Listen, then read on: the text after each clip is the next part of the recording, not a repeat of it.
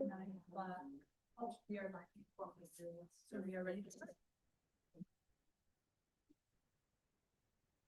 Good morning, everyone, and welcome to this meeting of the Legislative Citizen Commission on Minnesota Resources on Wednesday, June 17th. We are hybrid, so some are in person and others are online. So welcome all of those online members and also people viewing online.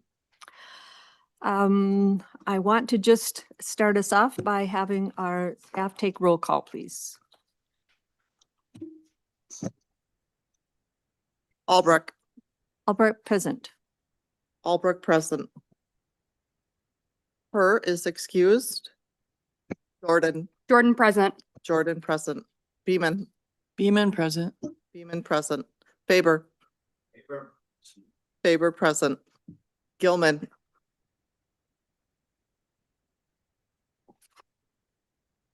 Green. Here. Green present. Hedstrom.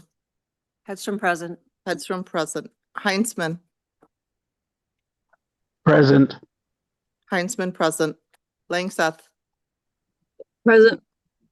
Langseth present. Lilly. Lily present. Lilly present. McEwen. Present. McEwen present.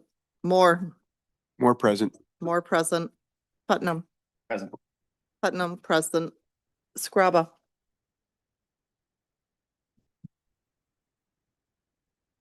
Westrom. Currently, there are 12 members present. Thank you. We have a quorum and we will proceed with our meeting. The next item on our agenda is to approve minutes from December 10th, 2025. Is there a member that would like, do we need to have a motion on that? Yes, okay. Doesn't need to be roll call. Gotcha. So we need a motion and I see Senator Green. Good morning. No, not for a motion, not yet. I need to make a correction. I'm recorded as absent at this meeting, and I was a little late getting on, but I voted on everyone, so All right, that would be changed. duly noted. So with that correction, would you move the minute? Yes, Madam Chair. Thank you. We have a motion and I'm just going to do a voice vote because we do not need to do roll call on minutes. All in favor of supporting the edited minutes of December 10th, 2025, please say aye. Aye. Opposed? That motion prevails. And we have new appointments coming before us here today, which is great. We're excited, and some reappointments of members who have been reappointed. So I'd like to go around and have you introduce yourself. Let's just have you tell us your name in order to keep it short, and where you live. What is one thing you love about where you live? And maybe I'll just go down the list. I'm the first one on the list. I'm Rita Albrecht. I live in Bemidji. What I love about Bemidji is green trees and beautiful lakes. Senator Herr is not here. Representative Jordan. Yeah, hi everyone. I'm Sydney Jordan. I am the House Chair. I live in Northeast Minneapolis. My district is Northeast Minneapolis and Southeast Como. And we just had our annual parade last night. And I love that I live in a community where you have a parade with a kids marching band, unicyclists, tall bikes, parrots, bagpipes, and they all come together. And I think that's great. Thank you. Commissioner Beeman. I'm Michelle Beeman. This is my second year on the commission, and I live in St. Paul. I live right near the river. Probably the favorite thing is just the network of parks and trails that connect the whole metro, and I can walk 1 block or take my bike 1 block from my house, and I can get dozens and dozens of miles all around in beautiful green space. Thank you. Dr. Faber. Thank you, Madam Chair. Yeah, this Dr. Bill Faber. You can call me Dr. Moose. I had to recount. This will be my 14th year as I was just reappointed recently by Governor Walz. So as I found out, I was eligible to do so. So I look forward to spending another 4 years with everyone. Thank you. Representative Gilman is not here today, so I'm just going down the list. She is a new member appointed by the House, I believe. So we'll go to Senator Green. Steve Green. I live in the Foston area in Monoman County. Best part about my area is I don't need to have a trail to go outside and walk around. Thank you. And Monica Hedstrom, Commissioner. Hi, Monica Hedstrom. I live in Monoman, Minnesota, very near to Mr. Green, and same thing. You can go outside and it's beautiful, so. Thank you. Representative Heinzman online. Yeah, Representative Heinzman, I am the House GOP Chair of the Environment Committee and live in the Brainerd Lakes area. The Paul Bunyan Trail actually cuts a path right through our farm, so works out pretty good for us. Thank you. Representative Lilly, is Representative Lilly here? Hi, good morning. I'm Representative Lilly. I represent East Metro communities. I live in North St. Paul and I get outside a lot.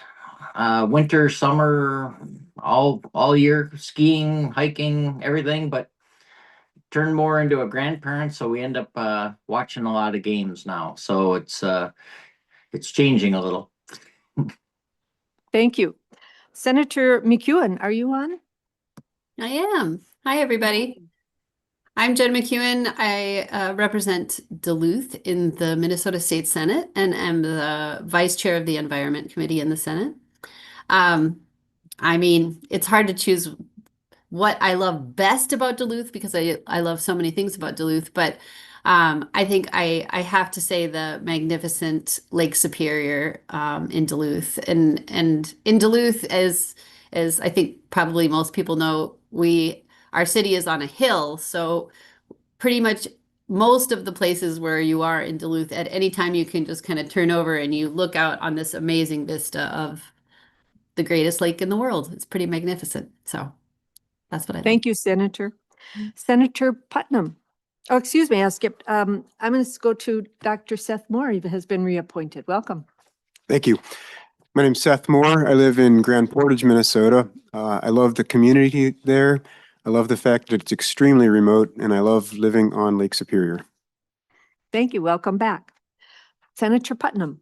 I'm Eric. I represent the Greater St. Cloud area in the Minnesota Senate. And what I like about that area is that we've got some cool nature, but we also got some fascinating and cool humans too. Thank you.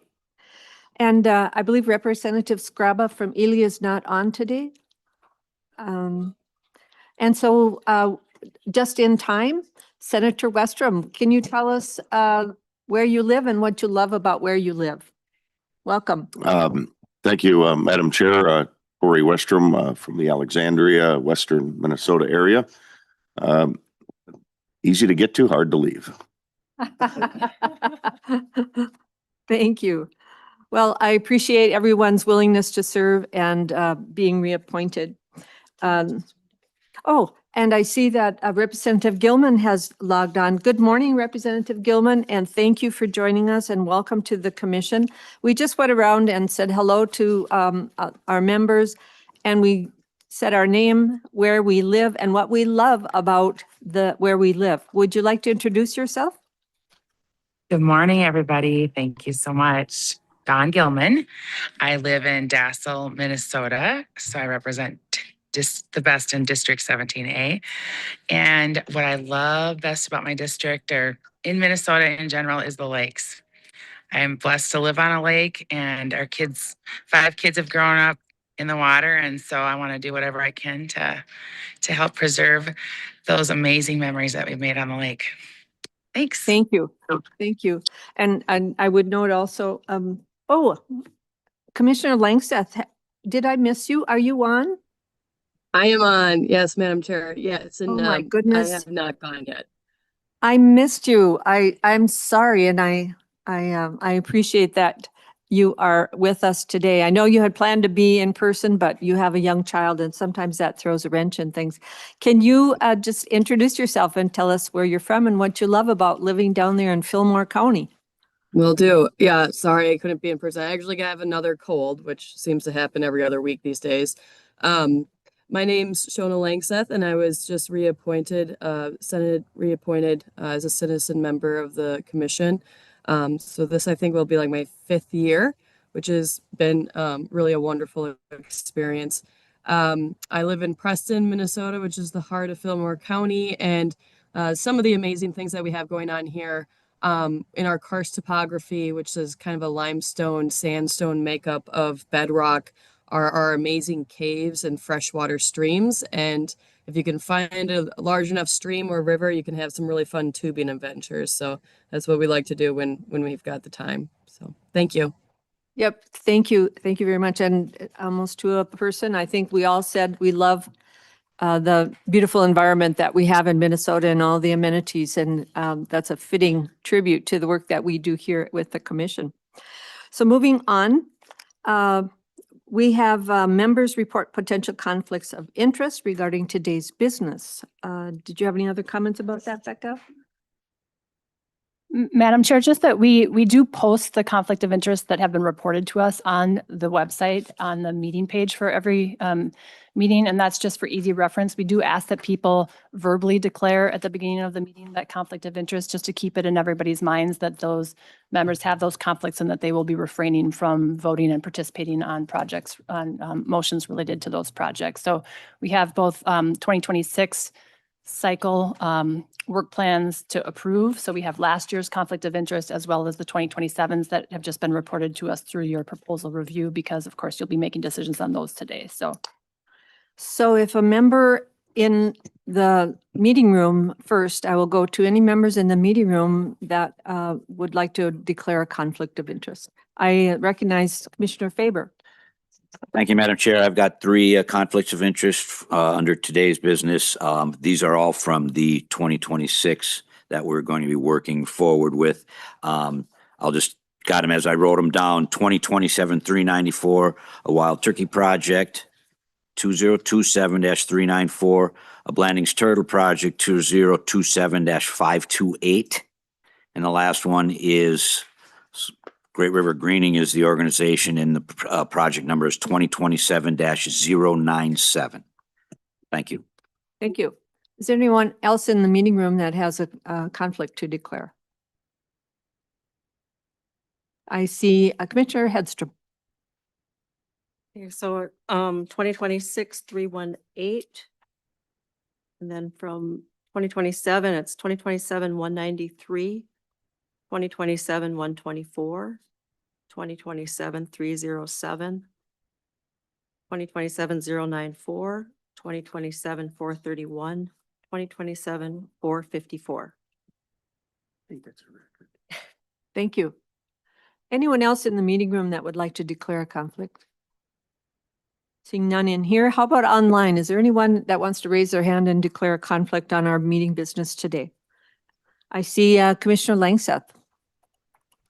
Yes, thank you, Madam Chair. I was prepared for the 2027. I didn't realize I was going to need my 2026 one.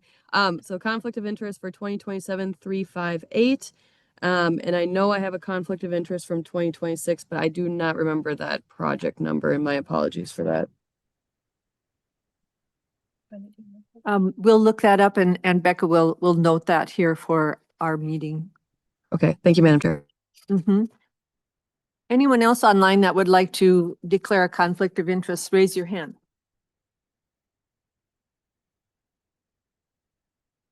See no one raise their hand. I will go back to Becca with that number for you, Shona. So Shona Langseth for 2026, it's 2026-396. Thank you. And I would note that we have been joined by Representative Scraba here in the meeting room. Welcome, Representative Scraba. Would you like to introduce yourself, tell where you live, and one thing you like about where you live? Yes, Representative Roger Scraba. I'm from Ely, Minnesota. Traffic in St. Paul is not what I'm used to in Ely. And with all the new construction, it's interesting to say the least. But I'm from Ely. I've been on the Environment Committee. I've been on I'm on Legacy. So I see what's going on. I understand what we're doing here. And my favorite part of the district I represent is, believe it or not, the whole thing, because I have the North Shore, I have the Boundary Waters, I have Rainy Lake, I have North Home, I've got farming, I've got everything in the district I represent. And not one that's better than the other. Thank you. You're welcome. Yeah, we've observed that we have, Minnesota is blessed with a beautiful landscape and environment. Yeah, and you would have traffic, then you throw in rain and it Yeah. makes it a little challenging. And people from Texas. Or Ely for that matter. Thank you. We're going to move on to item number 5 on our agenda, and that is our director's report. I'm going to turn it to Becca, our Nash, our director. Thank you, Madam Chair, members. Welcome to the new member and welcome back to the those who have been reappointed. I just will mention for the record here that Dan Fabian had been appointed by the House as a citizen member position, but he has had to rejuggle his commitments and step back. So we're going to wait for a new appointment from Speaker Damas, and we'll let you know as soon as that happens. So we are down 1 person today. And also, we don't have selections represented for that person either. So it is event time of the year, and there have been several ribbon cuttings and other celebratory events recently. I know the Trust for Public Land celebrated the completion of an expanded work at one of its green schoolyard sites. The Science Museum had an opening of the greatest environmental investment exhibit that they have created about projects funded through the LCCMR and the Environment and Natural Resources Trust Fund. They have storyboards, they have really beautiful videos about the projects. They have an interactive map that is now also live on their website of our projects. This exhibit will be up for 3 years, which is pretty exciting. We as staff will be heading over there on our lunch hour as soon as possible, and I hope others can get over there and enjoy that as well. There was also a grand opening event for new trails at the Redhead Mountain Bike Park in Chisholm. And there was a Silver Bay Trailhead Project grand opening, which I understand Representative Scraba was there to attend. I also did happen to stop by on my way home from my vacation while I was up north, and it looked great. So thank you to grantees for the invitations to these events. We do try to make them if we can. But even if not, we do appreciate your inclusion of us. And as always, we appreciate your acknowledgement of this special funding source in your project's success. So I always like to give an update at this time of the year on what staff have been doing since it's been a little while since you've seen us. We are no doubt very busy. As part of the 2027 RFP cycle, staff fielded over 260 questions. We held 14 pre-proposal review meetings with applicants and made presentations at 4 external meetings about the RFP.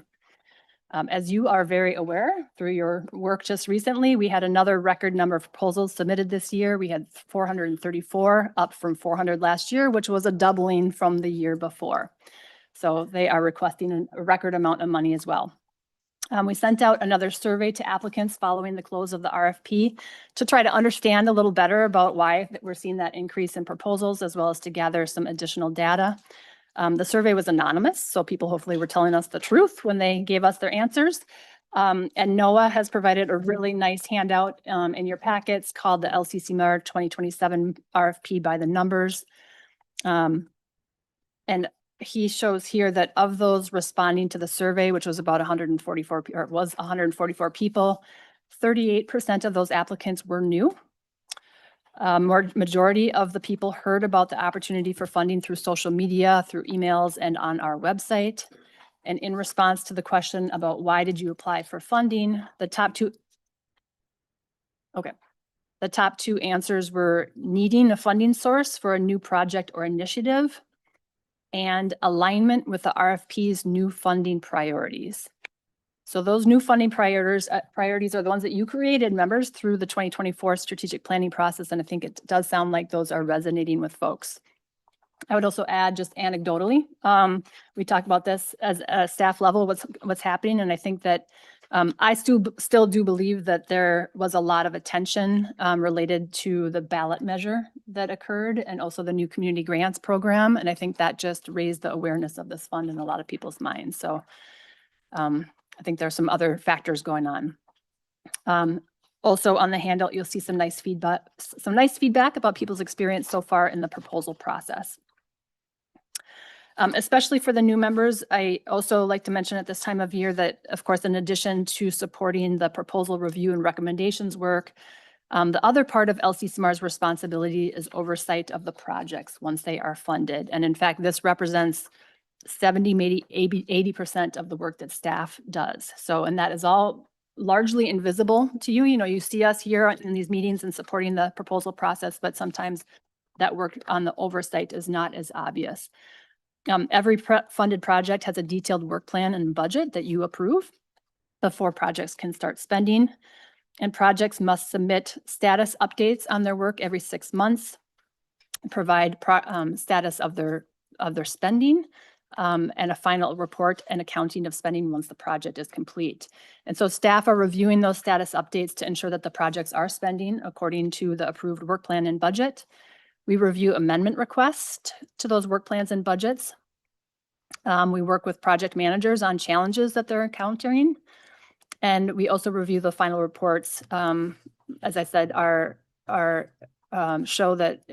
that outcomes are met and deliverables are provided. This is part of the work that we all do, including the members selecting projects to fund and approval of work plans and budgets, to monitor and prevent waste, fraud, and abuse. As you know, this is something that's been very important in the kind of limelight recently. So we currently have about 500 projects in various stages of their lifespan that we are overseeing in this way. One more bit of information about today's meeting. The House Information has extended their coverage of meetings during the interim. So when they are available, they may be producing and broadcasting our meetings as well.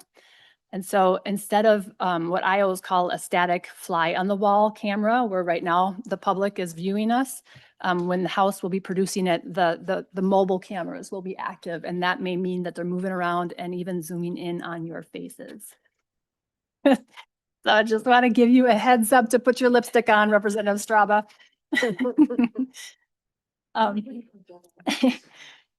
So other than that, just let you know that any letters of concern that we receive for proposals or any of letters of support that we receive after the RFP has been closed, we post as public testimony on the meeting page of the next relevant LCCMR meeting. So today you'll see a few support letters posted. We have not received any letters of concern. And also we have no requests for public testimony. So that is it for me, Madam Chair. Thank you. I'm sorry, go ahead. Commissioner Faber, did you have a comment? Yes, thank you, Madam Chair. I was just going to make a comment relating to this high number of proposals, since the citizens had a little discussion about this ourselves. And I will end with a little anecdote, but historically, since I'm the oldest member here, aside from Senator Westrom, you know, historically, we've had, 250, 270 proposals. And then 2 years ago with Doge and the purge and all of these things, it went up to 400 and some. Well, obviously something happened, not just that, I would argue, because this year we had 400 and I guess 432 we ended up with. But the other thing you look at is the organizations that are represented in amongst those. And I look at the colleges. I think almost every college, whether it was 2 or 4 year, was in there, Gustavus and 3 Concordias and all of these places. And I think that, you know, really gives us, and then to end my with a little anecdote, when I talked to Becca, because I'm old school, so I always got all of the proposals sent to me in hard copy with the big 3 rig binders. She said this year that there was going to be 5. So I would have needed a little Amazon truck to bring all them buggers to me. And I thought, boy, I better not be chopping down, you know, my unfair worth of trees. So I did do the online system. So, and I did end with, I think that the commission did a great job with this remake of the proposal priorities and stuff, because I don't think it's just, I'm a scientist, I don't think it's chance that we've had that. So kudos to staff and the commission. Thank you. Thank you. I would echo that. 500 projects in the pipeline and the number that were reviewed by staff for this round. I just want to recognize the hard work that the staff does and goes above and beyond, but also the commission members who took the time to look through it and to hearken back to the process, year-long process we had with our subcommittee to set up our new strategic plan and priorities that did make it much more clear for applicants to understand does my project fit into one of these areas, and what priorities are they funding, and where do I fit? So thank you all for all of that. Any other comments or questions about the director's report? Seeing none, we'll move on to the next item, which is information and possible discussion on the 2026 session report. I'm going to turn it over to Director Nash. Great. Thank you, Madam Chair. So we included in your packets a summary of action that was taken during the 2026 legislative session. There are also some other materials in there, including pie charts and a spreadsheet of projects that were funded. We did not print out a full copy of the bill for you. We do have a display copy here if you want us to pass it around, but we figured that you would also like to save the paper on that one. So I'll just run through here and hit the highlights. So there was an ENRTF appropriations bill, and this passed, including 108 of the 109 recommended appropriations for funding. It included 11 project extensions, and the one project that was not recommended for funding was a proposal by the Friends of Boundary Waters Wilderness for a little over $1 million, and that was removed in committee in the House, on the floor in the Senate, and then was not included in the final adopted bill. The ENRTF appropriations bill also included funding for the new community grants program that is being administered by the DNR, and the LCCMR did not impact LCCMR appropriations, and LCCMR has no role in the community grant program. However, there is going to be some coordination and overlap, I think, in some of the work that we do, and so we did invite the staff from that program to come and speak to you today after this agenda item to let you know about that program. There were several bills that were introduced but not passed, and those were bills that recommended funding from the trust fund for projects that had not been recommended by LCCMR, and in fact, they didn't look familiar, so I don't think they had applied through the RFP either. The bill that passed did include some policy revisions as well related to ENRTF and LCCMR. The legislature adopted some changes to the emerging issues account. In fact, took several provisions that had previously been just policy for us and put them in statute. They also added some new provisions as well, and I think we'll go through that in our next agenda item in more detail. There were two policy provisions that had been recommended by the LCCMR.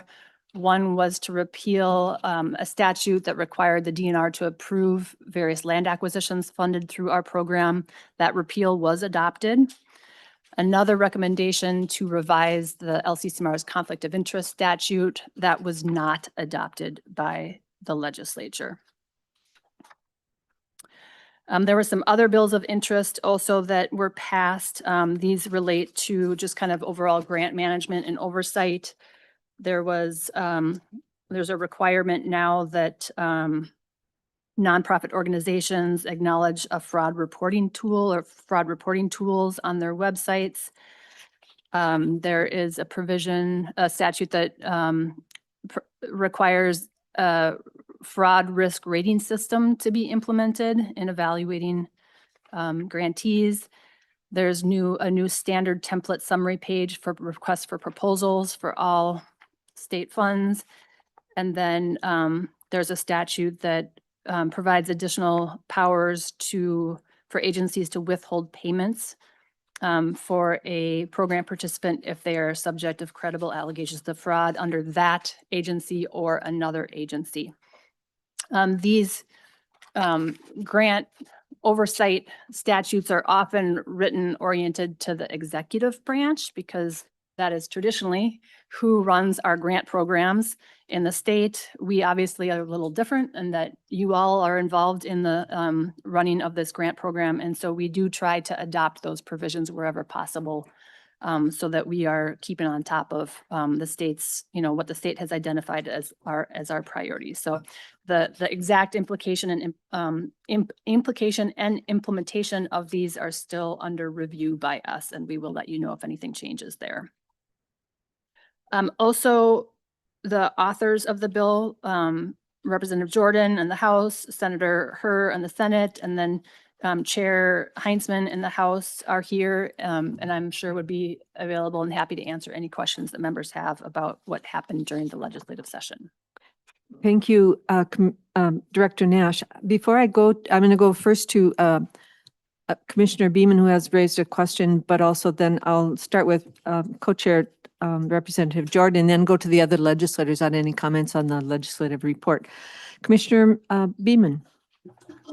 Thank you, Madam Chair. I did want to go back because I did not hear the debate on this to the policy change around, for us, around the conflict of interest. We had a lot of discussion about that at the end of last time and had concerns about the implications of that policy on our voting and then things like that. And I'm wondering if you could elaborate a little as to why that failed and what the discussion might have been about that. I'm going to let Representative Jordan speak to that, if you don't mind, Director Nash. Thank you. Thank you, Madam Chair, and thank you, Commissioner. This was, I think the writing was on the wall when neither the House DFL nor House GOP chair voted to advance that recommendation. It was not something that had legislative support. I heard from members on both sides of the aisle that don't serve on this committee that they are concerned about conflicts of interests, and there just wasn't support for it in the House. I agree that there is more work to be done, especially someone who's currently applying for jobs. And so I think this conversation needs to continue. But I think maybe rather than just repealing, or I think coming up with a replacement might be something that would be better for the legislature to see, rather than, I think it would be better for the legislature. It would be an easier lift for the legislature if we came up with what exactly that conflict of interest policy would be in advance of just, changing statute. But also, I think there's just more work that needs to be done with legislators who are very concerned about conflicts of interest, who are concerned about waste, fraud, and abuse, and who just were not in support of changing the law this year. Any other comments, Representative Jordan, about the session report? Thank you, Madam Chair. Commissioners, I think this report is very accurate as to what happened. In general, the legislature didn't. It wasn't a budget year, so there weren't a lot of things to get done. So this is in lieu of an environment bill with a lot of policy changes. The LCCMR and ENRTF projects were really the environment bill of this year. So the work that you all did represents the investment in the environment, and that was where really all the policy got done. So thank you for your work. It's been an interesting year in the legislature, and in many ways, it was a historical year where it is truly interesting because none of us have ever, done things that we had to do this year in terms of just everything from security to the tie to just the world around us meant that it was a year that we were really working things through. So I think it's great that this can be sort of a bipartisan effort that we all agree on and all want to move forward within the legislature. So that was the news from the House. I don't know if the Senate has a different perspective, but that's Thank you, Representative Jordan.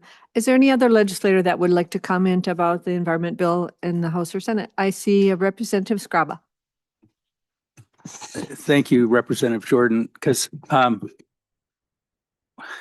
go from a trifecta to a tie was everyone was like, what do we do?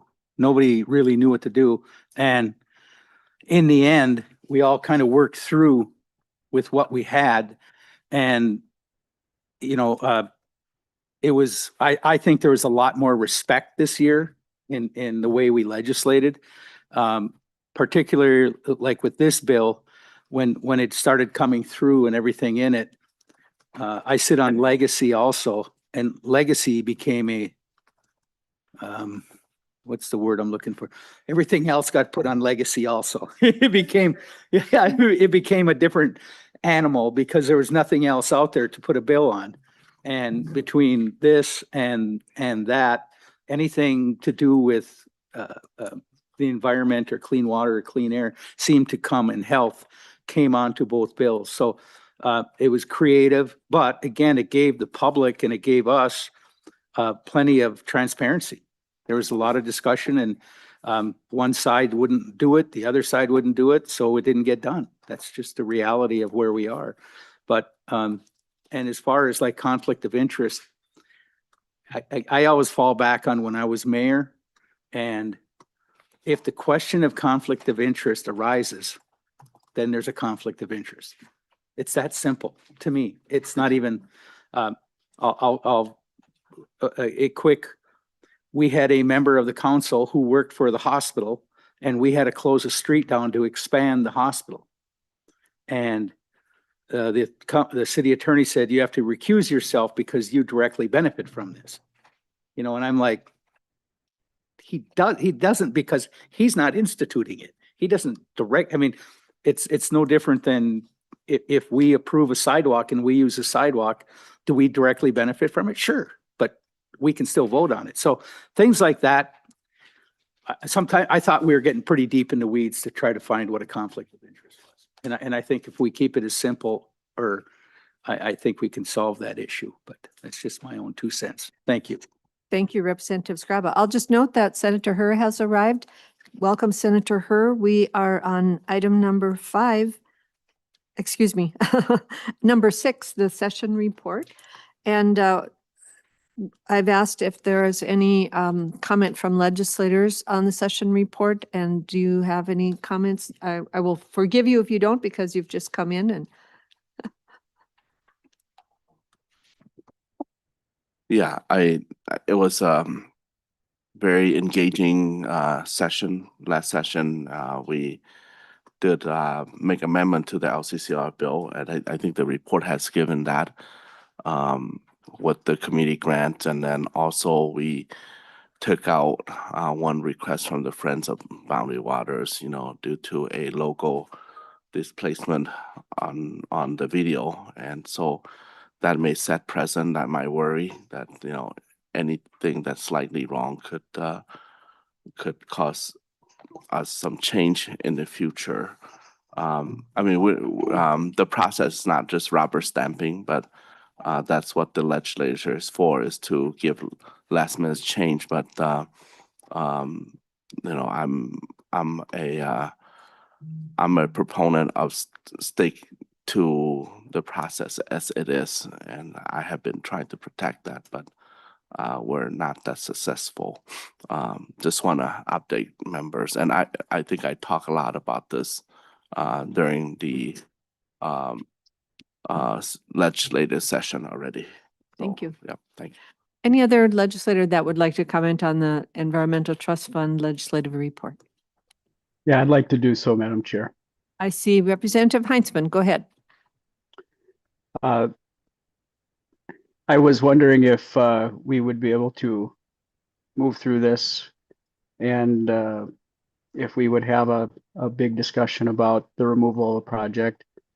And I think generally people understand that there are rules, and if you break those rules, there's consequences.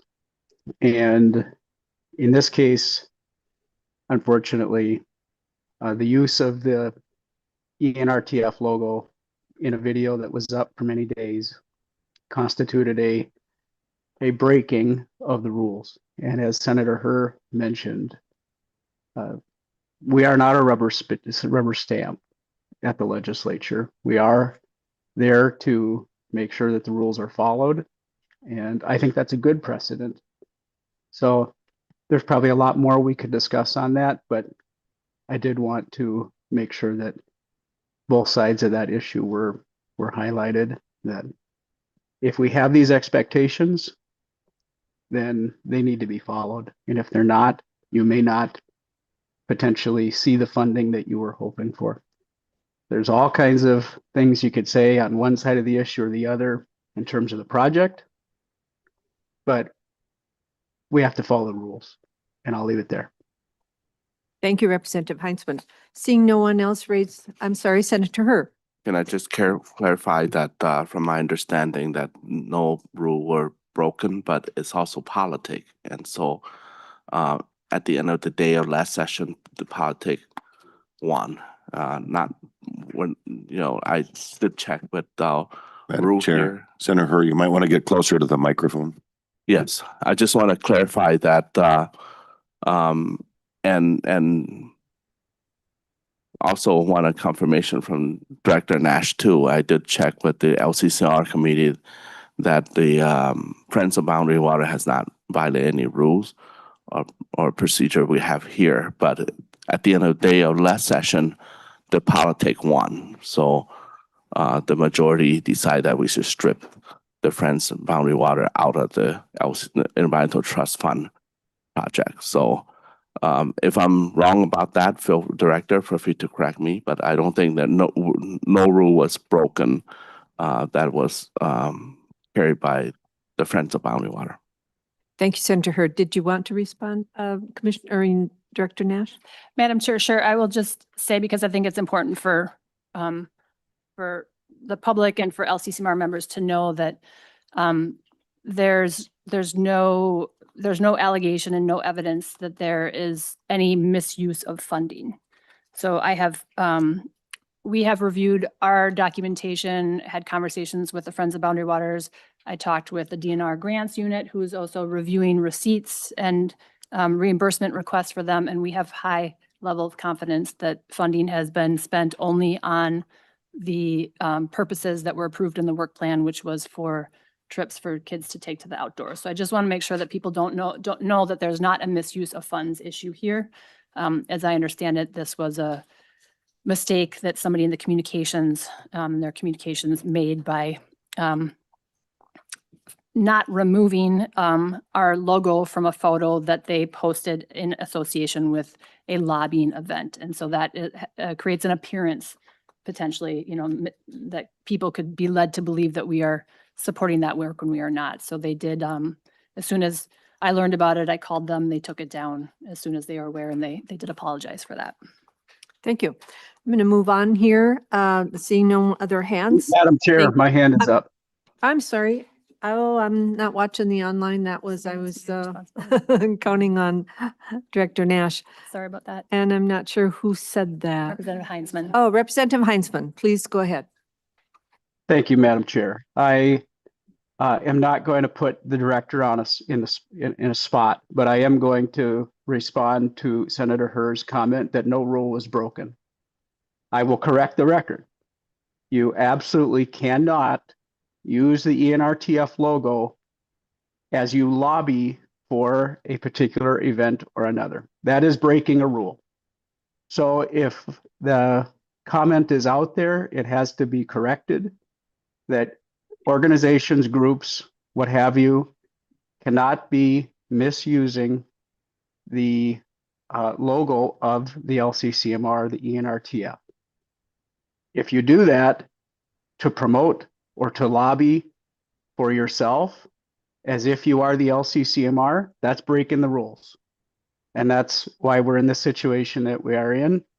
And while some may feel that it might not rise to a certain level or another, to say that no rule was broken would be inaccurate.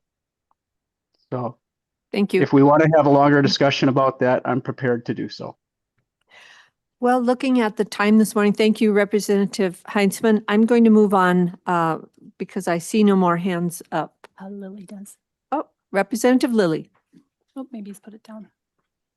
I had my hand up, but I thank you. I just want to make a comment.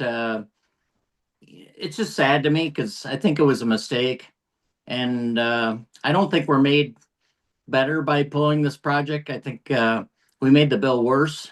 I mean, I think it was a mistake, and obviously we could have, going forward, but it just fixed us.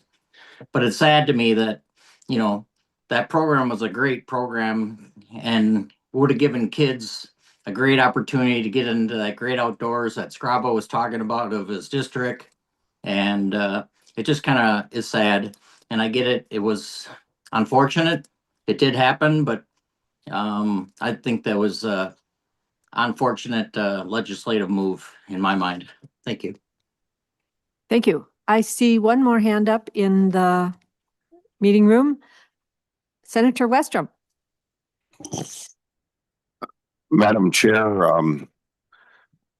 I didn't come prepared to talk a lot about this, but I think it maybe is appropriate, at least in the Senate legislative chamber. This was a hot topic of discussion.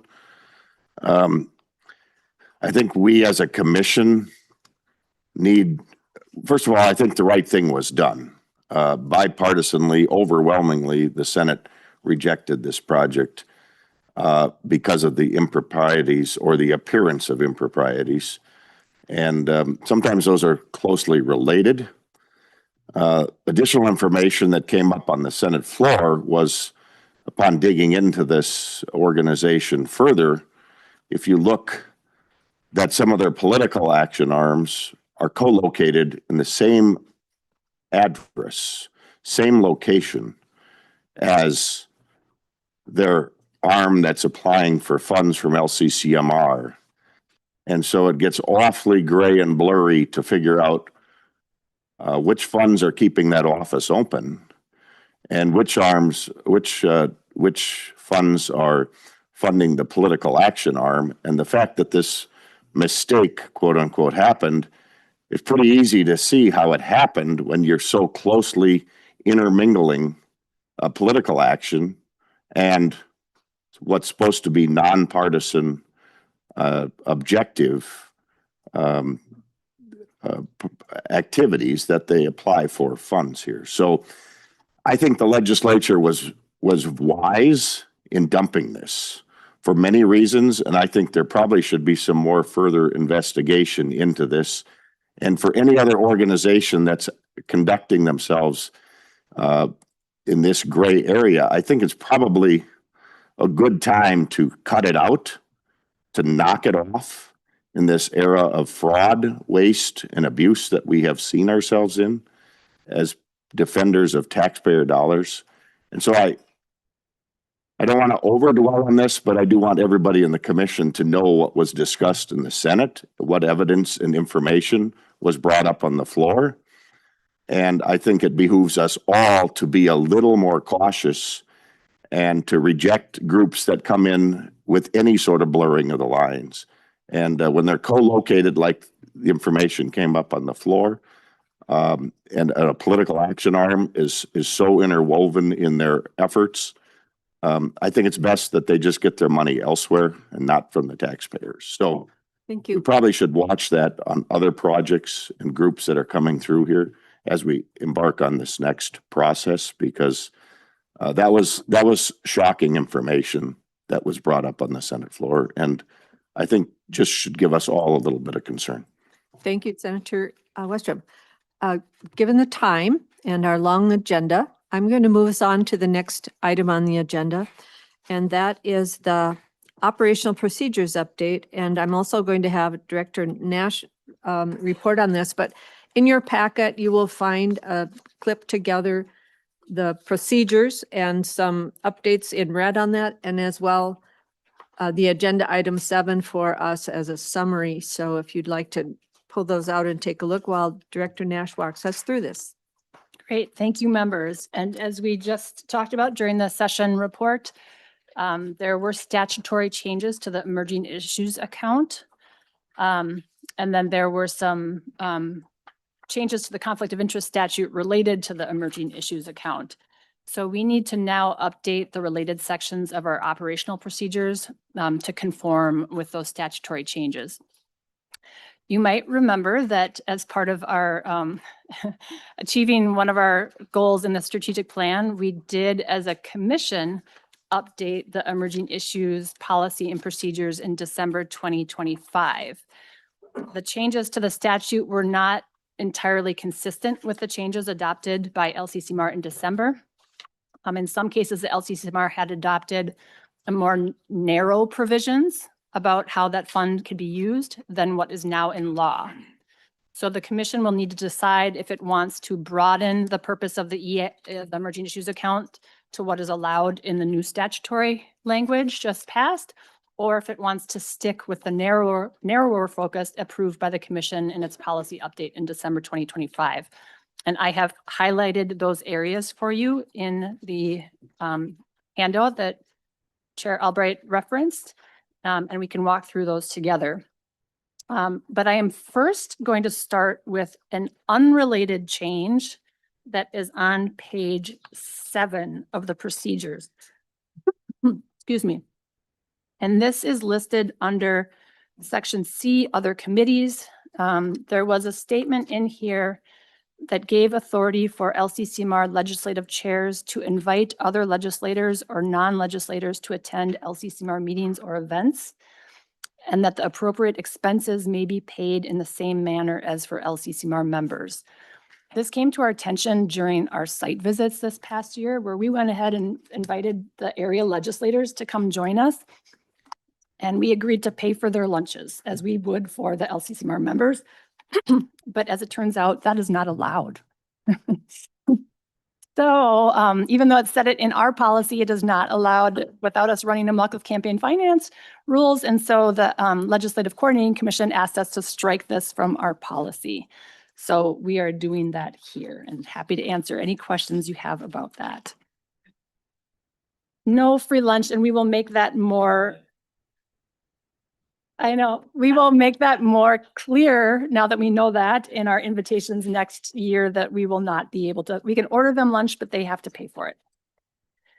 So now moving on to page 8, which is the part that's related to the emerging issues account. In this top part here, we have just cut and pasted the statute, the new statute that was passed by the legislature. After that section is the part of the policy that we've written up in plain language, and it is the language that we post on our website and that we use to advertise the availability of this fund, so that people out there know what the fund's purpose is. They can decide whether or not it makes sense for them to apply for it, and they understand what the procedures are and how you would go about to get those funds. And so that's where some of these changes I want to focus on. The red line is the statutory changes. There are a couple instances where we have made additional changes for clarity, and I'll point those out. So the first change is under the emerging issues account criteria and eligibility. Our policy says that proposed efforts must, be consistent with the constitutional purpose of the trust fund, our strategic plan, address issues that came up unexpectedly. And then this third bullet point says address an immediate threat to public health, the environment, or the state's natural resources. So this is old language that was in the procedure and policy before the 2025 update by the members. Members had opted to delete reference to public health because there's a concern that it may not be constitutional, may not fit with the constitutional purpose of this fund. And it also certainly is not consistent with the commission's strategic plan, which does not mention public health at all. The statute put that language back in. I don't know if they intentionally put it back in or they were just using the old language. And so the first decision that members I'm asking if you could make is, do you want to add public health to match the revised statute? And also just clarify here that even if you do add it back in, doesn't mean that it's legal. It's in statute, but doesn't necessarily mean that it's constitutional. And I think the question is, if you don't have the intent to fund projects that are about public health, do you want to advertise to the world that it's available? So that's the first decision. And maybe I'll just walk through all of these and then you can have discussion. Thank you. The legislature added another criteria here that proposed efforts must be conducted by a state agency or performed under contract directed by a state agency. So that will go in here. And I'm assuming that this is different from, this contract directed by a state agency is different from a pass-through grant contract. So I'm assuming this means that this work really needs to be done by a state agency or literally directed by them. Bullet number 5 is your second decision point. The commission in December adopted language that says the proposed effort must implement a solution where delay and following the standard LCCMR funding cycle would have significant detrimental impact on the environment or natural resources before the next legislative session. So because that is stricter, we can keep that if you would like. And so the question is, do you want to keep this existing requirement or strike it and be more broad? Bullet point 6 is decision 3. Again, the commission had adopted in December this requirement that the efforts be ready to be implemented as soon as funds are available. Again, the question, does LCCMR want to keep this existing requirement, which is more narrow than the statute? Going on, it says the following efforts are not eligible for funding from the emerging issues account. The statute added in the following clause: a project that was previously reviewed and rejected by the commission during the most recently completed funding cycle or included in a bill introduced during either of the last 2 regular legislative sessions. So members, I don't know if there are any questions, but maybe the authors could address those questions, but that was a provision that was added by the legislature, so we'll put that in there. They also concurred in the statute that this fund should not be available to be used on capital construction, which is something that the LCCMR adopted in December. LCCMR had also said that land acquisition and research should be considered ineligible except in extraordinary circumstances. So the question is, does LCCMR want to keep land and research as ineligible efforts except in extraordinary situations? If you deleted this, you would be silent on it, and presumably those activities would be eligible. Going on to, at the bottom of the page, under awarding funds, the changes are that for a request to be recommended for funding, at least 12 members, except as provided under section 116P09, must vote in favor of approval. So instead of what we're going to do today, which is you establish a quorum and then at least 60% of those in person have to vote to pass the recommendation, the legislature converted this to just a defined number, 12. They also brought in that language for our other conflicts of interest, which is that if anybody has a direct financial interest in a emerging issues proposal, they will declare that conflict of interest, and the number, that threshold of 12 will be reduced accordingly by the number of people with that conflict. So that's what that reference to section 116P09 is. Moving on to top of page 10. This was clarifying language by me just to be consistent here that your requests are to your actions as LCCMR are to recommend funding, and then the governor approves it. And we've referenced what is the new statute 4A, where that is now found. The statute created a provision, a requirement that a copy of the recommendation to the governor be sent to the chairs and ranking minority members of the legislative committees with jurisdiction over the environment and natural resources. And then the additional changes are under the reporting section, which we've added now. The first bullet point was just my adding to provide some additional context that emerging issues projects, same to any other projects funded through the process, are required to to submit these annual and semi-annual progress reports to the commission. The legislature also added the requirement that the project manager must submit a copy of the final report to the chairs and ranking minority members of the legislative committees with jurisdiction over the environment. So those are the changes, and I think the action that is needed by the commission today could be a few. I have a few options for you. If you are okay with everything as it currently is written, a member could move to approve all the revisions to the operating procedures posted to today's meeting page, and to be effective July 1st, 2026. So if you're okay just keeping everything in, that would be the option. Alternately, a member could move to approve all revisions to the operating procedures posted in today's meeting page to be effective July 1st, 2026, except for the addition of public health in bullet point 3, which is your decision 1. If you do that, we'd ask that you provide staff authority to make some grammatical corrections to make that sentence work without that language. Another option could be that a member moves to approve all revisions to the operating procedures posted in today's meeting page to be effective July 1st, 2026, and to strike the existing language under and then decision 2, 3, and or 4. Happy to answer any questions. Thank you, Becca. Thank you, Becca. That was a lot. Yes. And it might be somewhat confusing to us here until we get it talked through a bit. Are there any immediate impressions from members? I see Representative Scraba.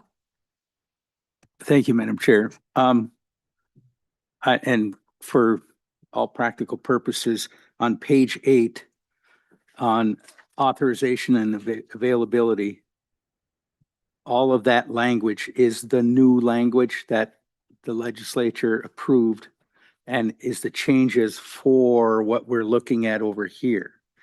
And then over here, we're looking at those changes put into our form, correct? You nailed it. That's correct. Yes. And so, and the changes that you are proposing or someone is proposing are they in the yellow, or what is the yellow? Director Nash. Madam Chair and members, so all the changes except for the couple that I highlighted that are in red Right. are those made by the legislature. Right. So they are all required to be made. Right. The only one where there's a decision that you can make is in bullet 3, decision 1. If you want to adopt the broadening of the purpose to public health, or if you don't want to adopt that and instead restrict it to just be used for threats to the environment or the state's natural resources. Okay. And the yellow are just those decision points where you have some opportunity to either keep or reject a change they made to restrict, if you want to restrict the purpose of the fund according to what you wanted in December. Okay. Representative Scrub. Thank you. Thank you. I'm going to just speak to the public health issue. Generally, if I say I want to promote clean air and clean water and a healthy environment, somehow public health is included in that. I mean, it's an assumption, I guess, you know, like if I'm working on a project to clean up a river, the reason I'm doing it is for the public's health. You know what I mean? I mean, I'm doing it for the environment, for the animals there too, but also the people, the public. So I'm Sounds like you're in favor of keeping well, that. I'm trying to figure out what's the disadvantage of public health in there. Director Nash. Madam Chair and members, I think probably a lot of people would agree with you that what you're focused on here is this constitutionally dedicated source of fund is going to have public health benefits. Mm-hmm. There are some projects that are specifically addressing public health issues, like the impacts on people. Like you could say somebody comes in and wants to do a lung study, you know, because of a consequence of the environment. Yep. Whereas the Constitution here talks about directly protecting, conserving, preserving the environment. So that is kind of the driver in the constitutional language. So it could be that you would have proposals that are proposing, you know, public health impacts. The way it's stated here could be interpreted to mean that if it just comes in and wants to talk about a threat to public health alone, you would be willing to fund that. Okay. Thank you. I'm going to go, unless you have go ahead. more, I'm No, going to I'm go good for to now. Representative Jordan. Thank you. Thank you, Madam Chair. I just wanted to speak to the intent of the legislature when we wrote this. This was because the emerging issues account received some scrutiny by the legislature just because there were discussions about what is truly emerging issue, what are proper uses of this fund. The public health was because we have funded projects in the past related to testing for COVID, which was an emerging issue. And so I think when we were talking about that, the ability to test wastewater for COVID and talk about the impacts of COVID virus, Corona-19 we all know what I'm talking about, that virus that impacted our lives. That was an emerging issue that that the legislature felt was a great use of our emerging issues account. It created nationally used public health data. And so the phrase public health was important to members of the House just because some of the most emerging issues are issues related to health. And that could be instances of upper respiratory disease as a result of increased wildfires, for example, is another public health issue, or lack of green space is a public health issue. I think we still need to think about the constitutionality. We're always beholden to our Constitution. I mean, I took an oath on it, the Constitution. But that was why the legislature added public health, was because of the history of public health being a reason to make an issue more emerging, so to speak. And just to, thank you, Representative Jordan, but just to clarify, Director Nash, this is specifically speaking to the emerging issues review and account. So not in general, our entire, cafeteria of ideas and priorities. Madam Chair, that is correct, that right now we're talking about the emerging issues account, but the Constitution, is umbrella over all of our funds. True. And the Commission's funding recommendations, as well as including emerging issues, is supposed to be consistent with the strategic plan. Okay. And so just a note, and this is obviously up to members to decide, but the strategic plan currently does not mention public health. Thank you. Any other questions about what we've been reviewing here? Senator Green. Yeah, I'm not going to rehash what was said because the points were made that I was going to make as far as this just being emerging issue. I think that if there is a conflict within the Constitution, I think that we should probably abide by that and not put that in. If there's any issues with the legislature, I guess we can deal with that. I don't think that the idea was for either to put it in or to remove it. Is not the idea that we're taking on the role of being an administrator for public health. And so if there's an issue with it, let's just take it out. I think that what we did in the past, if I remember right, this started with the bird flu when we first started going after this. And by the time the money's out there, other funds probably from the state are already going into that and taking care of it already. So we're all a little delayed. So if there's an issue with it, let's pull it out and the legislature can deal with it next year. Thank you, Senator Green. So your preference would be on that decision one highlighted at the top of page 9. Does the LCCMR want to add public health to match the revised statute? And your comment would be, let's not do that. Okay. Any other comments? Commissioner Beaman? It's not on that particular question. Did you? Okay, that's fine. We Okay. can move on.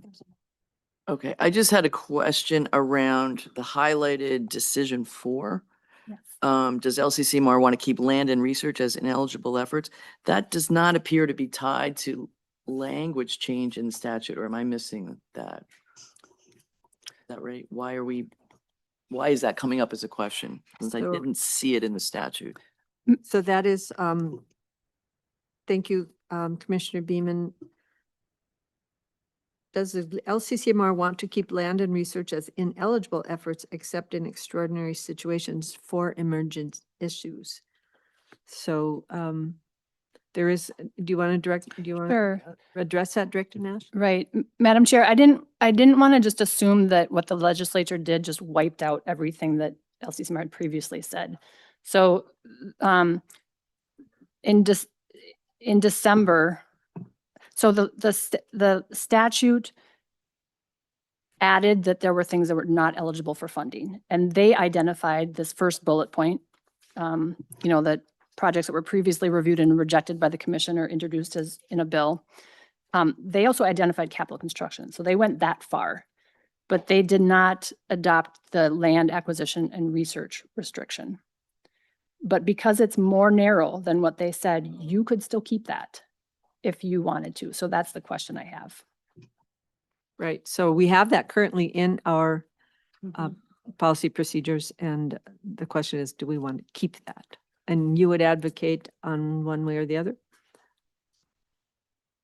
Or maybe I'm putting you on the spot. You don't have to answer that. I guess I would advocate keeping it. Yeah. Thank you. Other, I know this is kind of difficult, but is there anyone who's interested in any of those three motions that we have before us? The first one is that we could approve all revisions of the operating procedures that are posted before us, or we could move to approve all the revisions except for the addition of public health, which is bullet 3, decision 1.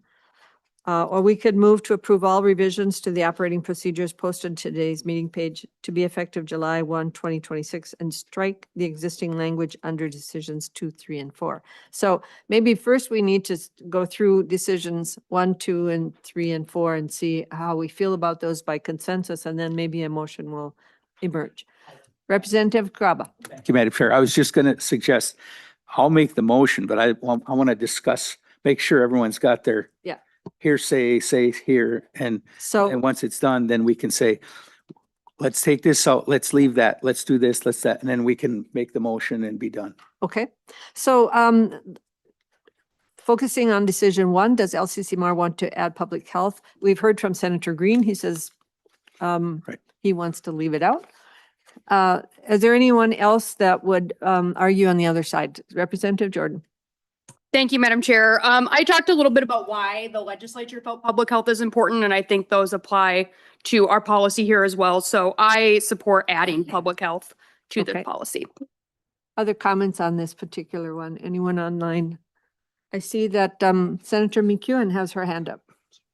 Thank you very much. I really appreciate this discussion, and I often talk about public health in relation to environmental issues, a myriad of environmental issues, and I think people have spoken really well to how a lot of the environmental funding that we consider here has very important public health repercussions and sort of reverberations.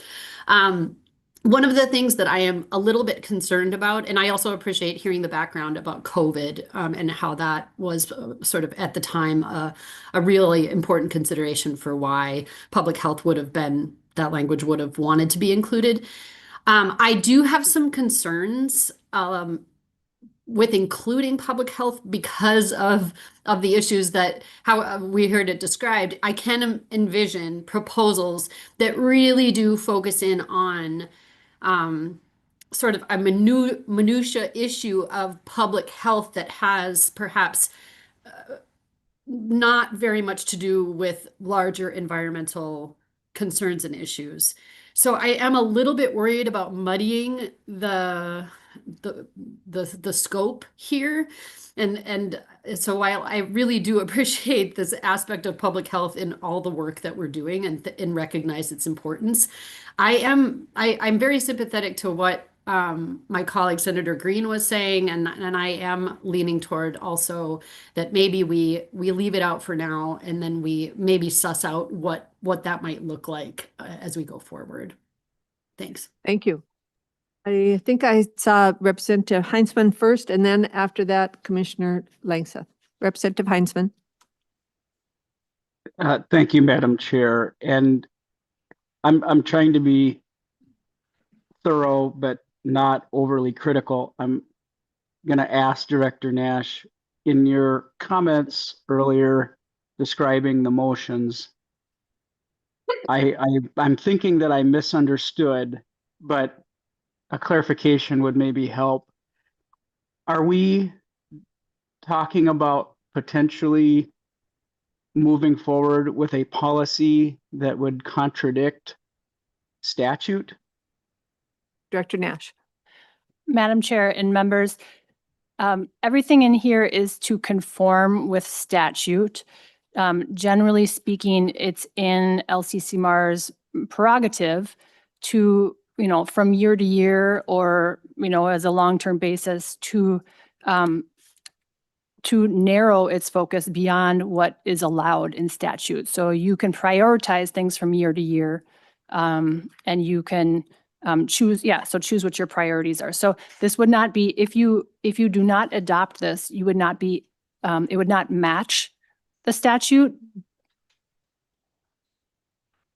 But you are not, there's not a problem with that. Madam Chair. Yes. Representative Heinzman. Thank you, Madam Chair. I would recommend that, and I appreciate that clarification, Director. I would recommend that we follow statute. I would recommend that we avoid creating policy of our own here at the LCCMR that is out of alignment with the passage of this new law. It makes sense that we're working with the legislature and not pretending that we, as a advisory group, are telling the legislature what we're going to do, as opposed to trying to figure out a path forward that meets the expectations of the legislature. The fact that we're talking about potentially taking on that role and saying, well, we can do this or we can do that. That may be true, and I'm glad that we, have those options before us today. But I think that it makes sense to maintain that alignment as opposed to doing our own thing. I think that can get us in some trouble. So that would be my recommendation, as opposed to some kind of arbitrary decision by this body to Thank you. be more restrictive in some way. Thank you. Commissioner Langseth. Thank you, Madam Chair. I'm also in agreement with Senator McEwen and Senator Green. I think adding in public health is really broadening quite the scope of that fund. And Senator Green had brought up the avian flu research that had been funded. I think that was specifically though for wildlife. It wasn't addressing public health. So that would be my take as well. I think we should leave it out. Otherwise we're really kind of opening a can of worms, and we would have to discuss what then would be, would we be okay with in terms of public health research or projects being funded through it? Thank you. All right. So Representative Scraba, and then I'm going to try and get a vote on this. I think we'll just individually vote on each of these decisions. Representative Scraba. Very good. Thank you. So is it possible then, if we choose that we don't want public health, can we send a recommendation to the legislature to say, please take this out? And, to change the statute so that it fits more what we want.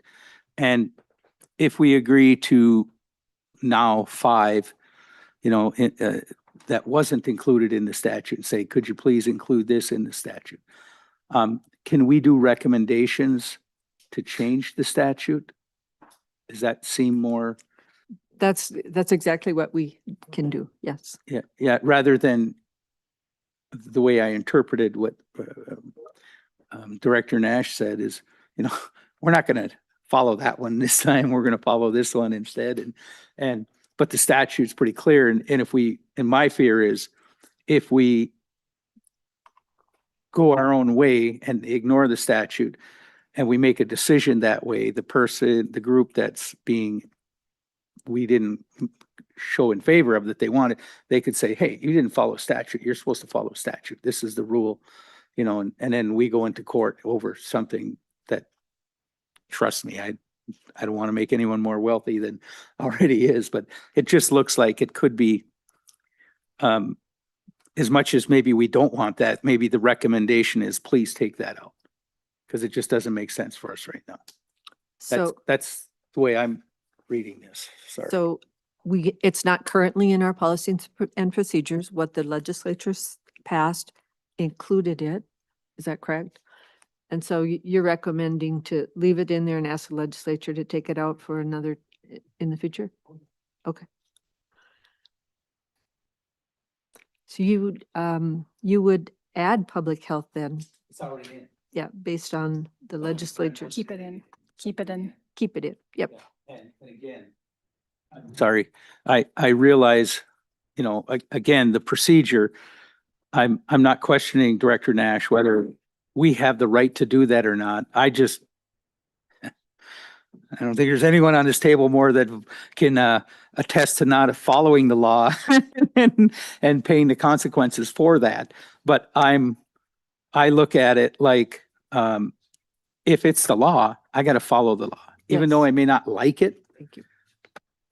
Thank you. So thank you. Director Nash, the current language does or does not include in the policies and procedures of LCCMR does or does not include that. So the LCCMR's policies and procedures currently does not include it. Right. The statute does Does. include it. And I just for people's comfort, I will just let you know that this has all been run by House and Senate Council. So I confirmed that this is in your purview to narrow your focus. And you could also say the mission of the fund, the allowed uses is very broad. The legislature, in fact, built it into your statute that you must develop a strategic plan. The thinking of that was that you are narrowing your priorities and determining what that is, because it is so broad, and that those can change from year to year. So it's not inconsistent with other things that you do. So I'm going to ask online or in the meeting. I'm sorry, Director Nash, more? Go ahead. Is there, what are the wishes on this first decision? Does LCCMR want to add public health to match the revised statute? Is anyone ready to?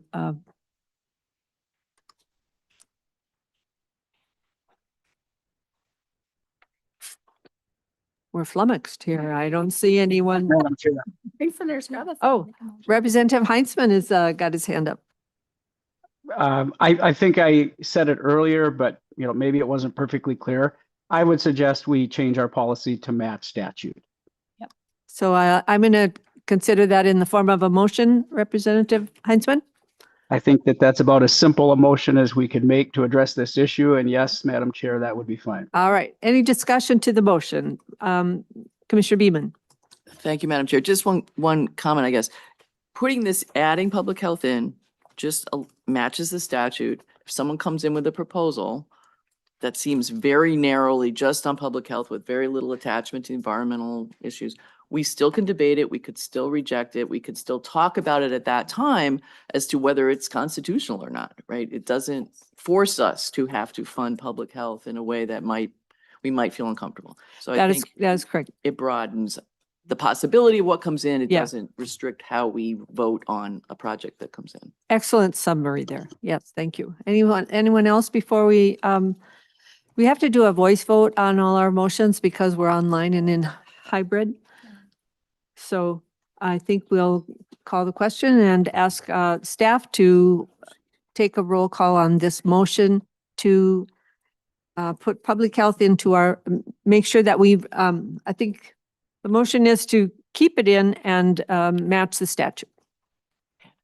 Albrecht, Yes. Albrecht, yes. Her, yes. Her, yes. Jordan, I. Jordan, yes. Beeman, Yes. Beeman, yes. Faber, Faber, aye. Faber, yes. Gilman, Gilman.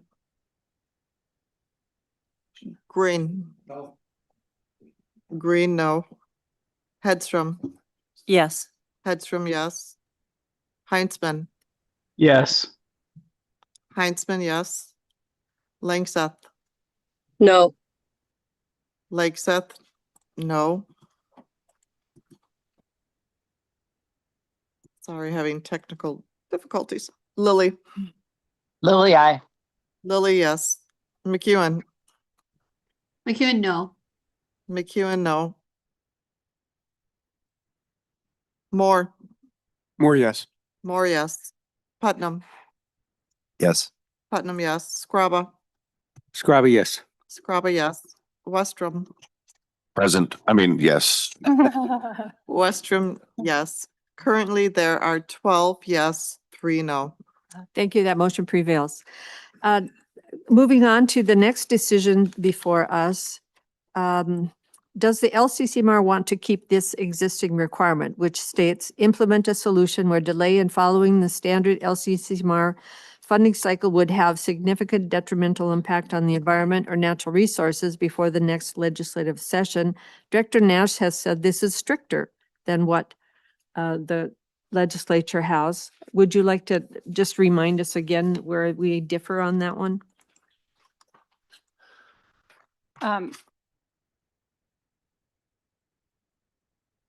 Madam Chair, we had the language that just implement a solution where delay in following the standard LCCMR funding cycle would have significant detrimental impact on the environment or natural resources before the next legislative session. It seems, I think members wanted that to be a requirement to sort of fit with the purpose and intent of the emerging issues account. So that's, I believe, why that was created, and that is just not in statute. So wondering if members want to keep that language or delete it to conform with statute. It rather defines what the emerging issues is all about, really. So it seems as though we'd want to keep that, but are there any folks that want to say any comments on this particular decision? I see Heinzman, Representative Heinzman's hand is up. Thank you again, Madam Chair. As before, I would suggest that we bring our policy in alignment with the new statute, as opposed to having our own sort of idea of things. I hope that members would support that. And if a motion needs to be made at some point, I'd be happy to make it. Thank you. Other comments on this particular decision?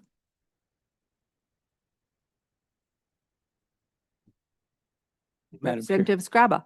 Yes. Representative Heinzman, the statute does not speak to this. No. So if the statute does not speak to it, does that mean you do not want that included, or do you want it included? Representative Heinzman? This is policies and procedures. Just to clarify, this is our procedures that we've laid down. When will we review an emerging issues account? And it is when we want to implement a solution where delaying or following the standard funding cycle would have a detrimental impact on the environment. So we have said this is our policy for when we review an emerging issues account. The legislature hasn't identified when we should review emerging issues. So does that clarify a bit, Representative Heinzman? Madam Chair, when we were hearing the description of the proposed change or potentially the keeping of current policy, I heard in that description or in that discussion that statute had a position. If statute doesn't have a position, then I would withdraw my comment. Okay, so I'll take that on myself as having said it's stricter simply because it's not mentioned in statute and it is mentioned in our policies and procedures. So sorry for that I didn't clarify that. So I'm not seeing anyone who raised their hand or feels that, or I see Commissioner Langsa.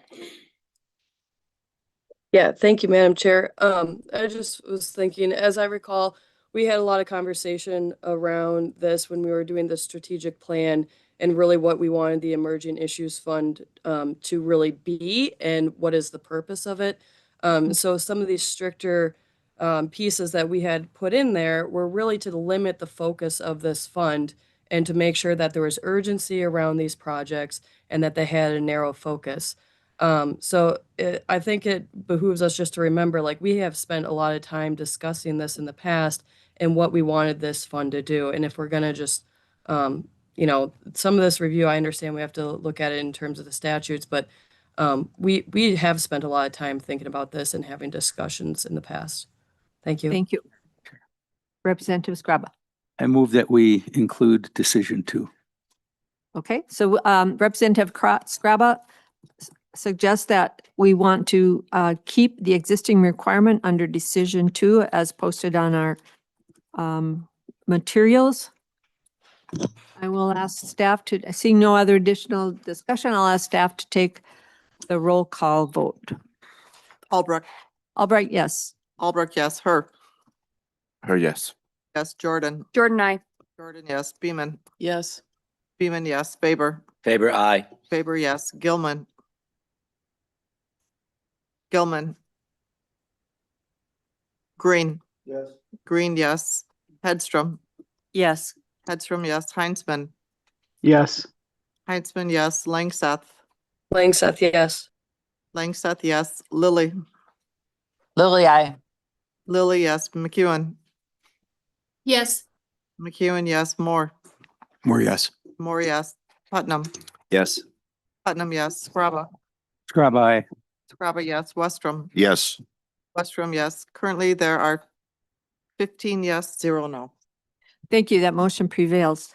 And I want to thank the members for helping keep the chair on track here because I can be just as muddled as you sometimes or more.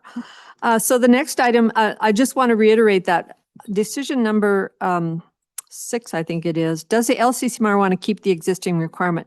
We currently say in our policies and procedures that any project that's emerging issue should be ready to be implemented as soon as funds are available. And that's not contrary to anything the legislature has said. That's just our policy. Do I see some heads nodding around the table that that is something we'd like to continue to say? Commissioner Langseth, do you have your hand up again?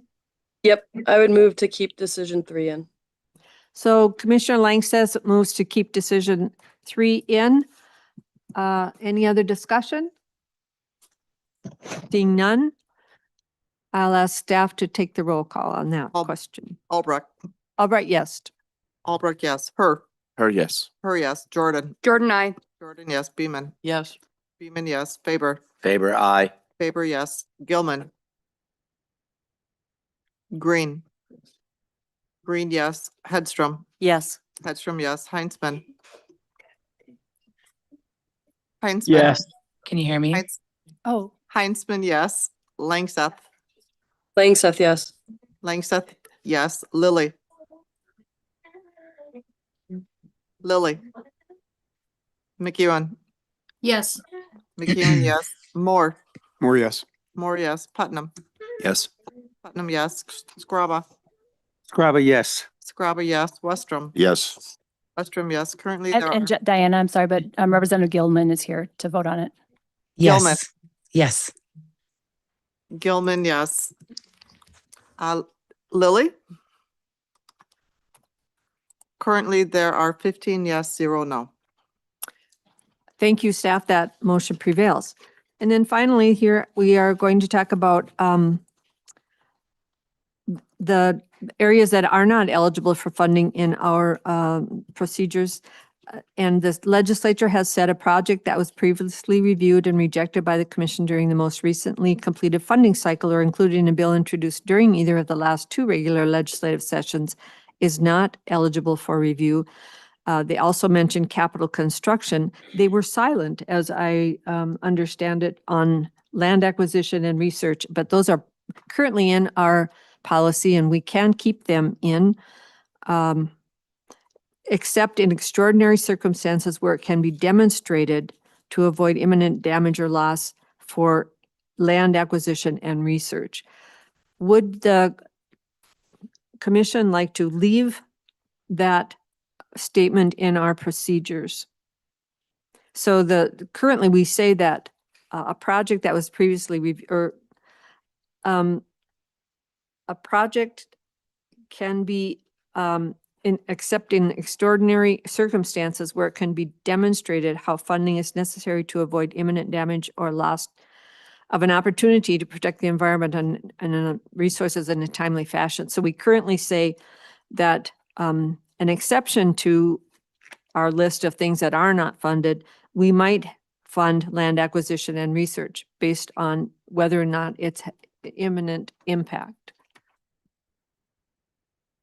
I might not said that clearly enough, but we currently have this in our policies and procedures, and the legislature is silent on it. So we we can leave it in there as part of what we recommend. Any comments about this, Senator Westrom? Madam Chair, am I correct? If we do nothing on this or just pass, basically it would stay in, correct? That's correct. Thank you. I'm seeing agreement or nods around the table on this one. So would you like a motion on this, Director Nash? I will just note that Representative or Commission Member Langseth has her hand raised, but Okay. if you don't want it to change, you don't have to make a motion, but I would appreciate a final motion to approve all the remaining revisions. Okay, Commissioner Langseth. Yeah, thank you. This is, I guess, a question on the statute that was adopted. The piece in there about the, not being able to fund projects that had been reviewed by the legislature. I'm just curious, I'm thinking back on the couple of data center projects that were proposed to us. And I think that we ultimately funded. Would those have not been able to come, like in future now, those would not be able to come to us for review and funding? Actually, I think that it says a project that was previously reviewed and rejected by the commission during the most recent completed funding cycle or included in a bill introduced during either the last two regular legislative sessions. So you're Right, suggesting that the legislative session may have been where the hiccup would be. So Representative Jordan would like to speak to this. Thank you. Thank you, Madam Chair. Thank you, Commissioner. That is the law as signed by the governor. So if a member introduced a bill to provide X dollars to X organization, we would not be eligible for a emerging issues proposal, and that is statute. Thank you. Just, Madam Chair, one clarification. That's Sure. the legislative session would have funded or that they reviewed? The question is, Commissioner Langseth, once again? That a project was funded during the legislative session or that it was reviewed? Do you have a comment, Representative Jordan? Madam Chair, the legislature, if a bill was introduced, so if any member of the legislature introduced a bill, that is the statute. So if, just for example, if an organization came to me and said, hey, what do you think about this? And I did not, or no other member of the legislature introduced a bill, like that doesn't, the standard is if a bill was introduced. And maybe that is my understanding. I don't know if Representative Heinzman, who also worked on this, but the idea is that if it was rejected by the commission, which is us, or if there was a bill introduced by the legislature, the project is not eligible for emerging issues. It could still be eligible for a regular LCCMR process, but it would not be eligible for the emerging issues. Thank you for that clarification. Is that clear to you, Commissioner Langseth? Yep, thank you. Madam Okay. Chair. Representative Heinzman. Thank you, Madam Chair. Representative Jordan is explaining the new statute exactly as I understand it. And I would concur with that if a bill is introduced and it suddenly, that particular project or what have you that was contained within that bill showed up as a project being submitted in the emerging issues category, it would not be eligible. And so I was actually just texting Representative Jordan when I heard my name, and I was going to be sending a message saying excellent explanation. So we both understand it correctly, or it's the same. Thank you. Thank you for that clarification. So then the question before us is, do we want to keep the language we have here, including land acquisition and research may be exceptions? Representative Scraba. Madam Chair, I move to include decision 4. Thank you. So the motion is to include the language that we currently have. Any other discussion on this? Seeing none, I'll ask the staff to take the roll. Albrecht, Yes. Albrecht, yes. Her, Or yes. yes. Jordan, Jordan, I. yes. Beeman, Yes. Beeman, yes. Faber. Faber, aye. Faber, yes. Gilman. Gilman. Green. Green, yes. Hedstrom. Hedstrom, yes. Hedstrom, yes. Heinzman. Yes. Heinzman, yes. Langseth. Langseth, yes. Langseth, yes. Lily. Lily, yes. Lily, yes. McEwen. Yes. McEwen, yes. Moore. More yes. Moore, yes. Putnam. Yes. Putnam, yes. Scrabba. Scrabble, yes. Scrabba, yes. Westrom. Yes. Westrom, yes. And I will go back to Gilman. Currently, there are 15 yes, 0 no. Thank you, staff, Diana, for that, and thanks, members, for that vote. So now we are going to return to the rest of the remaining red line stuff that you see is just inserting what the legislature passed into our policies and procedures. So aligning that bill with what we currently have. So with that, is there a member who would like to approve all the remaining revisions to the operating procedures posted today in our materials? I would make see- that motion, So Madam moved. Chair. Oh, Representative Heinzman, thank you. You beat it to the punch on Representative Scrabba. So we have a motion to approve the remaining operating procedures as presented. Any other discussion? Let's have staff take the roll on that. Albrecht. Yes. Albrecht, yes. Her. Her, yes. Her, yes. Jordan. Jordan, I. Jordan, yes. Beeman. Yes. Beeman, yes. Faber. Faber, aye. Faber, yes. Gilman. Green. Green, yes. Hedstrom. Hedstrom, yes. Hedstrom, yes. Heinzman. Yes. Heinzman, yes. Langseth. Langseth, yes. Langseth, yes. Lily. Lily, yes. Lily, yes. McEwen. Yes. McEwen, yes. Moore.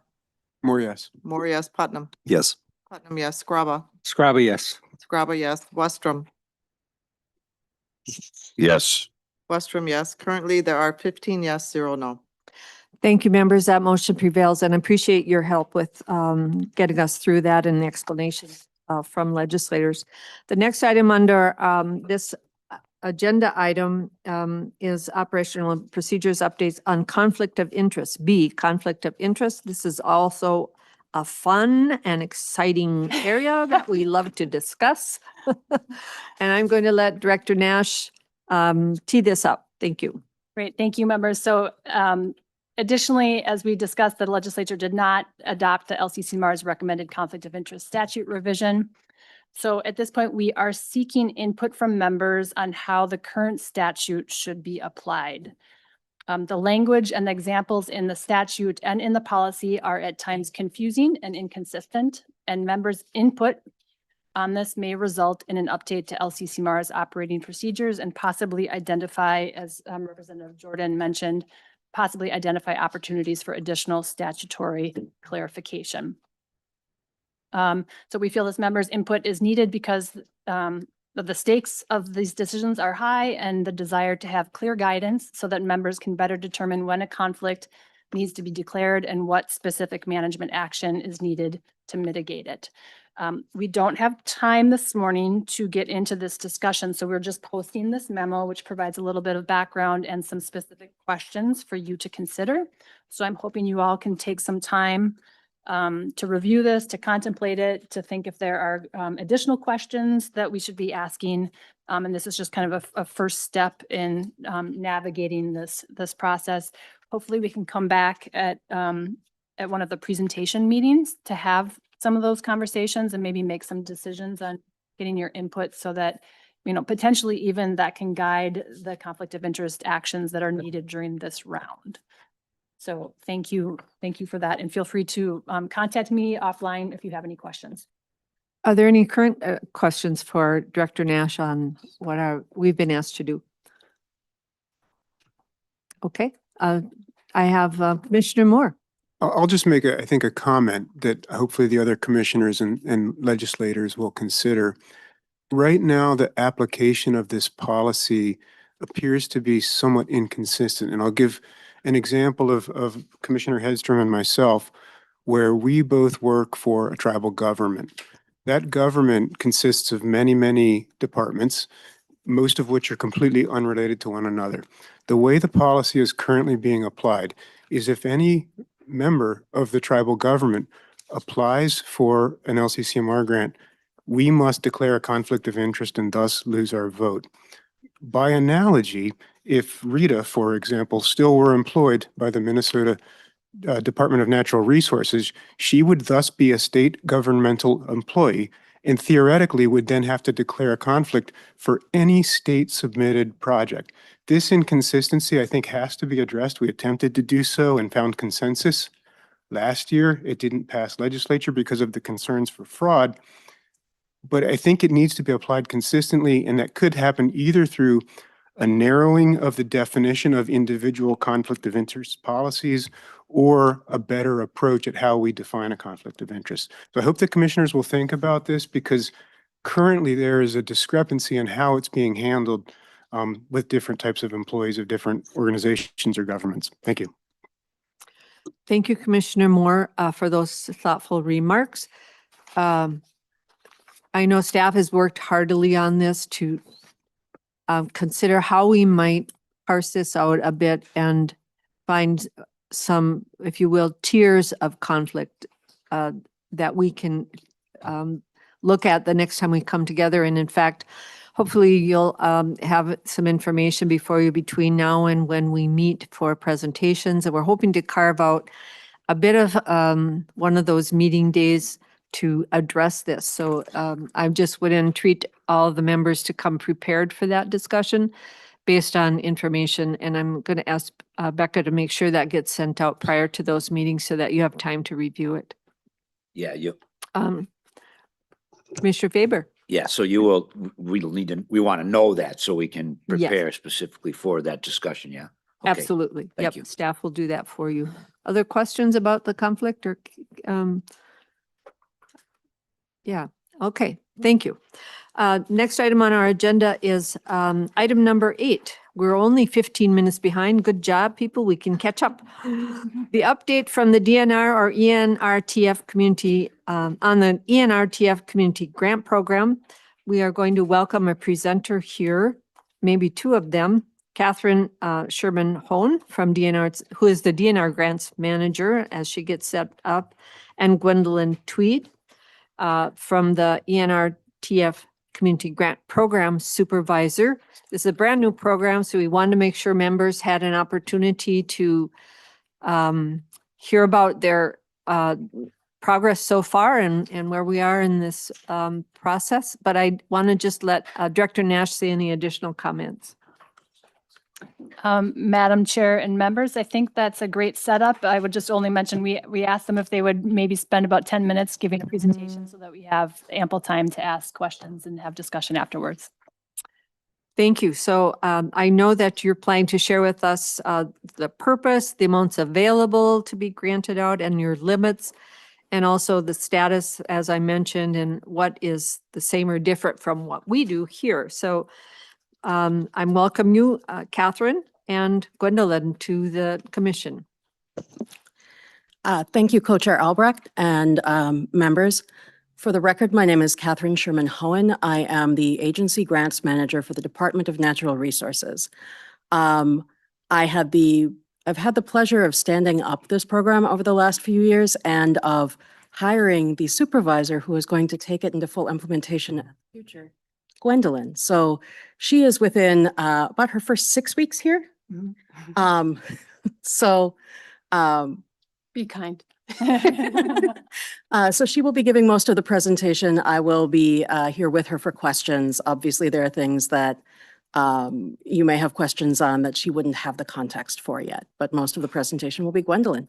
I'll turn that over to you. Great. Good morning, Madam Chair and members. My name is Gwendolyn Tweed, and I serve as the DNR Community Grant Supervisor. Thank you for the opportunity to introduce myself and provide an update on the Environmental and Natural Resources Trust Fund Community Grants Program.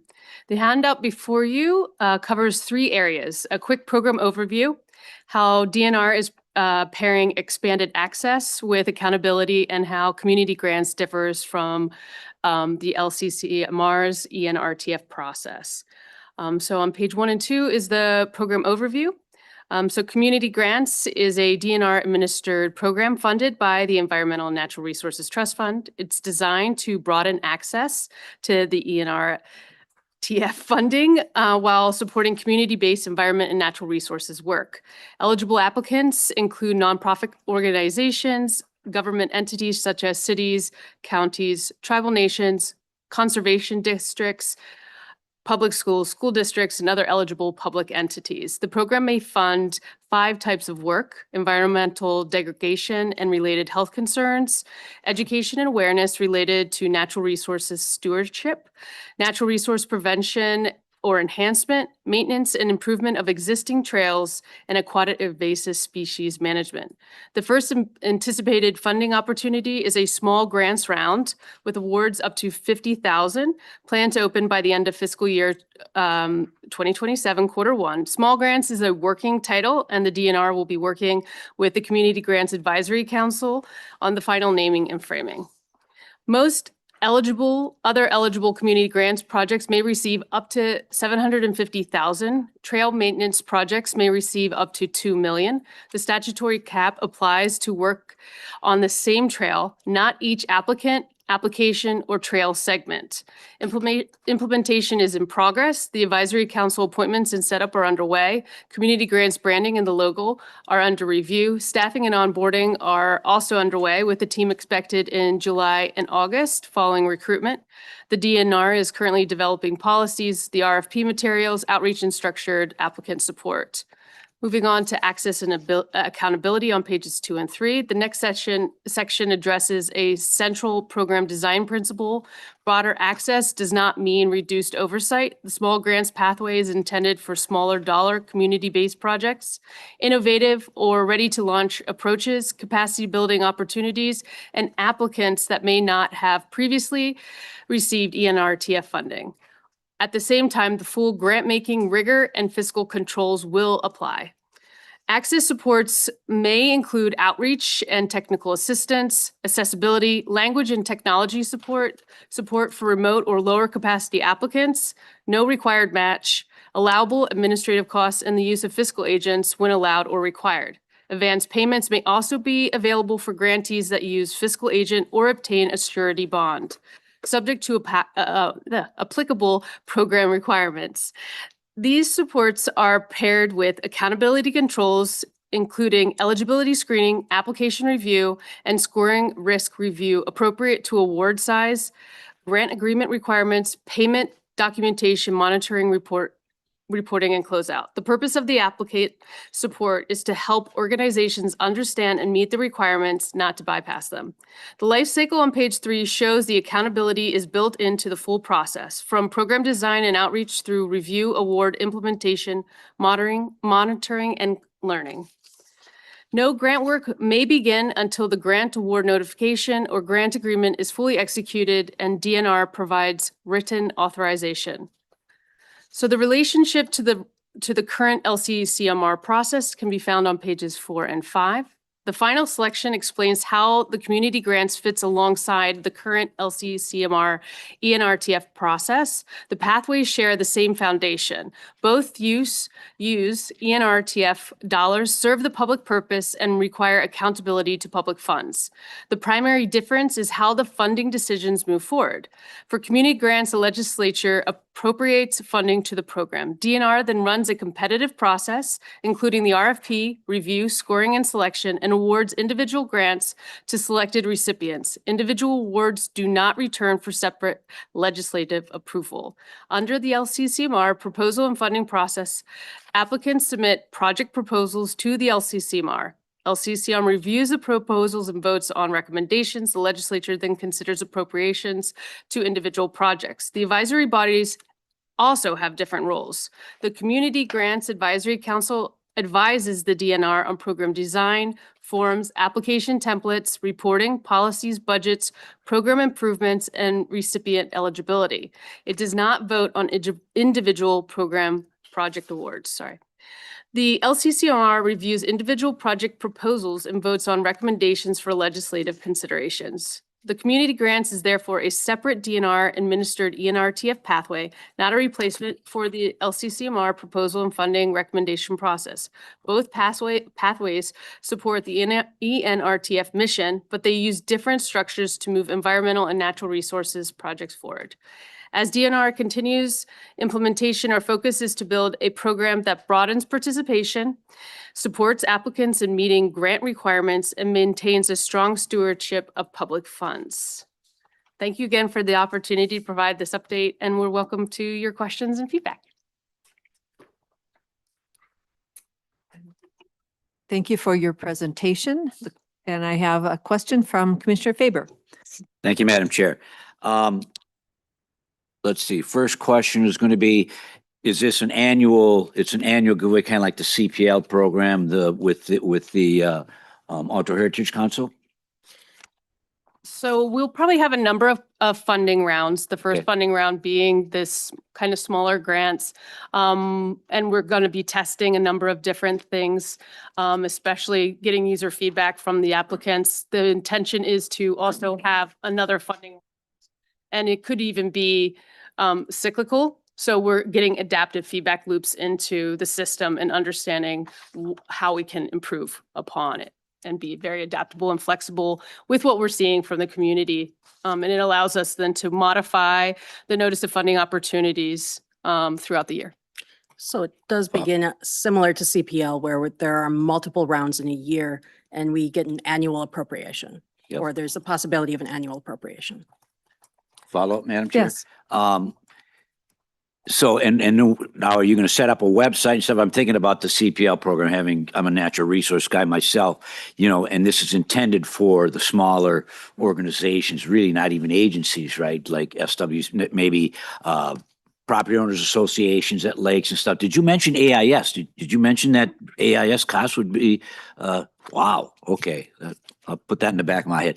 How are you going to reach out to these groups? Because that's one of the issues with building capacity, is because a lot of these are mom and pop type organizations, that sort of thing. What's the lineup for that? Yeah, so first off, we started kind of with our recruitment. So we actually are recruiting a staff member up in Bemidji. The outreach, we've already started that thinking and framing that for this upcoming RFP process. It will probably be a roadshow where we are going out, doing information sessions, having office hours, being available for online feedback, having frequently asked questions, having like a longer application windows to allow for that.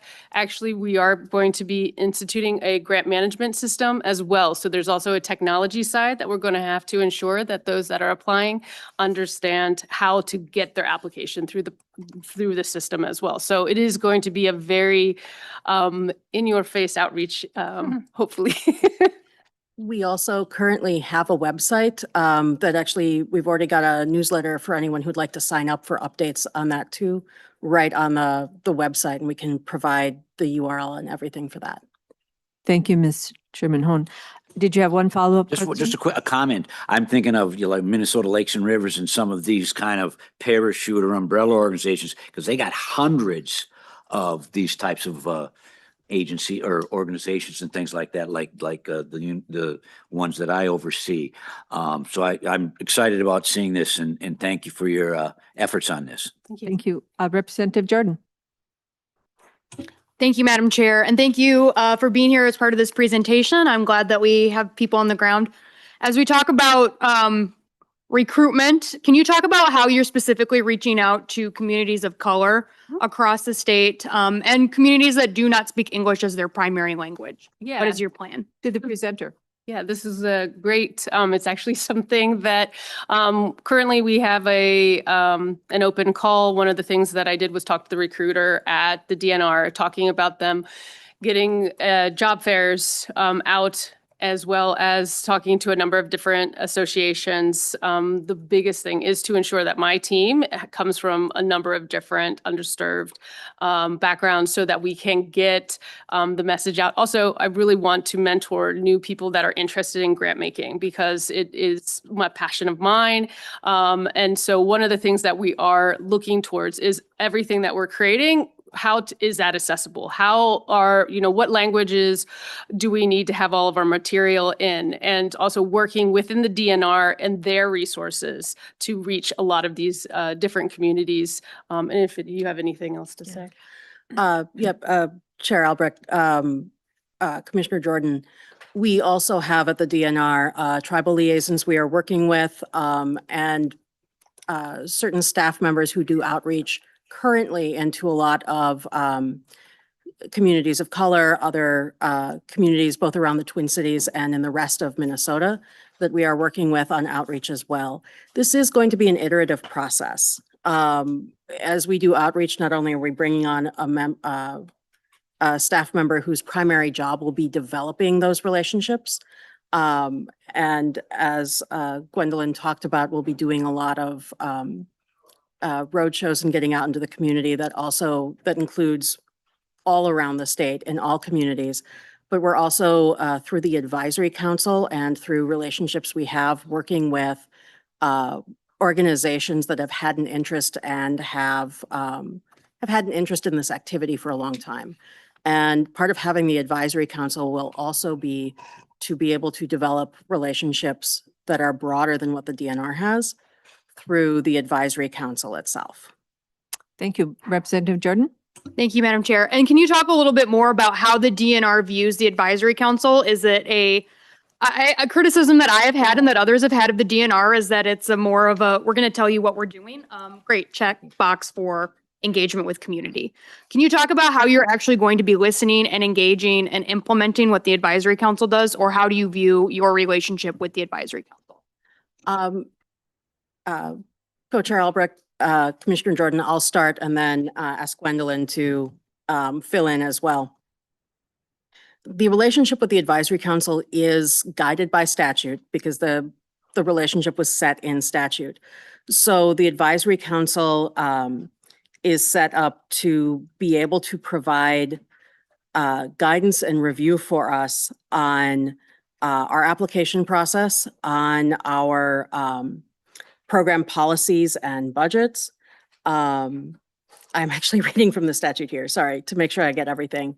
And to make recommendations, not only to us, but to also to the legislature for the improvement of the program, to be able to talk with us on discussions, not about individual applicants, but about what eligibility should look like as a whole. And so basically to be able to provide feedback on the components and the setup of the grant process, both as a whole and like the actual application, the actual RFP, the technical assistance we're providing to staff at that level of detail. I am going to be a little careful how much detail I go into because we are currently in the process of appointing the advisory council. And so within the first year, there's also, because we are currently in the process of appointing the advisory council. And so we haven't had a chance to make public like bylaws and structure and discuss that with them. The intent of the advisory council for us is to surface the areas that the DNR, by virtue of being the DNR, may not be aware of, to make sure that we are aware of communities all around the state and understand the particular needs of each of the communities and have a chance to understand the impact of the decisions that we're proposing to make with the structure of our policy and the structure of our grant program so that we are not creating barriers that we don't expect to be creating. And so that we are meeting the statutory goals of increasing the diversity and number of recipients of trust fund funding. So I'm doing the high level intentionally because they're not yet on board. Thank you. Representative Jordan, anything else?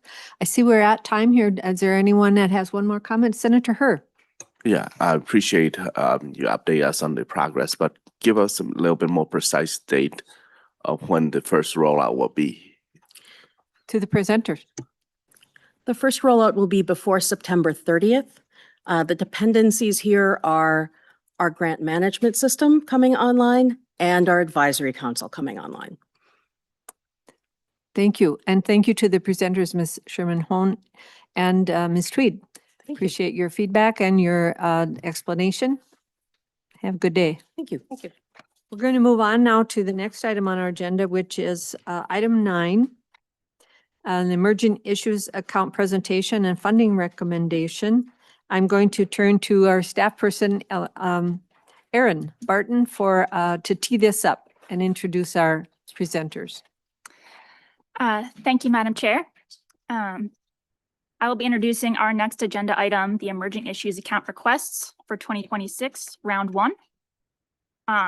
So this round, we are working under the policy and procedures as revised in December 2025. And this first 2026 Emerging Issues Account proposal process received 2 proposals by the deadline of March 18th, 2026. The proposals were evaluated by staff using the 4 new EIA-specific eligibility criteria.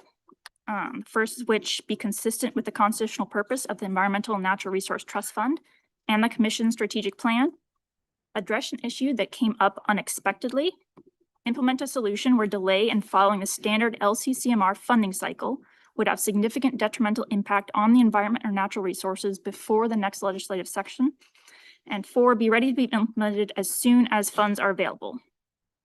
Proposals were also evaluated based on LCCMR's standard valuation and selection criteria, the one that's used in the regular RFP process. Proposals and staff scores were then sent to members so that today's presentations could be selected. If a simple majority of members indicated interest in receiving a presentation, with at least 8 total responses received, the applicant was invited to present to the Commission today. 9 members responded, and 1 proposal had a simple majority requesting a presentation. I'll introduce those presenters shortly. Once the presentation has concluded, members will vote on both proposals received, the proposal that is presented here today and the proposal that will not be presented. For requests to be approved, a quorum of the Commission must be present, and at least 60% of those members present must vote in favor of approval. Following the 15-minute presentation and Q&A time for this first proposal, members may wish to discuss, and if there's interest in making a motion to recommend funding for one or both proposals, we will first take an attendance roll call to establish the number of members required to pass a recommendation for funding. That attendance roll call can be followed by a vote on one or both proposals. No motion will mean no funding is recommended. Approved proposals must be funded by only one of 2 available emerging issues account funds, the ML 2024 for $186,000 with a deadline to spend in June 30th, 2027, or the ML 2025 for $2.9 million with a deadline to spend of June 30th, 2028. Including in the meeting notes is a document, Round 1 requests and funding balance, showing the amounts in each fund, which projects would be assigned to which fund, and what the impact of full funding for all the proposals would have on each fund. If a proposal is approved by the LCCMR, it will be sent to the governor for consideration. If the governor approves the request, the project can begin incurring costs following LCCMR approval of the work plan. Other items in the meeting materials include the proposals listed by proposer name, the proposal presentation, and the Round 1 member selection, which has member selections and staff scores, as well as the emerging issue account policy as approved December 10th, 2025. With that, Madam Chair, I can answer any questions. Otherwise, I can introduce our presenters. Are there questions for Ms. Barton on our process here? Basically, we have 2 emerging issues accounts. Members selected 1 for presentation, which we have our presenters here before us. And following that presentation and questions, we will vote on both the emerging issue account applications that we have. With that, I think we'll go ahead and move forward and go ahead and introduce the presenters. All right, our presenters here today are Matt Simsick, as well as his collaborators, Chris Anderson and Hunter Anderson, as well as Masa Bondieri on Zoom. We confirm that Masa Bondieri joined by the Zoom. Yes. Okay. All right. They'll be talking about the proposal freeing Minnesota biosolids of their PFAS burden.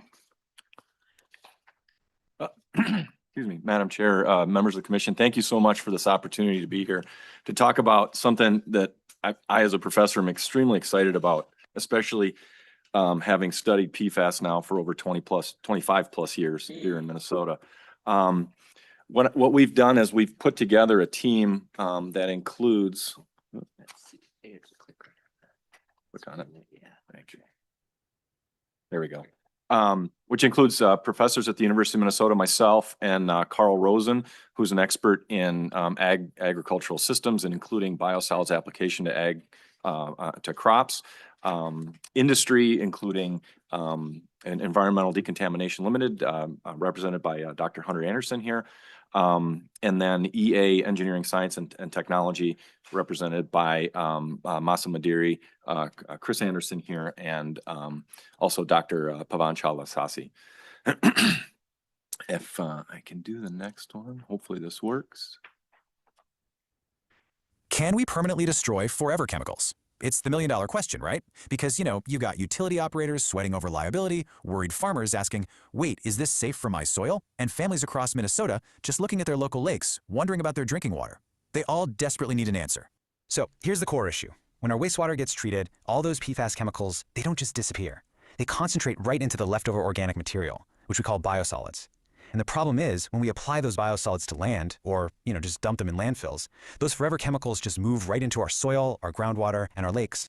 And honestly, our current options, they're completely failing us. Trucking this stuff miles away literally just moves the problem somewhere else. Landfills have a huge risk of leaching right back into the water. And incinerators just pump out greenhouse gases, and get this, they don't even confirm if the chemicals are completely destroyed. So the bottom line is, this is absolutely not a permanent solution. We're essentially just shuffling toxic waste around and, well, hoping it doesn't come back to bite us. All right, moving on to Section 1. Ball milling destroys PFAS. Introducing mechanochemical destruction.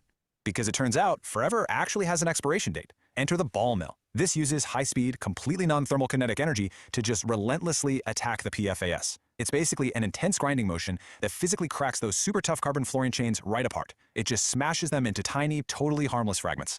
So the crucial point here, and you absolutely cannot miss this, is permanent destruction, not transfer. We are completely ending that vicious cycle of just moving toxic waste from a pipe onto a truck and into a hole in the ground.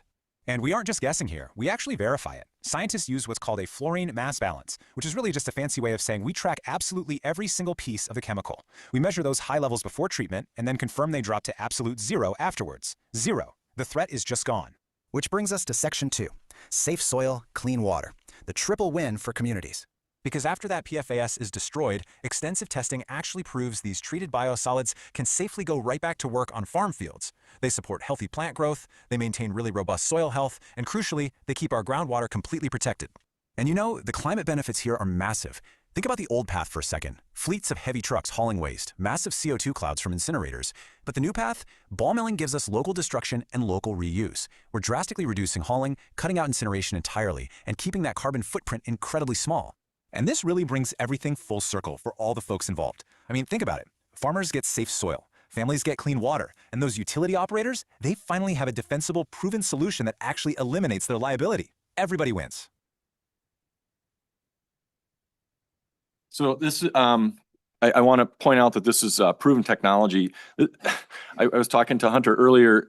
It's been a couple decades that we knew ball milling actually destroys PFAS, but we didn't really know why or how or what its use might be. So the company that Hunter works for has actually used this technology to destroy PFAS in soil and sediment, spent organic carbon, and they've actually done some preliminary work with biosolids showing that the PFAS is destroyed.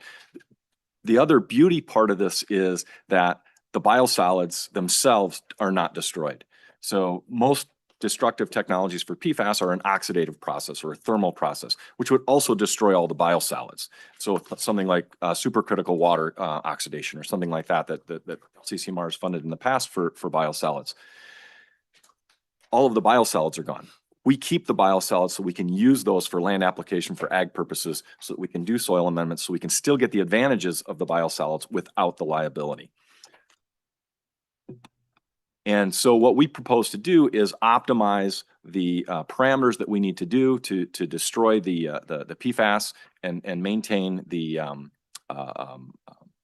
nutrients. And this includes things all the way down to the trifluoroacetic acid, which is the second proposal from my colleague, Bill Arnold. We don't create that because what our process is a reductive process, and it takes it all the way down to mineralizing the fluoride, and the fluoride actually binds to some of the silica in the matrix and takes the fluorine right out of the picture. The other part, the second activity is to look at, okay, what are we doing in terms of leaching PFAS, either with or without treatment, and then also look at what we're doing to the soil and the benefits to the crop. So that's where my colleague Carl Rosen in Ag Science over in the St. Paul campus comes in. And lastly, we want to look at what our technique does compared to all of the other destructive techniques in terms of its environmental footprint, particularly its carbon footprint. As mentioned in the video, if you have to truck this stuff all around, that's a carbon footprint. We can design these ball mills to be on site, in place, so that the biosolids go directly into the ball mill and then can be distributed for land application. The alternative of incineration, of course, just sends all the carbon right back into the atmosphere. And so we think this is really the best of all situations for this project. And thank you so much for your offering us this time today. Thank you, Professor Simcik. Simcik. I didn't catch everyone's names, but I can kind of read them on. Anderson and Dr. Anderson, I think. Yeah, we have two Dr. Anderson. Two Dr. No Hunter relation. Anderson and another Anderson. Are there questions for the presenters? I have so far Representative Scraba, then Senator Green, and then Senator Westrom after that. And Commissioner Beaman. All right, Representative Scraba. Thank you, Chair. Couple questions. How much is the ball mill cost to make, and what are the balls made out of? What are the balls? Yeah, I'll handle that. So yeah, we're currently entertaining different business models. I don't think we would outright sell one of these units. We've got a lot of IP invested in the architecture and design of the reactor itself. But the lease models, I think, are going to be competitive. I think as a service, we would be slightly more expensive than the RCRA Subtitle C landfill disposal rate, but we're going to be considerably, many times less expensive than the cost of incinerating, PFAS-laden waste as it currently stands. The actual internals of the reactor can be made of any material we want, but stainless steel does a pretty good job for degrading PFAS. And as Matt indicated, my colleagues and I have been at this for a while now, at least they have, and they've published, some really authoritative work documenting the actual destruction mechanisms within the reactor itself. So we know down to the actual atom, what's happening in the reactor with respect to defluorination. Representative Scraba. Thank you. I'm familiar with ball mills on the Iron Range. That's how the pellets are made. They're heated and it's a noisy, big process. It is. So if you're using stainless steel, do they start off this big, this big, this big? How long do they last? Do you have to replace them every X? EDL as a company has been around for about 2 decades, primarily destroying legacy organic waste, hazardous waste. They've done a lot of work in Asia and the Southern Hemisphere. They're a small New Zealand-based company. I am the sole U.S. Entity at the moment. We've recently incorporated and are rapidly trying to expand and establish a footprint here. But what makes EDL's ball mill reactor different than I think the device, the machines you're referring to, is the fact that the reactors we build are not rotary ball mills. They're what we refer to as a horizontal stirred ball mill reactor. The drum itself is stationary. There's a shaft that transits the length of that drum, and then attached to certain intervals along that shaft are these devices we call flingers, or you can think of them as pedals, kind of like a crankshaft on a high-end sports car. That rotational energy fluidizes the material in the drum, and the balls we use and the ratio of the ball to media we use is all proprietary. But they're relatively small, and the wear rate is remarkably, I won't say insignificant, but small compared to what you're probably referring to. Our typical replacement rate is on the order of thousands of hours. Did you have any follow-up? Just one. And this has, thank you, Madam Chair. And this has been proven, they're using it in other places. We've done, yeah, we have, 4 fundamental publications demonstrating the mechanics of the actual chemistry and the physics within the reactor itself. We do have commercial work for soils, at least pending in New Zealand, where the company's headquartered.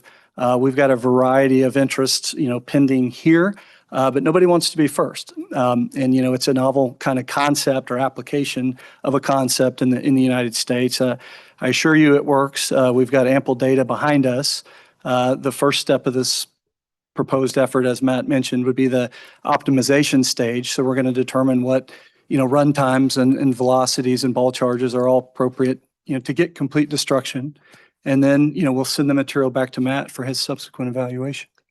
Thank you. One last one. comment. Thank you. Thank you, Madam Chair.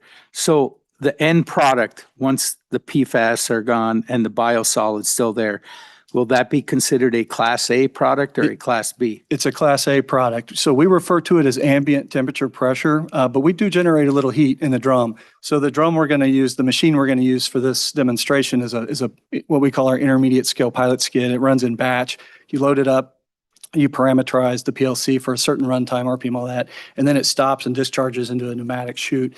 In a commercial application, the material would run continuously through the drum. So it's a bit more air cooled. It won't generate as much heat, but it does generate just enough heat to satisfy the Class A requirement.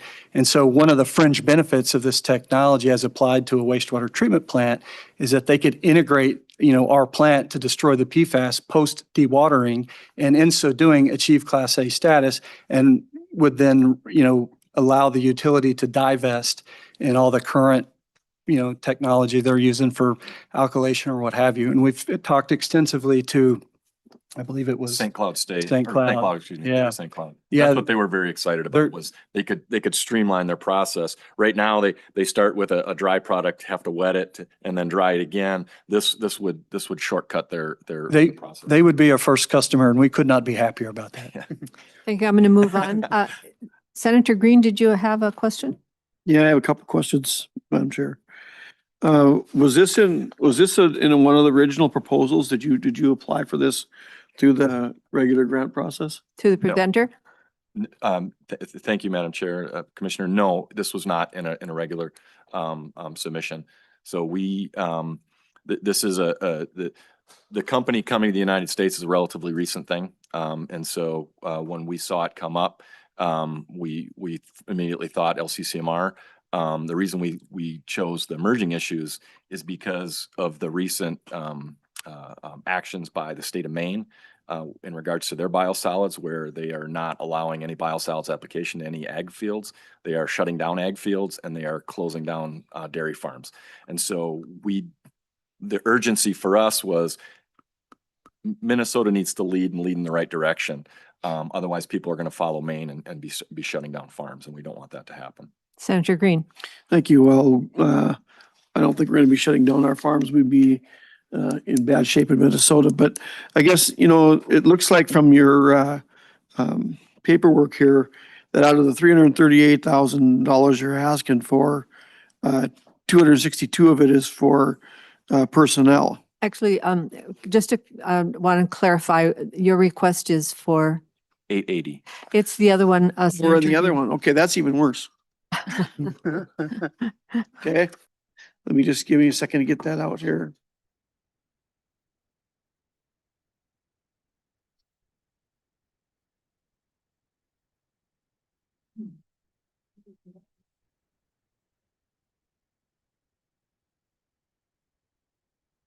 Okay, so Madam Chair, then your personnel is for 303,000 for university, looks like, and then for contracts to perform the PFAS destruction is 400,000. It seems to me like you're already doing it, and you're talking about a system that sounds to me like most of it's going to be in a lab somewhere, and it's already proven. So if it's already proven and you're already doing it, then explain to me just a little bit more why we're moving forward and why is this urgency, why you need money, why don't you just market this and if it's working and get it out there that way. Sure, yeah. Thank you for the question. Hunter, I'm sorry. No, you're good. Good. Oh, sorry. Quorum. Dr. Hunter, Y- Hunter Anderson. Thank you, Madam Chairman. Thank you for the question. Yeah, it's a good question. Most of the work that's been done, well, exclusively the work done to date has been done sort of at the bench scale. So there's different scales of these machines that we own and operate that are proprietary to our IP. Nothing has been done at the scale that would warrant a significant reuse assessment. So like, I was describing, we understand the chemistry. We know the PFAS degrade reductively.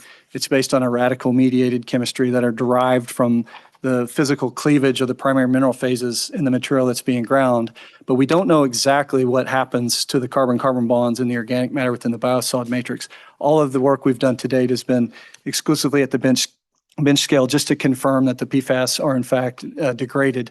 But what we want to do here is really confirm reuse potential, because if at the end of the day, we destroy the biosolids, which I don't think is the case, we have ample theoretical evidence to suggest that we do preserve the matrix in a way that, provides, the fertilizer value to the land application use case.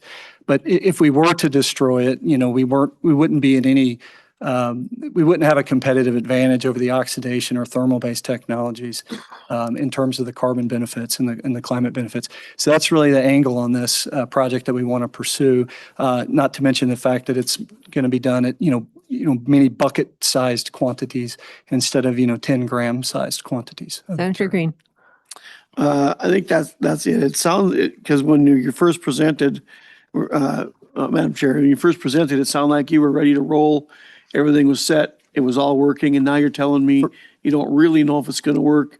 You don't really know if you're going to be able to put the biomass back on and have it be working the way it should be on the fields. And I'm still trying to understand the urgency of this coming through, that it has to be done right now instead of going through the regular process. Thank you. I'm going to move on to the next questioner, and I'll just share that thank you for keeping your answers nice and tight. And I would also ask commission members to keep their questions nice and tight. Next, I have Senator Westrom, then I'll have Jordan, Beeman, and Langsa. Senator Westrom. Mr. Chair, or Madam Chair, excuse me, and to the presenter, I've got a little same question. I don't quite, can you help connect the urgency of basically 6 months that this is just emerged? It doesn't sound like this is a new technology you just discovered in March. Something you've been working on and that's been working in other countries. And so I question why we would be in the emerging issues here versus the regular process, because we have several PFA requests that came, PFOS requests that came through the process. Also, some made it, some didn't. So how is this distinguishable in that high level of emerging issues and in this 6-8 month window that it shouldn't go through the new process? If you can tell us that. And then my second question to speed it up is, can you explain this ball process just a little bit more? How does that actually break down a PFA or PFOS? Because they're so tiny to begin with. Is it? I'm just more interested in how that process really does work. If you can Professor add that into your Simpson. answer. Thank you, Professor Simsek. Yeah, thank you, Madam Chair. Thank you, Senator Westrom. So the urgency really is that we, in the United States, we've just gotten this technology in with the company coming in. So it is new to us in terms of implementation. But I'll go back to the fear that every farm in the United States and every wastewater treatment plant has, that they're going to be regulated out because of PFAS. I've been funded by LCCMR for decades now, looking at PFAS, and for the last 10, 15 years, I haven't been able to work with the Metro wastewater treatment plant because they're deathly afraid of PFAS. I was funded by a project here to do PFAS and microplastics work, and the Met Council, Met Council basically said, you can keep doing the microplastics, but don't touch PFAS. We don't want to know. We don't want to deal with it. So we're very fortunate that we've got people like St. Cloud who say, hey, we really want to be part of the solution and try and fix this. And I respect the fact that we're not going to close down any farms in Minnesota. I would agree that that's the current political situation, but we also have an election coming up in the fall, and things can change. And I don't want I can see political winds shifting, and if we have a solution in place, then we don't have to deal with it. And it's not a difference of 6 months. It's really a difference of a full year, because it would be a year and a half before we could get on the ground through the regular LCCMR process. In terms of the chemistry, it's really fascinating. So you have the video said that we're physically cracking it. So when you have those stainless steel balls collide, they create a very tiny microenvironment, and they create radicals and different electrochemical things that can occur that can then attack the PFAS itself. So it's basically creating a hydrated electron so something that really loves electrons, which it turns out fluorine really loves electrons. So those electrons get sent right to those compounds and not the organic molecules, because they like nucleophile. They're what we call nucleophiles. They don't like electrons. Okay. So the PFAS, because it loves electrons and we're creating these electrons, we're able to actually target those molecules and leave the rest of them alone. Senator Westrom. Okay, thank you. Thank you. Appreciate that. Representative Jordan. Thank you, Madam Chair. And I guess I'll just say that I've been hearing from my legislative colleagues in Maine and Michigan in particular, talking about the unique problem with biosolids as it relates to commercial agriculture. Yes, in Maine, there have been dairy farms that have been shut down. Michigan is worried because just because they're not shutting down farms, that doesn't mean the PFAS isn't there, and that doesn't have a real health impact for our soil, water, and for us who eat the food that is grown on these farms. So, I mean, I don't want to shut down farms because of PFAS, so we need to get rid of the PFAS. So that's the urgency that I see. I do have some more questions about the process in general. Are there co-products being created with this? What is the nature of those products? And are there any proprietary or commercial applications for those products? And I'm also interested more in if you would consider this to be a pure mechanical process. Is this more of a dissolution process? Is it more of a chemical breakdown, or is it more of a mechanical breakdown? And I know that line and that definition is always kind of, when you say non-thermal, I mean, obviously there is some thermal activity happening. Are there enzymes being added? Can you talk a little bit more about the process, and if it is a purely mechanical process, or if there is a more chemical or thermal application, and then for those co-products being created? Thanks. Professor Simsek or Dr. Anderson. Yeah, Madam Chair, I'll be happy to answer that as succinctly as possible. We refer to it as a mechanochemical process. So there are multiple mechanisms that simultaneously are operative in the degradation sequence. And you can see that in the degradation. You know, if you take a really high resolution look at the sequence of intermediates that are produced from, say, PFAS all the way down to CO2 and fluoride, we can infer what those mechanisms are. And the fact that there's non-predictable intermediates does suggest that there's, perhaps some minor component of thermolysis that's happening on a very, micron size sort of scale. But the absolute bulk of the chemistry and the degradation that occurs is via this radical mediated process that is exclusively mechanically derived. We do not add a single amendment to facilitate that chemistry. Silica is the active ingredient in most of that radical chemistry. So for any substance that is void of silica, and biosolids are full of silica, so we don't anticipate there a need to add any co-milling agent. But if in the event that were necessary, we would just add quartz sand at a really small, dose rate, and we would determine that experimentally through the trials that we're proposing. Representative Jordan. Thank you, Madam Chair. I think this is one of the issues I see a lot in recycling, is that definition between a mechanical versus a chemical process. Yep. And so that's interesting to know. But are there other, you talked about the agents that you're adding to the process. Are there, as the PFAS degrades, as the biosolids are separated out, are there products produced by that chemical process? And is there any kind of proprietary or commercial application of any resulting Yeah, the new only product. products that would be produced are the intermediate PFAS that are degraded. You know, you might generate a little carbon monoxide. There could be some NOx and SOx generated by virtue of the organic matter functionality being decomposed. But all of that is something, you know, we're equipped to monitor and report out on. But the product is a powderized biosolid that commercially would go through an extrusion process to form a pellet.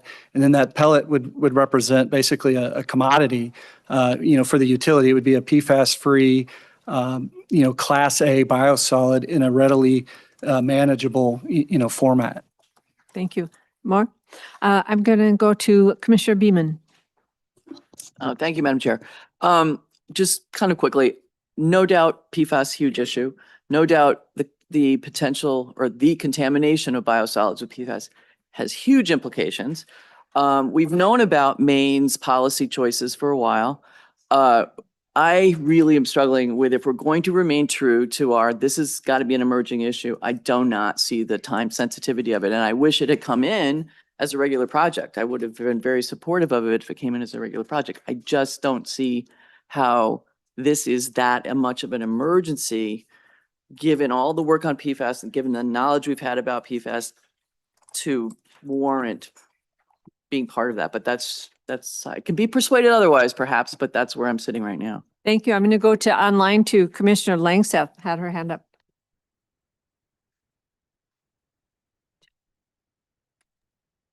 Thank you, Madam Chair. I actually took my hand down because Senator Green and Commissioner Beaman just kind of answered my question.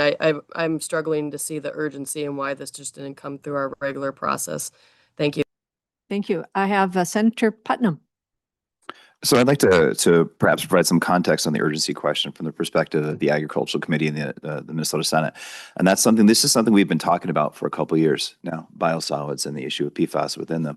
And one of the challenges that may perhaps lead some credence to the urgency argument, although it's not compelling necessarily, is that you have tremendous resistance among a lot of Minnesota farmers to test or consider the possibilities of PFAS because there is no remedy. And one of the challenges that Maine found was that they kind of put the cart before the horse. And then after they passed some of the legislation that they did, they had to immediately create a massive indemnity fund to compensate farmers for what was being done in the acts of testing because they did not have a remedy relatively deployable. We could not do that on the scale of agriculture that we do in the state of Minnesota right now. Maine got away with, I think it was $70 million. We would need 10, 20 times that amount to do the same thing. As long as we do not have a remedy, the problem will proliferate. I think that this is, again, I'm not making an argument for a compelling sense of urgency, but I do think that there is a sense of urgency that is operative in this case because people are going to keep using stuff if they don't have an answer to solve it. Thank you. I see Representative Heinzman. Go ahead. Yeah, just a question for the presenter. I'm in Crow Wing County. Our landfill is trucking leachate because of problems with PFAS and one other material, but we'll just focus on the PFAS. The alternative that we have here is virtually none. We're trucking that material, the leachate, to a facility, and this goes way back. Representative Jordan and I have talked about this going back many years. These facilities that are permitted to handle PFAS, they're not destroying it, they're diluting and discharging. Does this technology potentially get at that problem in my county? To the presenter. Yeah, thank you, Madam Chair. Thank you, Representative Heinzman. Yeah, absolutely it does. In the sense that in addressing it in the biosolids part, which is what comes out of wastewater treatment plant. So what can often happen, and I apologize, I'm not up on Crow Wing County, but what often happens is the biosolids, if they're not land applied or incinerated, are sent to the landfill. Then that PFAS ends up in the leachate. The landfill then often sends that leachate to a wastewater treatment plant to treat. And so there's a circular sort of cycling, recycling of the material, and the PFAS remains. And so in the sense that we can drive the PFAS into the biosolids and treat it in the biosolids, destroy it in the biosolids, then we've sort of stopped that cycle, if you will. Madam Chair, follow up. Yes, yes. All right, so just to be clear, we're talking about dry material, not leachate that's being treated. It's once PFAS has already been removed from leachate. Correct. Okay. Which leaves some other problems to yet be solved, but I wanted clarification. Thank you for that. Thank you. I have Dr. Modiri on, and she has her hand up. Dr. Modiri, would you like to make a comment? You're muted. Yes, thank you so much for the opportunity. I just wanted to highlight the issue with urgency very quickly. I have been working with utilities over a decade, and I can say to them it's a very urgent issue. And one of the problems is exactly the same cycle of landfill and biosolids. And being in the lab for almost 15 years and extracting PFAS from biosolids, I can say that's an urgency for utilities for sure, because they are having this issue in there every single day because they have this urgency of landfill and biosolids with PFAS problem.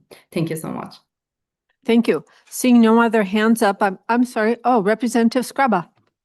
Sorry, Madam Chair. The discussion's been very good.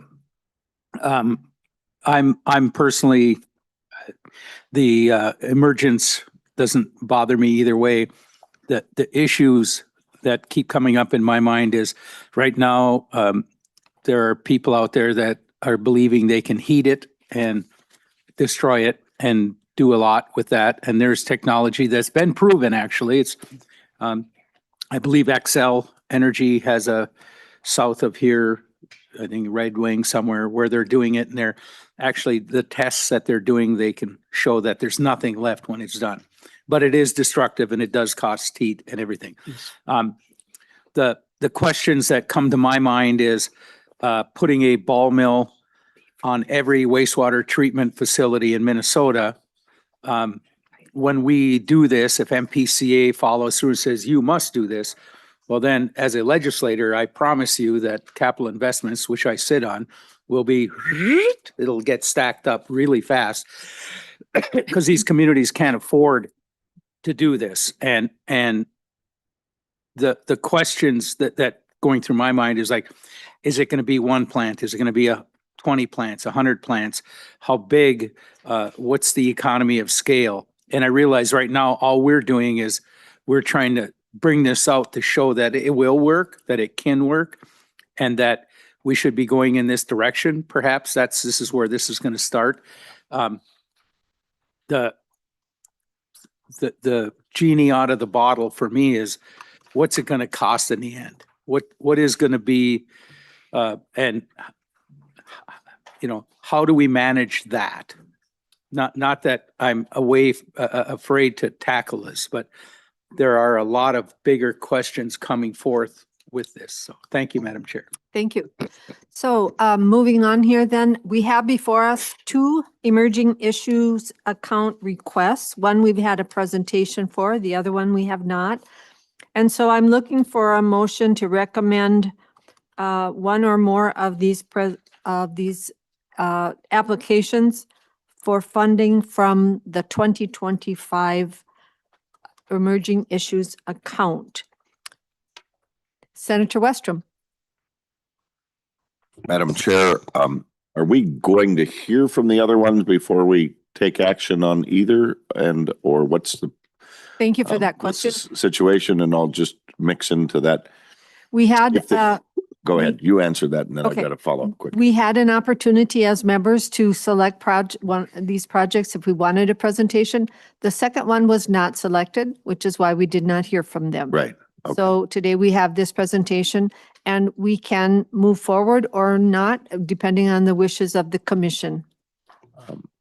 And Madam Chair, my next question is, if the commission doesn't find this meeting the high threshold of the emerging issues, I believe we as a commission could elect or modify our selection process to hear this in our list of projects that we're going to present. Is that correct in my assumption, if that Well, was the case?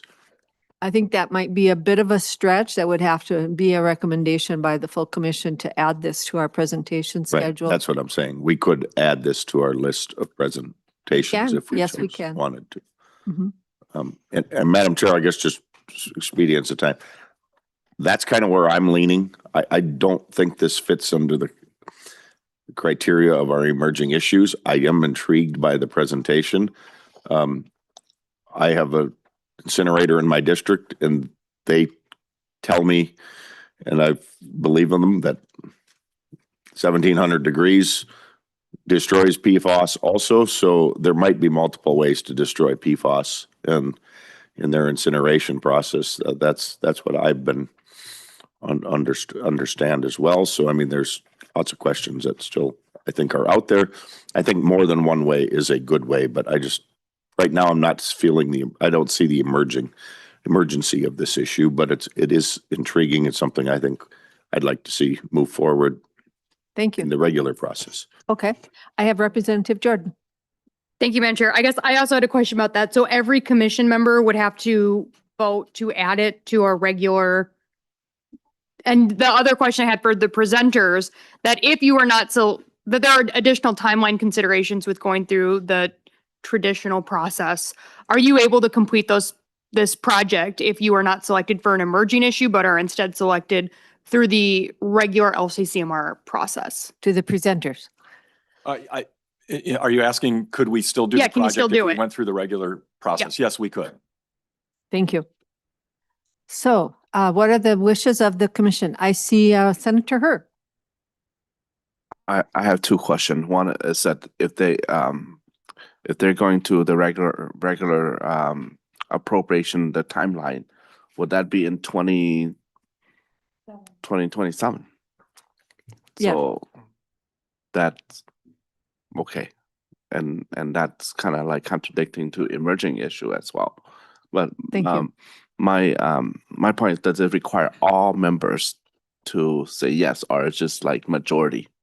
To Senator Westrum's question, if he wanted to add it to the presentation, how many people would have to be affirmative on that? Director Nash. Madam Chair, I believe that would just be a simple majority vote. So there again, is there anyone ready to make a motion? I see Senator Westrum up first. Madam Chair, I'll make a motion to move things along, but my motion would be that we do not approve it as an emerging issue, but as a commission, we agree to include it in our list of presentations later this month. Thank you. And to that motion, Senator Putnam. Madam Chair, I'd like to speak in favor of Senator Westrum's motion because I think this is a very important project and it's doing very important stuff. And from what I've heard from our conversations so far, our primary concerns are about protocol and procedure and not about the substance or the value of the project itself. So I think that Senator Westrum's motion mediates that and mitigates that concern. Thank you. Representative Scraba. The dollar amount is 880. Does that come out of this year's funding, 27 funding then? The emergence would come out of the emergent funding, correct? Two different pots of money. That is correct. It would not come out of the emerging issues account. It would be on the bottom line of the LCCMR recommendations. So basically what, Madam Chair, basically what we'd be doing is diluting what we've already done by another project. And this other fund still sits there. So I'm trying to protect. We have a lot of projects that didn't make the first cut that want to be in. And now we're just going to stack them up some more. And this other pot of money is still sitting there. I'm both a policy and a dollar hawk. I want to make sure that this makes it through for me.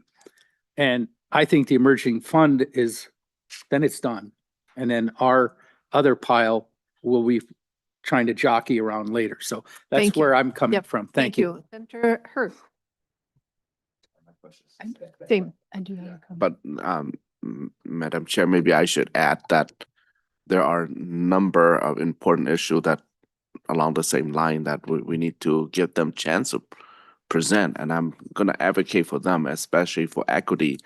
I know PFAS is, just as important, but to add that would push the number of equity project that receive less count, less member vote on the equity project this year than ever. So that will even push the equity project that I like to prioritize back further. Thank you. Director Nash, did you have a comment? Madam Chair, I'm just trying to debate whether I should complicate the matter, but No, why not? And LCCMR, yeah. It used to actually be written explicitly in the policy that if it's leading up to the end, the expiration of an emerging issues account appropriation, you can choose to add that on to a regular appropriation. So if you are worried about, the commission could make a recommendation to repurpose the emerging issues account funding. Thank you for that clarification. So we have a motion on the floor. The motion is to add, not vote today on this as an emerging issue, but to add this to the presentation list for our end of June presentation. Any other questions or discussions on the motion? Yes, Senator Green. I think I know the answer, but just to clarify, are we just doing the one project? Or are we voting that as a package? The motion right now is not to vote on this project per se. It is to move it to the presentation list. Correct, yes, but I think In one it's in the project, same, yes. in the same motion. Yeah, okay, just the one project. The first, yep, the one that was presented. I'm sorry, I misunderstood your question. Any other questions about the motion? The motion is to move this project only forward to the big list. Senator Westrom, to your motion? Madam Chair, I apologize. I was distracted talking about a question. Becca, but what I think I heard you say and what I understand is the emerging issues dollars are an amount we could change and modify, correct? Director Nash? And Madam Chair and Senator Westrom, I was saying that if you aren't able to otherwise use those emerging issues funds and they're about to expire, right, the commission could recommend that you repurpose those funds before they expire to correct. be used for a regular RFP funded project. And so that's my understanding as well. And so I just so people clearly understand, and some members are newer, that could be part of our recommendation to Senator or Representative Scribes' concern, because we have about $2 million in the emerging issues, and we may not need that, and historically haven't needed it. So I think we want to really consider probably moving a chunk of that over to this project or others that might get it, if that helps people feel a little more comfortable.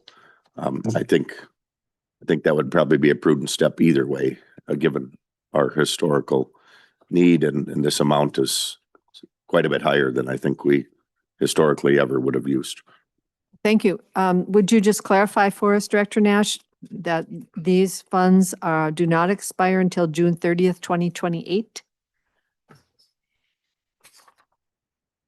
Madam Chair, that is correct. The funds that expire in 2027 are not enough to fund this project. So we'd be looking at the 2028 project funding. And I just want to look at staff to see if there are any issues with this approach. You don't think so? Okay, just wanted to double check myself. Thank you. All righty. We have a motion on the floor. Are we ready to vote? Representative Scraba. Could you clarify that? Perhaps, Senator and I were like, "What's the motion?" And I'm like, "Yeah, what is it?" Diana, can you read, or one of our staff can maybe read that back?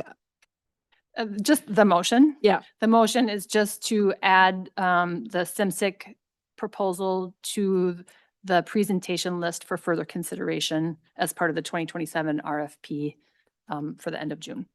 Right. Senator Herr. Can I add one thing? Senator Westrom, you talk about moving the emerging issue dollar to the regular annual appropriation, maybe it might make more sense to make a make a motion to move that dollars first. Senator, Director Nash, could you come in on that? Yeah, Madam Chair and members, I think maybe you want to decide that at a later point when you decide what you're recommending. Yeah. That could be associated with. Let's see if we want to recommendations do back. this first, but All right. thanks for that thought, Senator. And- Senator Westrom. And Madam Chair, and I think that makes a good point, but probably better to keep them separate. But I want to just make sure everybody knows that. So in supporting this motion, that would be a way to deal with Representative Scriba and Senator Herr and others' concerns if we're adding this in. Because if this gets rejected and they don't get to present, then that's even a different, I think, a worse scenario potentially. But so I'm open to moving it later or now, Senator Herr, if that was a big deal to you at this point. Senator Herr. One clarification, my motion was that we don't approve this as an emerging issue but we add them to our presentation list when however we conclude that today. So Okay, I think we understand. Do you have any other comments, Senator Herr? Maybe majority of members might disagree with me, but I will feel more comfortable if I know that the dollar will be there. Otherwise, if we add this to the regular appropriation, it's just gonna stack up some of our priorities. Senator Green. None of that really makes sense. We're not voting to approve this. We're voting to move it on for another presentation at a later date. Yep. So let's just do that and move on. Thank you. That's for my that. motion. I agree. So I'm going to ask the staff to take the roll on this motion. Albrecht. Yes. Albrecht, yes. Herr. Or no. Herr, no. Jordan. Jordan, I. Jordan, yes. Beeman. Yes. Beeman, yes. Faber. Faber, aye. Faber, yes. Gilman. Green. Green, no. Hedstrom. Yes. Hedstrom, yes. Heinzman. No. Heinzman, no. Langseth. Langseth, yes. Langseth, yes. Lilly. Lily, no. Lilly, no. McEwen. No. McEwen, no. Moore. More yes. Moore, yes. Putnam. Yes. Putnam, yes. Scraba. Scraba, no. Scraba, no. Westrom. yes. Westrom, yes. Currently, there are 9 yes, 6 no. And that motion prevails. Thank you for your presentation. I want to get a direction from staff if we need to break for lunch or if we should continue with our agenda. You can go either way. Do you want how long? Oh, we don't know if there are any questions about the work Yeah, plan. and I think we'll just keep going until staff says that you're ready for lunch, maybe. Okay. So moving on. Yes. We are going to move on to item number 10, which is work plans. You have in front of you some materials on the work plans. There's a long list. And there is a whole list that is on consent agenda. And I'm going to ask our staff, Michael Varian, to tee this one up. Thank you. Right. Chair Albrecht, members of the commission, agenda item 10 is the 2026 work plan agenda. And in your packet, there is a spreadsheet with these work plans. The spreadsheet includes three sections. The consent agenda, which are work plans accepted by staff with reasonable changes from the original proposals and that are deemed ready for approval. The non-consent items, these are work plans that are otherwise ready for approval, except they include something that requires additional discussion or decision by members. And the not ready items, staff are continuing to work with the project managers to get these in acceptable form and ready for your review and approval. We will take each of these agendas up separately. While members are reviewing the 2026 work plan agenda, I'd like to provide additional information about This item, which includes LCCMR member approval of work plans for projects recommended by LCCMR and funded by the legislature in the most recent session. The work plans serve as the detailed scope of work, including activities, milestones, and anticipated outcomes to be completed with ENRTF funding. It also provides specific budget line items to show how funds will be spent. The approved work plan becomes the basis for submitting required 6-month progress updates to LCCMR throughout the project and a final report at project completion.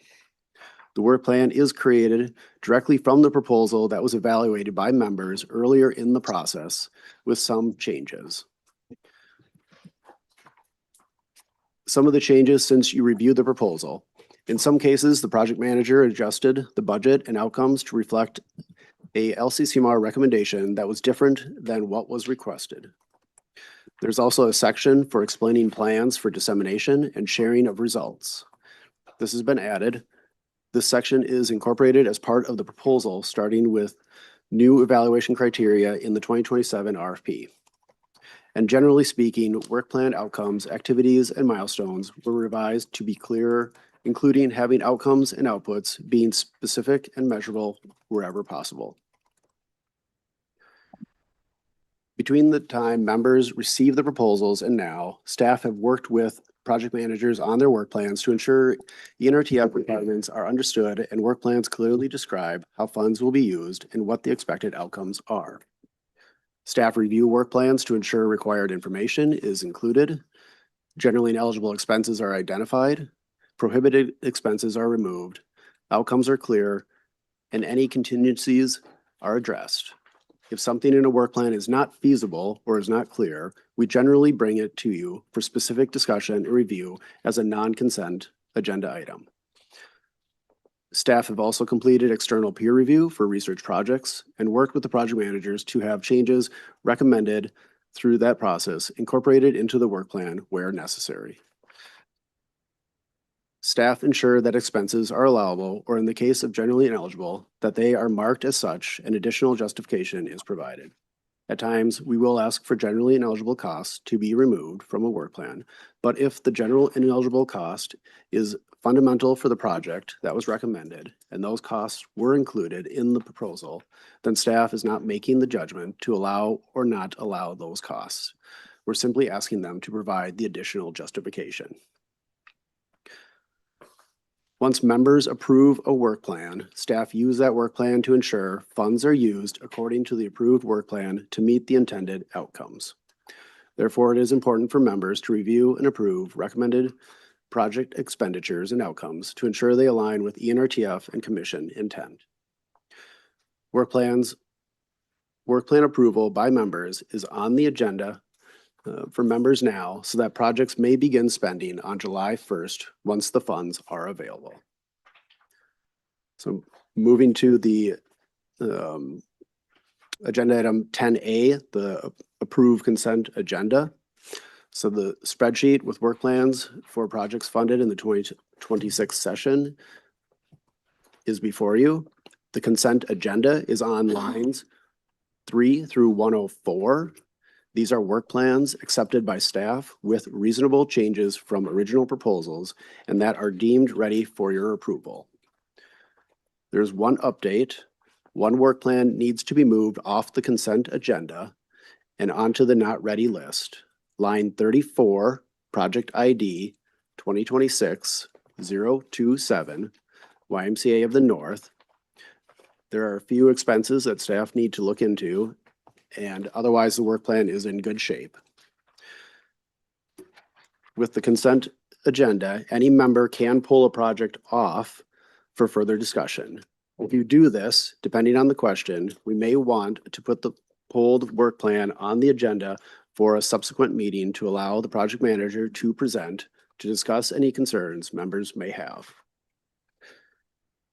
If you choose to approve work plans on lines 3 through 33 and 35 through 104, we ask the motion to include approving the work plan subject to notes and contingencies provided on the spreadsheet.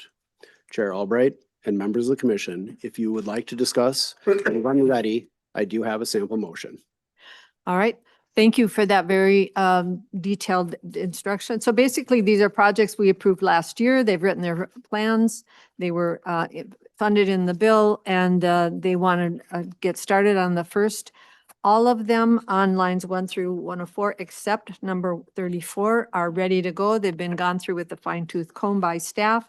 And I would entertain a motion that would read something like, Commissioner moves to approve the ML 2026 work plans listed in category A consent agenda materials, lines 3 through 33 and 35 through 104, and approval of notes and contingencies listed on the spreadsheet that we have here before us on today's agenda. Is there a motion for that? So moved, Madam Chair. I have a motion from Commissioner Faber. Any discussion to the motion? Did you, let's see. I'm sorry, looking- Commissioner, could you? Senator Putnam. I'm sorry, Madam Chair, would you repeat the motion for us, Yep. please? I'm sorry. The motion is to approve the 2026 work plans listed in category A consent agenda, lines 3 through 33 and 35 through 104, with approval notes and contingencies listed on the spreadsheet entitled Environmental and Natural Resources Trust Fund Work Plans and Conditions ML 2026, June 17th, 2020. So this is the document we have in our packet. It's also posted online. That's what I said, Senator Putnam. Thank you. Any questions? Seeing none, I'm going to ask the staff to take the roll on this. Albrecht, Yes. Albrecht, yes. Her, No, oh, yes. her, yes. Jordan, Yes. Jordan, yes. Beeman, Yes. Beeman, yes. Faber, Faber, yeah. Faber, yes. Gilman. Green. Green, no. Hedstrom, I have to ask, is this, I abstain, correct? The question is, if you had a conflict on any of these in the listed, should a member abstain? And the answer is yes. Abstain. Heinzman, Yes. Heinzman, yes. Langseth, Langseth abstain. Langseth abstain. Lily, Lily, yes. Lily, yes. McEwen, Yes. McEwen, yes. Moore, More abstains. Moore abstains. Putnam, Yes. Putnam, yes. Scrabba, Scrabba, yes. Scrabba, yes. Westrom, Yes. Westrom, yes. Currently, there are 11 yes, 1 no, and 3 abstain. That motion prevails. Thank you. Now we go to the second item on the non-consent items, item B, and Mr. Varian, are you going to tee that one up for us? Chair Albright and members of the commission, the next item, 10B, non-consent items. The non-consent agenda is on line 106 of that spreadsheet. The non-consent agenda includes work plans that are otherwise ready for approval, except they include something that requires additional discussion or decision by members. For example, the outcomes are not feasible or not clear. Large expenditures, such as capital equipment that were not in the proposal or that are not clearly allowable, have been added. A significant change in scope, or it is not clear to staff what members' intentions were when recommending the proposal. The non-consent agenda before the commission today contains only one work plan. Staff have provided 2 options to help with your discussion and subsequent decision. Chair, members, Aaron Barden will provide additional context related to the work plan and topic that needs clarity. Ms. Barton. Thank you, Madam Chair, Assistant Director Varian. So the work plan in question 2026-282, protect community forests for community resiliency. It is, as Assistant Director Varian said, it's on the non-consent agenda. And I'll try to provide a bit of background on this work plan and the decision that we're hoping you can make today. Additionally, the project manager, Valerie McClanahan, is also here in person in case there is additional questions. So currently, the language that we have in the LCCMR rider language and advertised in the RFP around restoration requires that all restoration projects must be on land permanently protected by a conservation easement or public ownership unless otherwise specified in law. However, some projects that include restoration or restoration-like work have been recommended for funding with exceptions to allow work on private lands under certain conditions in the past. We would eventually like to have a broader conversation about this with the commission as it affects multiple work plans. However, in the meantime, we do have this example project here to kind of have a short discussion about this. 26282 contains restoration-like work. And the project's aim is to reduce emerald ash borer impacts by providing technical assistance and funding to local communities for tree inventories, management plan development, removing ash or high-risk unsafe trees, treating valuable ash with non-neonicotinoid injectable insecticide, maintenance on existing canopy, such as needed pruning or watering, planting trees for diverse forests, and resident education and engagement. The proposal did not specify whether these activities would take place on private unprotected lands or public protected lands. During the proposal review process, we asked members if they would be okay with this project performing work on private unprotected lands. However, we did not get a clear answer. While this project could be successful if it only performed work on land permanently protected by conservation easement or public ownership, addressing needs of tree removal and replacement on private unprotected lands, such as private residences without a conservation easement, could also potentially provide significant benefit. Madam Chair, members, we therefore seeking clarity from you today. We have posted and included as part of your meeting materials 2 versions of the work plan for approval, option 1 or option 2. Option 1 has highlighted language on page 4 in the attached work plan under activity 1 that defines work for this project's grant program as eligible to occur on both lands permanently protected by conservation easement or public ownership and on private unprotected lands. That private lands work would adhere to a set of residential tree care requirements. You can see an example of what these might look like on the last page of the work plan, including low income requirements, tree replacement requirements, and work requirements, as well as an example residential agreement. Option 2 has highlighted language on the same page that defines work for this project as only eligible to be performed on lands permanently protected by a conservation easement or public ownership. With that, Assistant Director Varian, Project Manager McClanahan, or I can answer any questions. Otherwise, Assistant Director Varian has some sample motions if you'd like. Mr. Varian, do you have anything else? No? Okay, so basically here we have a project that has been approved. It's an emerald ash borer project, which I think we know that those bugs don't know, which is public and private land. But the question we have here is, do you want to make the proposer add some language in their project so that they are meeting our public lands or conservation protected lands requirement? Director Nash, did I say that incorrectly? I see you're looking at me. I just would say that this is something that we're kind of struggling with on a staff level, is that we have these requirements for restoration projects. But there's a whole category of work that isn't necessarily formal restoration, and we're just not sure if you want to apply those same rules to those projects or if different rules should apply. So here's an example of, I'd say, restoration-like. So not sure if the rule applies, and we're thinking that you have some flexibility here to decide, do you want it to be only on protected lands, which is option 2, or do you want to allow it to be on private unprotected lands too? And if it were on private unprotected lands, you can see the requirements that the agency would normally follow for doing that work on private lands. So that, is that helpful? Yes. So I have Commissioner Faber and then Representative Jordan. Commissioner Faber. Thank you, Madam Chair. Director Nash, have we not done so for oak wilt projects previously? I know up in Morrison County where I'm at, we've done that because most of the oak trees have been on private lands.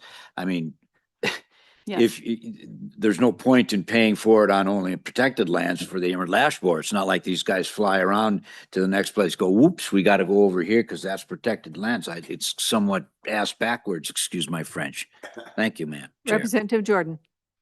Thank you, Madam Chair. I do have a question about the plan for option 1.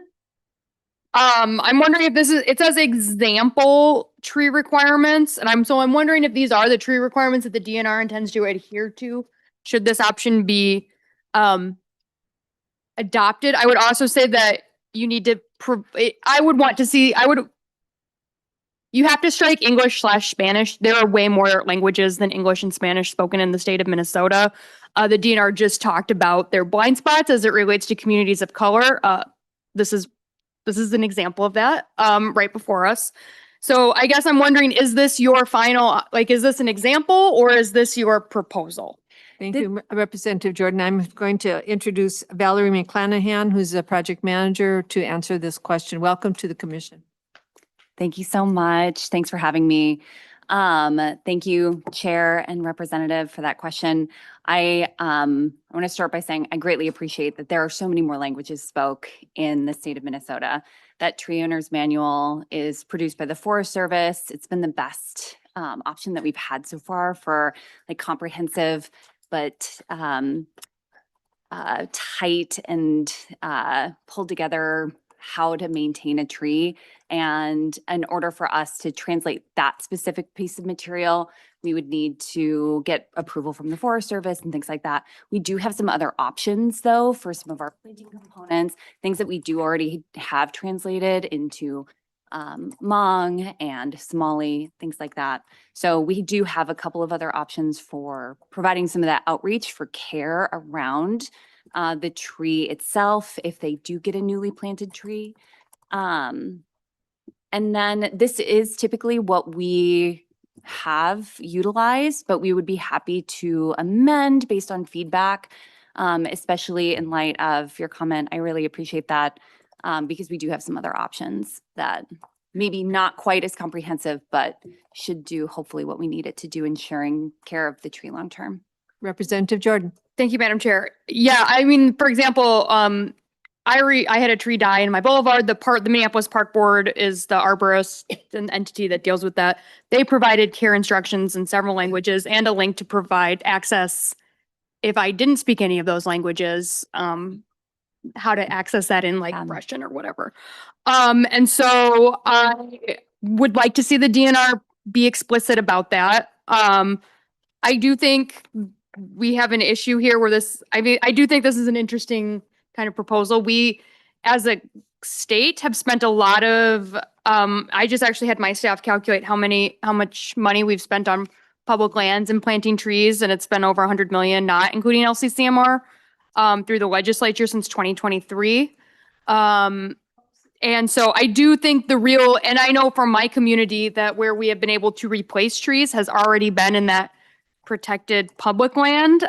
We have not been able to do that tree replacement on private land, which is where the tree canopy is especially needed in urban areas, and where there has been significant loss due to EAB. The EAB on public land has already been replaced in our core metro cities and many other cities and townships across the state. So for this project in particular, the work is actually needed on the non-protected land, but I do think we run into a sort of existential question about the LCCMR that I am interested in what other members have to say. I do think for this particular project, the work is needed to be done on private land, but again, it's an existential issue. I think thank you, Representative Jordan, Ms. Barton mentioned, this is a subject that we're going to revisit. And so to move this along, are you willing to move option 1, which would be the protected and unprotected land and the amendment on the backside of our proposal, including the approval notes and contingencies on the spreadsheet? So moved, Madam Chair. Thank you. I have a motion. Senator Westrom. Madam Chair, and just to kind of clarify, I think some of the comments, but unless somebody knows otherwise and wants to correct me, I don't believe the constitutional language specifically states public land versus private land. It's about protecting and enhancing and preserving the natural resources, air, land, water, and natural resources and wildlife in our states. So I think that's how I think it's covered under the Constitution, and maybe Director Nash can state you. if it's any differently, but It sounds like you're speaking in favor of the motion. I am, and I just wanted to kind of bring that clarification, and Commissioner Favor's point kind of makes More sense. makes the point, well said, that the ash borers don't know the difference, so. Thank you. Did you want to respond at all, Director Nash, or are we good? Madam Chair, I think that's right. The Constitution talks about the public purpose of, Yes. but it doesn't specify whether it's public land or not public land. It's the rider language that we're concerned about. So. All right, I'm going to go ahead and call the question because I don't see any hands up. So I'm going to ask staff to take the roll on this motion to approve option 1, including the notes and contingencies on the spreadsheet and before us today. Albrecht. Yes. Albrecht, yes. Her, Yes. her, yes. Jordan, Yes. Jordan, yes. Beeman, Yes. Beeman, yes. Faber, Faber, yeah. Faber, yes. Gilman. Green? No. Green, no. Hedstrom, Yes. Hedstrom, yes. Heinzman, No. Heitzman, no. Langseth, Langseth, yes. Langseth, yes. Lily, Lily, yes. Lily, yes. McEwen, Yes. McEwen, yes. Moore, More yes. yes. Putnam, Yes. Putnam, yes. Scrabba, Scrabba, yes. Scrabba, yes. Westrom, Yes. Westrom, yes. Currently, there are 13 yes, 2 no. Thank you. That motion prevails. And with that, we are going to recess for lunch until 12:55. Excellent. Turn on.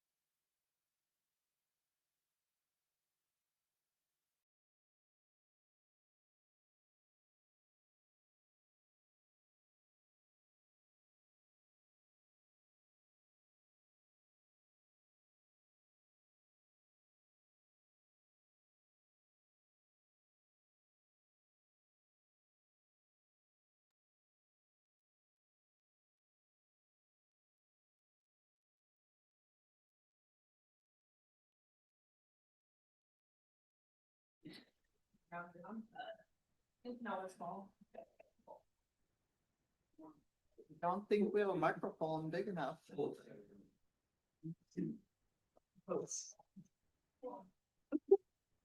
Welcome back.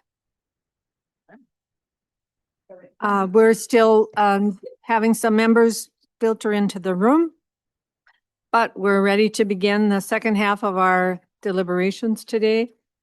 I'm hopeful that we are going to have everyone come back and we'll have a full house again so that we can move forward with our work. So our item is item number 11 on the agenda, which is to discuss and approve the selection of the 2027 and fiscal year 28 Environment and Natural Resources Trust Fund proposals for further consideration and presentation. And I'm going to toss it over to our director, Ms. Nash, to tee this up. Okay, great, members. Okay, so what I will do is just talk you through the results of evaluation number 1 and those proposals provisionally selected. And then we are going to recess for about 45 minutes, less if possible, to allow the House, Senate, and citizen groups to go to your designated areas and caucus to come up with your additional 3 each proposals to add on, and then come back and read off those proposals selected by each to add by the motion. I'm sorry, I missed a step there. So I'll talk through the memo. And then what I'm thinking would maybe be best is that somebody make a motion to select the 100 proposals that have been provisionally selected. Then with that motion, you wouldn't vote on it, you would just make the motion. So kind of secure those and then go caucus, come back, add on your additional, and then you'll complete that motion with the additional proposals and then have a final vote. Does that make sense? Did I speak? Oh, maybe not, because there are lots of questions. Okay. I know that. What, I know that there are some members who have some ideas they'd like to share, but I'm going to let Director Nash get through this and then we'll look at those that we have all provisionally approved. And then before we caucus, we'll take any additional thoughts that members have. Representative Scrabble, was there one more thing? yeah. So is there 101 because of the one we just did? Okay. So that's a clarification instead of 100. Yeah, that's good. So should we go, we can print out new copies of the memo if you'd like. Thank you for that catch. All right. I'm going to turn it over to Director Nash. Thank you. Okay, great. So members, 434 proposals were received in response to the LCCMR's 2027 request for proposals. 101 proposals have been provisionally selected for presentation and further consideration as a result of members' evaluations number 1 and the process approved by the LCCMR at its December 10th, 2025 meeting. Additionally, the DNR grants unit request, the LCCMR administration, the LCC legacy website, and the emerging issues account proposals will all automatically advance as well. At today's meeting, members need to identify up to 9 additional selections, up to 3 each by the House, Senate, and citizens for presentation. The total amount that was requested by those 434 proposals was approximately $375 million. The amount available for appropriation from the Environment and Natural Resources Trust Fund is projected to be approximately $121 million. We don't know the exact dollar amount yet because it is determined by the value of the fund at the end of the day on June 30th. So that number may change. 121, yep. So commission members have individually completed their first evaluation of the proposals and now need to select the proposals for presentation and further consideration. On December 10th, 2025, the commission voted to select the top 91 proposals chosen by members during evaluation number 1. If the 91 cutoff were to fall in the middle of a group of proposals selected by the same proportion of members, the cutoff would either be moved up or moved down, whichever would get us closest to that 91 number. So, and then that group with the ties would be either fully included or fully excluded. As a result of your individual members evaluation number 1, there was a tie. It landed at the group of proposals selected by 53% of the members. Including all of those resulted in, excluding all of them resulted in 71 proposals being selected, including all of them resulted in 100 proposals being selected, which is closer to 91. So therefore, 100 plus 1 have been provisionally selected, and the total amount requested by those 100 is, I'm going to just quickly do some math, $124,900,000. If they were all at full. If they were all at full, yeah, that's their full request amount. So those results were emailed to members and posted on the meeting page of the website on June 12th. So the House, Senate, and citizen groups are going to each caucus to come up with their final agreement on their additional projects. Agreements will be made by consensus among each group or by simple majority vote if needed. Each group will provide Assistant Director Michael Varian or the staff who's going to be working with you in each of your groups, the written list of up to 3 proposals it wishes to select. And then when we all come back, Mr. Varian will read those selections out loud. Thank you, Director Nash. Are there questions about the first 101? So Director Nash has suggested that we move the first 101 that we have all pre-approved. Is there such a motion? Representative Scraba. I want to bring something up before we get to that point. Okay. Right now, we're saying each group gets 3. Yes. I would propose 5. I'm You wanna sorry, have a- but you're jumping ship on Senator Putnam's idea. Then I was trying to give him the floor and you went to me.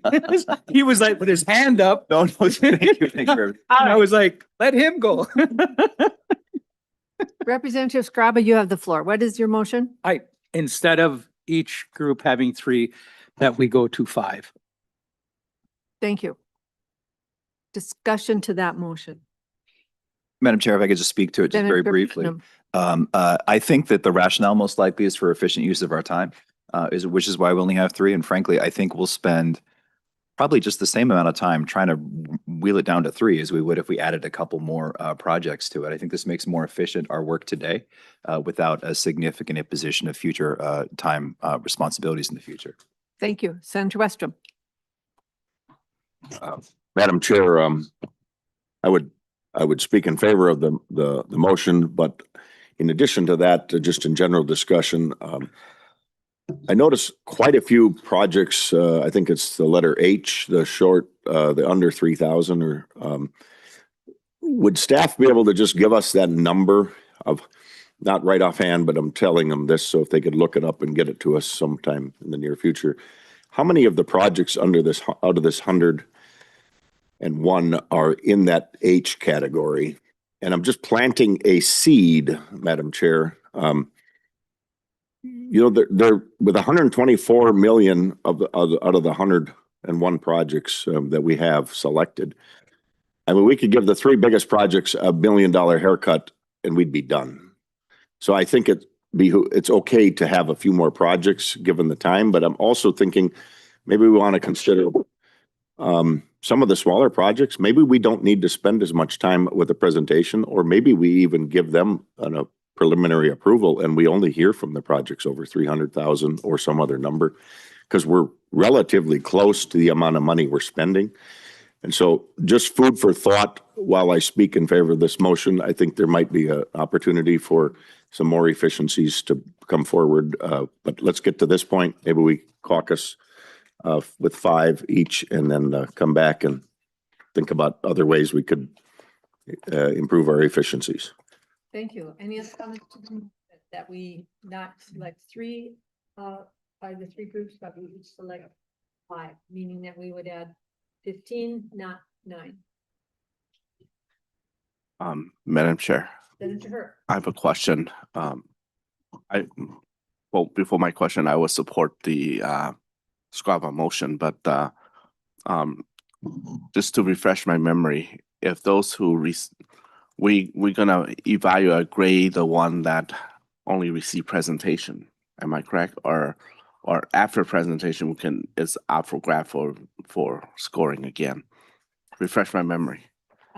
What we have put in our policies and procedures or agreed upon procedures for this process, this session, is that we would just include in our recommendations those projects that are screened and presented. Okay. That's all. Thank you. Any other comments to the motion?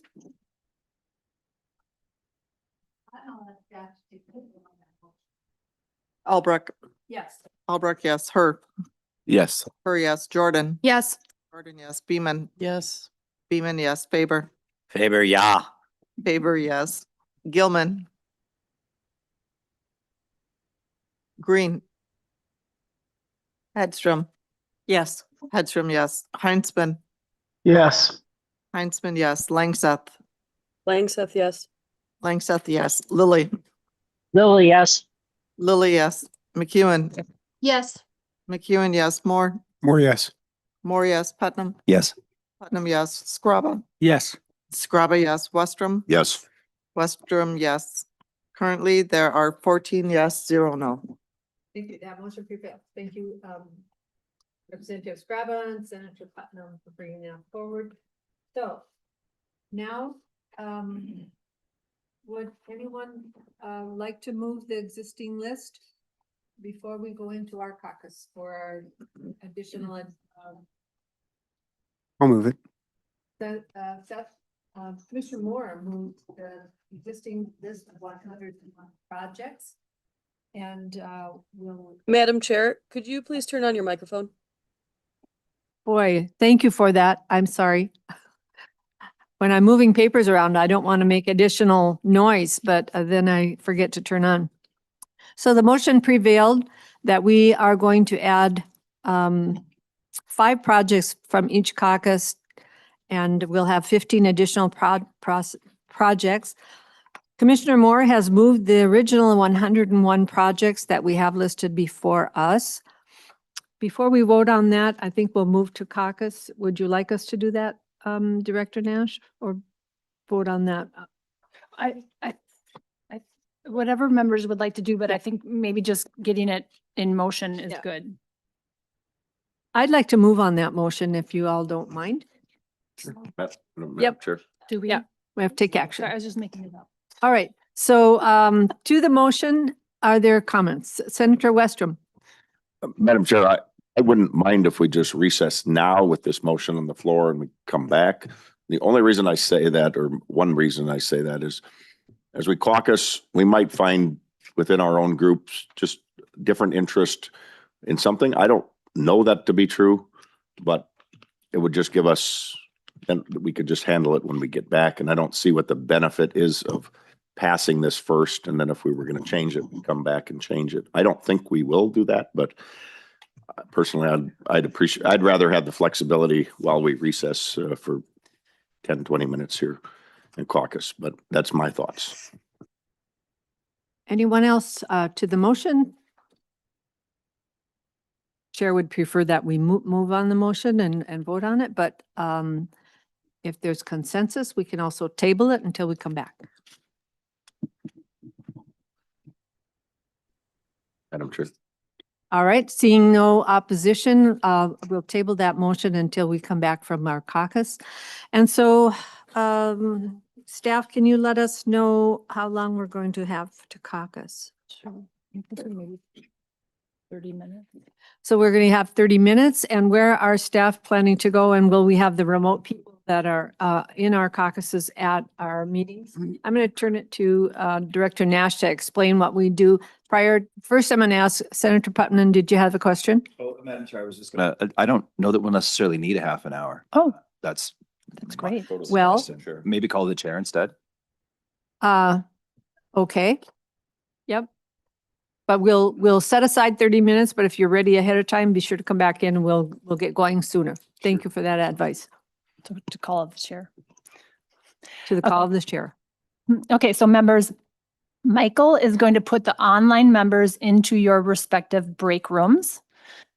Members who are here, please go with your designated staff to the following spaces. The Senate, the Senate will be with Tiffany and Aaron. Tiffany's waving her hand over there, and you are going to be right in this next door room 22A. The Senate. House member. That's where the sandwiches were. Yes. House members are going to go with Noah, who's waving his hand here, into room 22, which is the hallway room, which you have to get to through the sandwich room. And then citizens will go with me to room G20A, which is out the doors to the right, out the second set of doors and across the hall.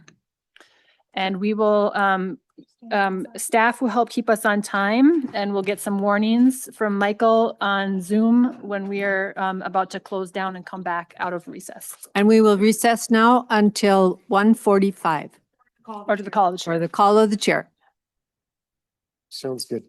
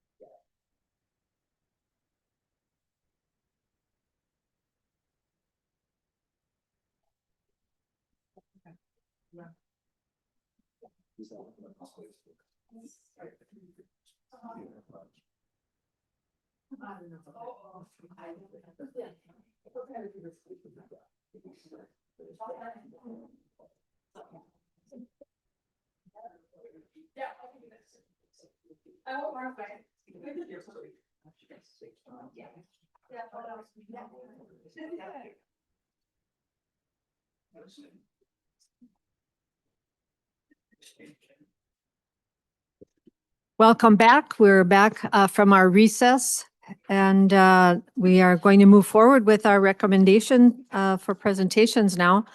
So we have affirmed that the first 101 will come in for presentations, and we've caucused the House, the Senate, and the citizen members to bring back 5 recommendations from each.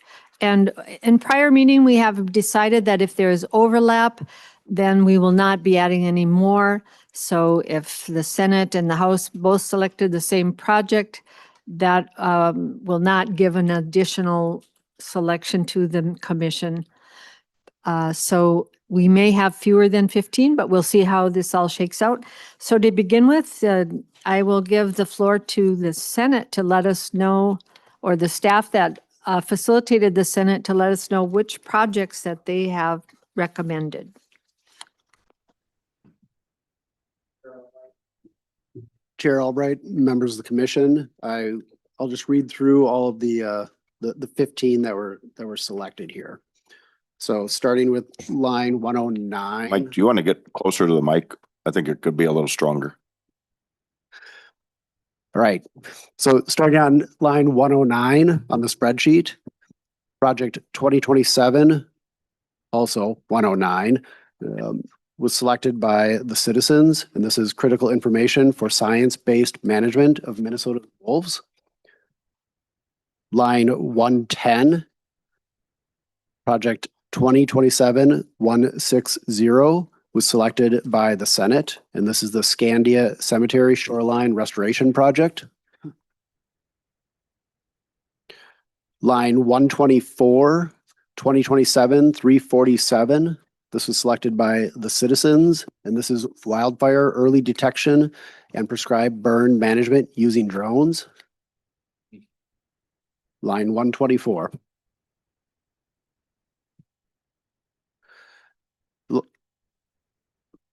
Line 135, project 2027-540 was selected by the Senate. This is Fergus Falls multi-use recreational building. Line 139, project 2027-575, selected by the House, is Field Township Northwoods Nature Pedestrian Trail. Line 151, project 2027-136, selected by the citizens, enhancing fisher management with population and health data. Line 155, project 2027-170, selected by the Senate, Mississippi River Walk Restoration and Public Access Enhancement Project. Line 169, project 2027-408, selected by the House, Minneapolis Urban Forest Ecology Restoration Phase 1. Line 201, project 2027-334, selected by the Senate. Line 201, project 2027-334, selected by the Senate, expanding Minnesota grazing for resilient landscapes. Line 205, project 2027-372, selected by the House, restoration of the historic Laurentian Environmental Center's mission.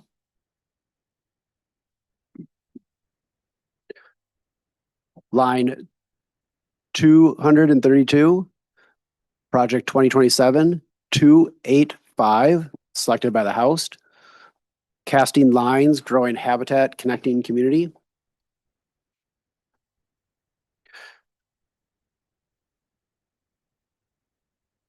Line 254, project 2027-611, selected by the House, Mobile Water Safety Education. Line 256, selected by the citizens, interagency, project 2027-394, selected by the citizens, interagency partnership to conserve Minnesota wild turkey. Line 298, project 2027-558, selected by the citizens, gap filling weather data to improve watershed and community resilience. Line 355, project 2027-604, selected by the Senate, Asian Youth Arts and Environmental Leadership.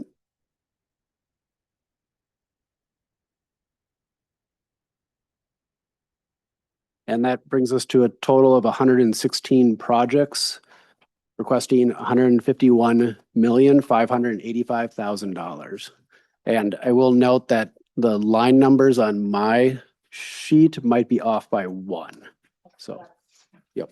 Could you repeat the dollar amount again? So that gets us 116 projects totaling $151,585,000. And that does not include the admin projects and the DNR contract management. Thank you, staff. So that was the Citizen, House, and Senate all together, and it didn't appear that we had any overlap, so good job on that. So we have 15 additional projects plus the 101 that we originally selected. And so we have, I'm going to take the motion from the table that was to move the projects that we have listed to come for a presentation. And would the motion maker also add those projects, 116 that were just read into the record? So added. Thank you. So the motion is then to Commissioner Moore move the spreadsheet titled Member Compiled Evaluation Number 1, ML 2027, to invite for presentation and further consideration all proposals selected by the members and the following additional proposals selected by the House, Senate, and citizen members. So that is a motion on the floor, and I see Senator Westrom. Madam Chair, couple things. First of all, I'm wondering if Michael would know, I believe it's 18 projects of that 101 that were letter G, the small projects under 300,000. Do you have a total of those dollar requests for those 18 projects that are considered the small requests? Mr. Varian. Yeah. Chair Albrecht and commission members. So of the projects that were in the provisionally selected, so before we added those 15, there were 27 small projects totaling $6,408,000. And there were 107 that were not selected, totaling $31,174,000. And can I ask, were any of the projects that we selected as add-ons small projects?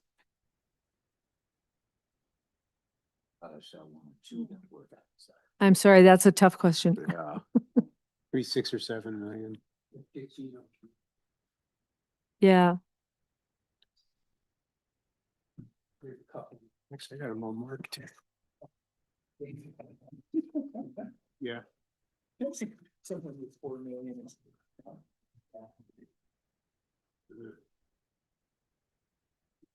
So while you're considering that, Senator Westrom, did you have additional? Madam Chair, yeah, I'll try to get to the point here quick. And I guess preliminarily, we had done some math. We thought it was 18, but it's 27 projects that were G categories. Michael, did I understand you right?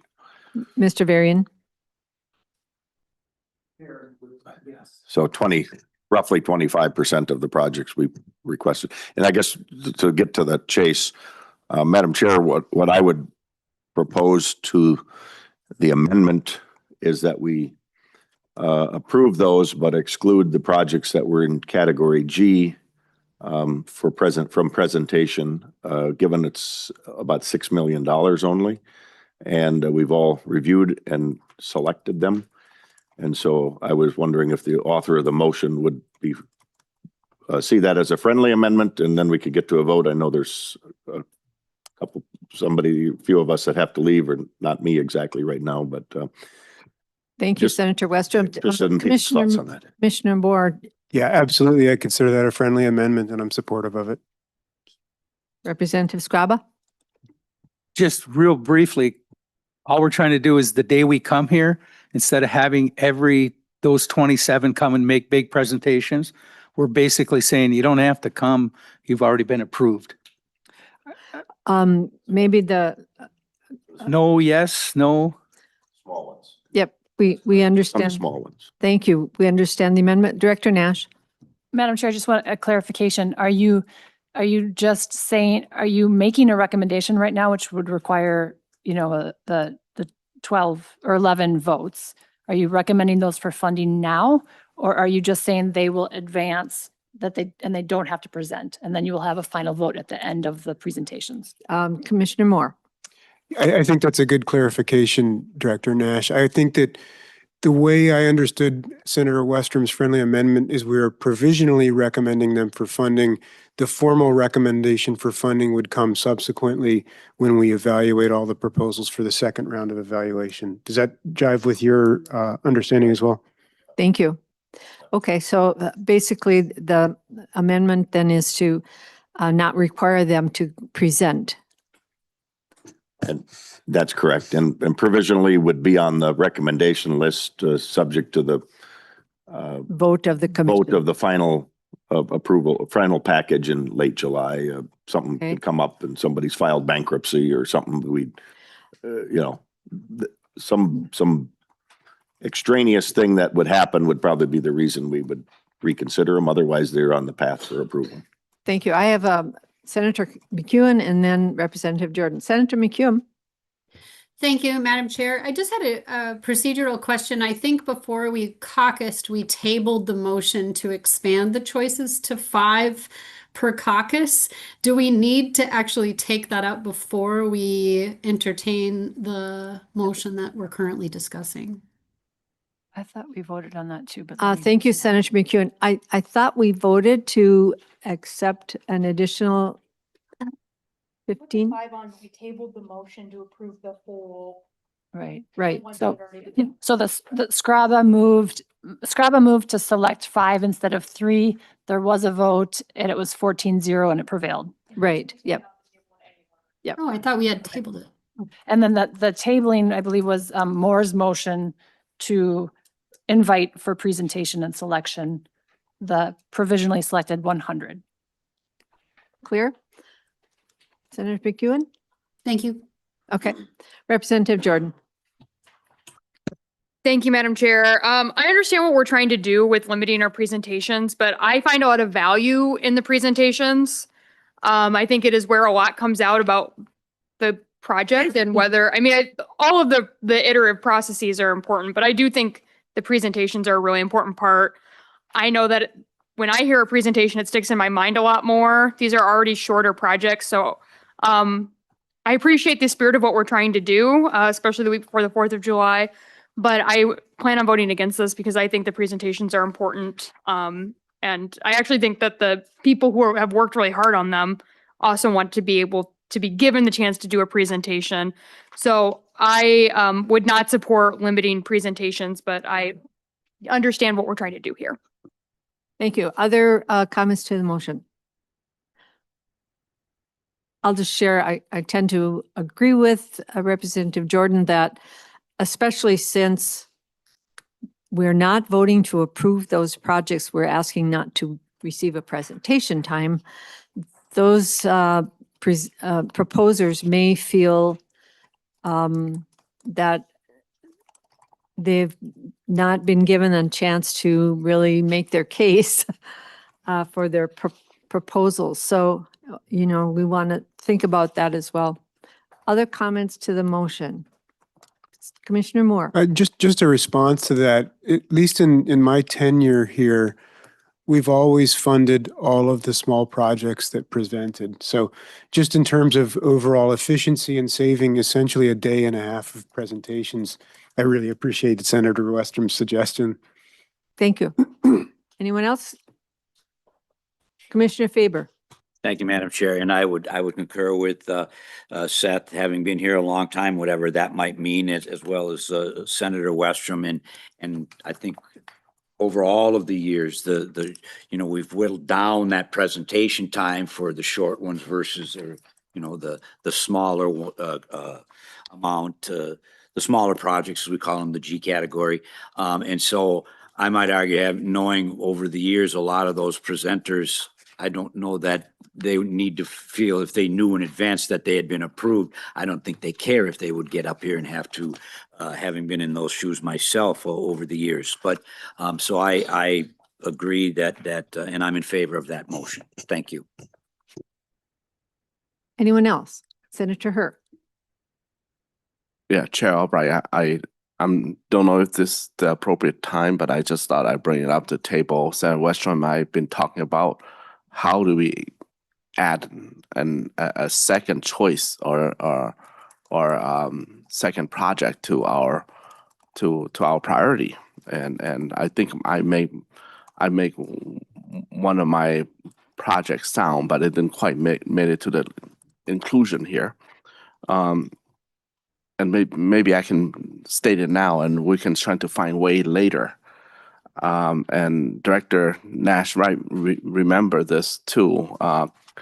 Couple of years ago, when I take this bill to the Senate committee, to the Finance Committee, and I was asked if there's any African American project or under LCCMR, and we have hard time searching. There's none. Phyllis Whitley had applied number of times and has been denied. And this time they're coming around and they're not giving a chance for presentation again. So I like to advocate that we include at least one more, which is Phyllis Whitley, for their chance to present, and we can make our evaluation based on that later, whether we include it in the bill or not. And Phyllis Whitley, and I think that the Camp 2 McCarthy camp, many times our organization are not run by ethnic community, but we serve all, which is fine. But this is an African American organization, serve all, vice versa, including African American community. So I want to advocate for that at this point. You know, we already add the PFAS project, which is now 101. You know, I'd like to ask member to see if we can include that, and whether we can include it into Commissioner Moore amendment and vote as a whole, or I can make another motion later after that. What project? Thank you, Senator Hur. Phyllis Whitley, 209, 219. Category and stuff. There's 60 pages. Sure. Can the staff help me going down? I'm going to suggest that would be something that you would offer after we vote on this motion that we have. Would that be fair enough? That would be fair. I just Okay. thought Right, because it was not included in the Senate add-ons or our first provisional list. Okay? Thank you for bringing that up, Senator Hur. We'll have staff look that up, so when it comes time to come back around to that question, we'll have that information available. Any more comments to the motion? And the motion is to support the provisional original list and those add-ons And an amendment to the motion, which was accepted as part of the regular motion, I believe, by the author, was to remove the G categories under 300,000 from the list that would be required to present. Clear enough? Madam Chair, Senator Westrom? just technically and be advanced for final approval in July, Okay. just so it's clear.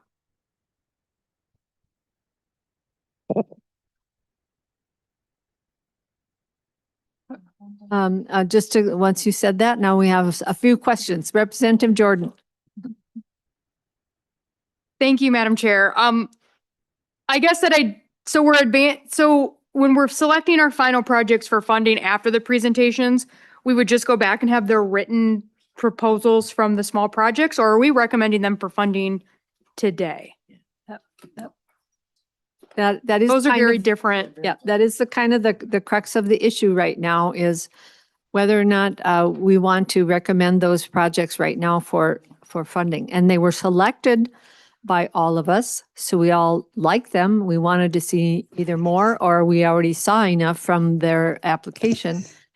But it is somewhat unclear whether or not we're giving provisional recommendation to them as final approval. Representative Jordan? I mean, when I selected my projects, I was selecting them to come in for a presentation, not like I am ready to fund this right now. It is, I want to hear more. And I think, I feel a lot of hesitancy about selecting things for final approval now, just based off of what I selected for a project presentation, not for a project funding. So I do think they're very different things. And so I hope we can get clarity on the intent of the motion. Sure, I think. Would you like, excuse me, Commissioner Moore? Sure. I think those are valid points. What I intended in supporting the friendly amendment was that those presentations would not be required. We still all have our prerogative on selecting as 17 commissioners the final selections, and then those get allocated. We still have the proposals from those small ones if we want to see them. We're just not seeing the presentations on them. So we don't lose any discretion on the selection process that comes subsequent to the presentations.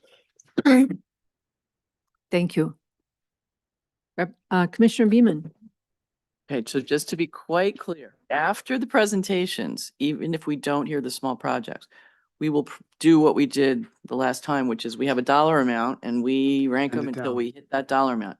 And it may not include all the small projects. It likely will because of past precedent, but it doesn't have to. That is, you have succinctly stated the issue here. Yep. Representative Jordan. Thank you, Madam Chair. And I don't know if this is in order or not, but I would like to call for division in the motion between the presentation. I think they should be separate motions about bringing these in I think they need to be separate motions on the small projects versus all of them. And we can belabor this, but I think I would ask for division in the motion. Maybe staff can clarify the differences between the two. Because I obviously want to vote to bring these in, but I, again, do not feel comfortable voting for this presentation for the small projects. So Representative Jordan would like to divide the question. So we would have two questions. And does that come as a motion that we have to approve? I don't think you have to approve a division. Okay. You can do it. So we've had a request to divide the two issues into two separate issues. So we are back to the original motion, which was from Commissioner Moore to approve the provisional list that we have of 101 presentations selected for presentations.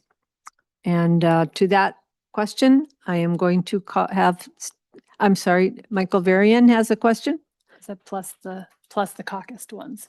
Plus the caucus ones. Oh, thank you for that. So we have 101 plus 15. So we have 116 that we are going to call in for presentations. Everyone clear?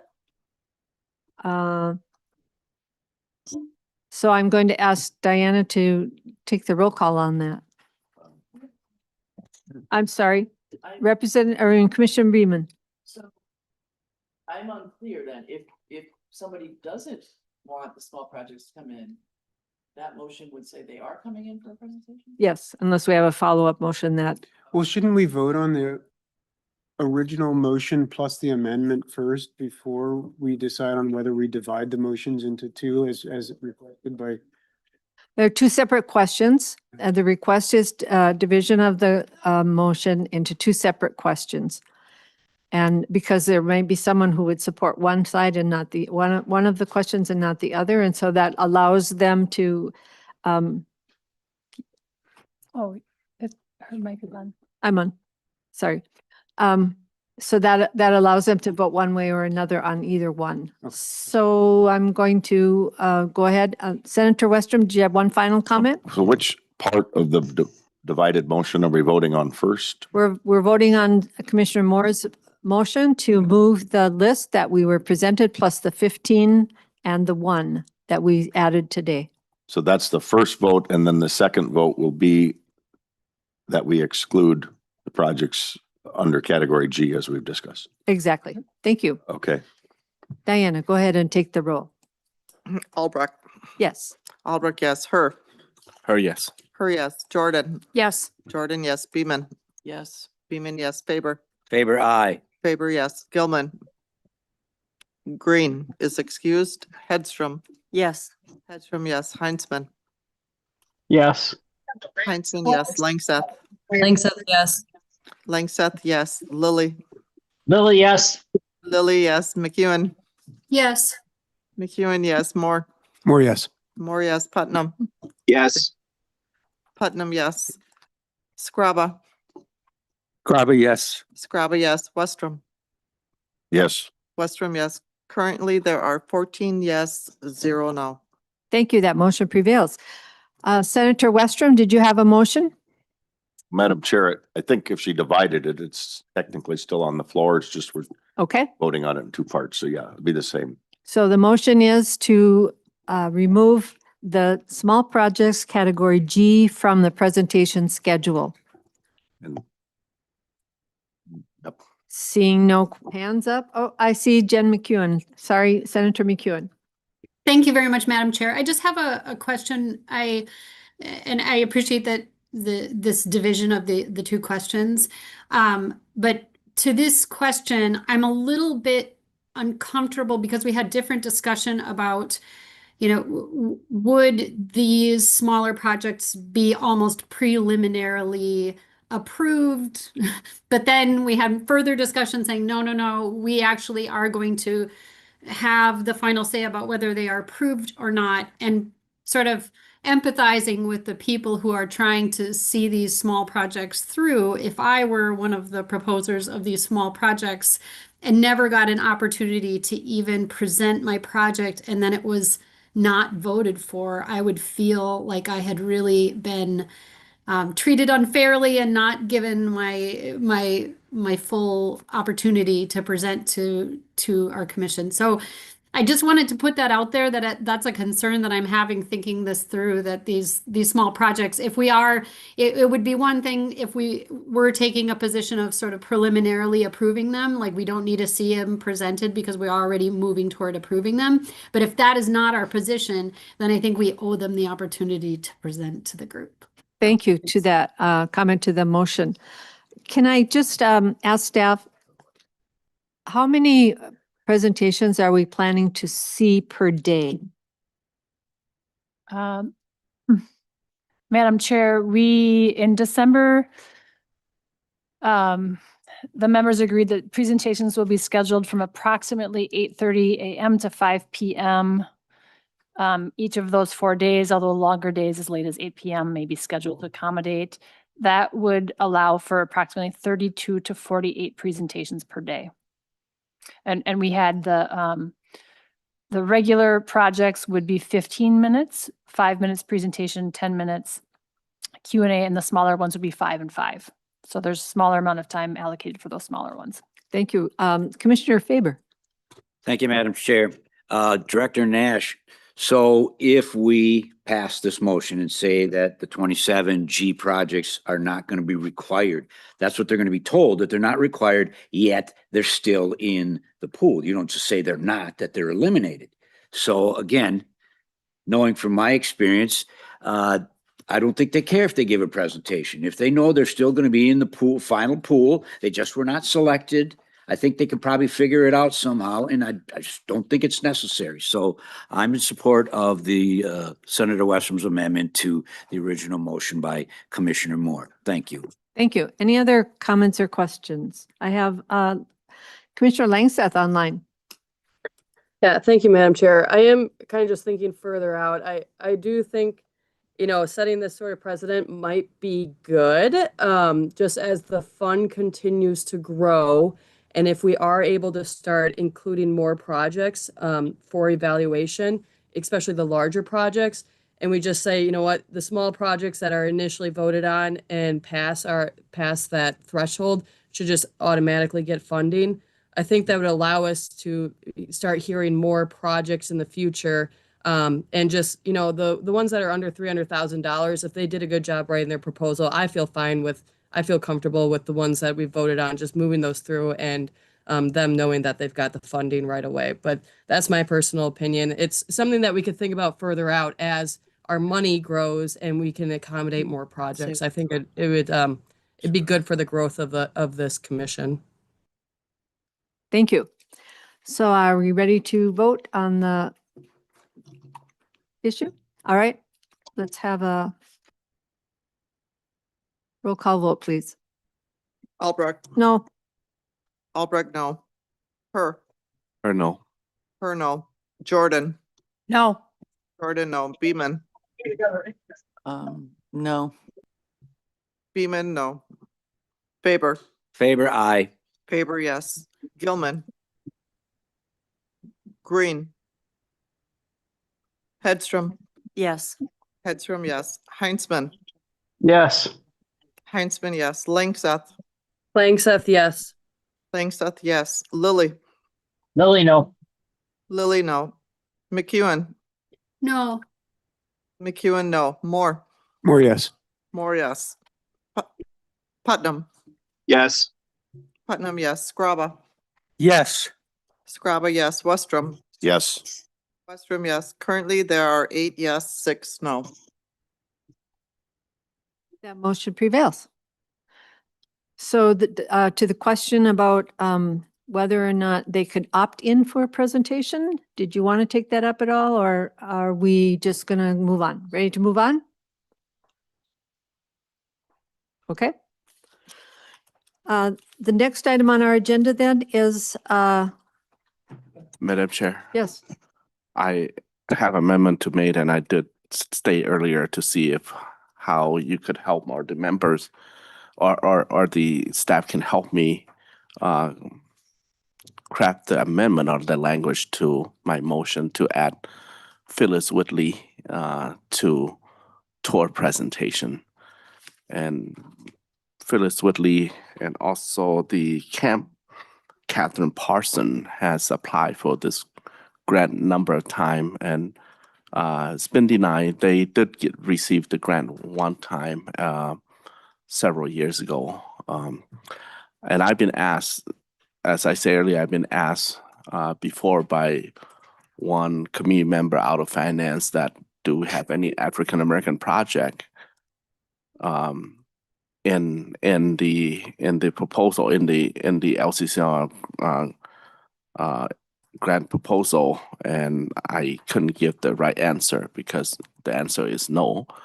And Phyllis Whitley and Camp Catherine, also the Minnesota African American Heritage Museum is where the proposal is requesting for a parking lot renovation, and I think it's worthwhile to bring them here for the hearing. And if they their presentation didn't come out the way you members are not supportive, that would be fair. But I like to advocate for Phyllis Whitley to be added onto the presentation. And that will be my motion, So Senator Her moves to add 2 projects. just one. One, Phyllis Whitley project. Has staff located that, and can you just give us a little background on that one? Chair and members, the project that we're looking at here is line 265, which might be one above or below that. And the number is, the ID is 2027-219, and it's Camp Catherine Parsons Main Road and Parking Lot. And it's the Phyllis Wheatley Community Center for $1,052,000.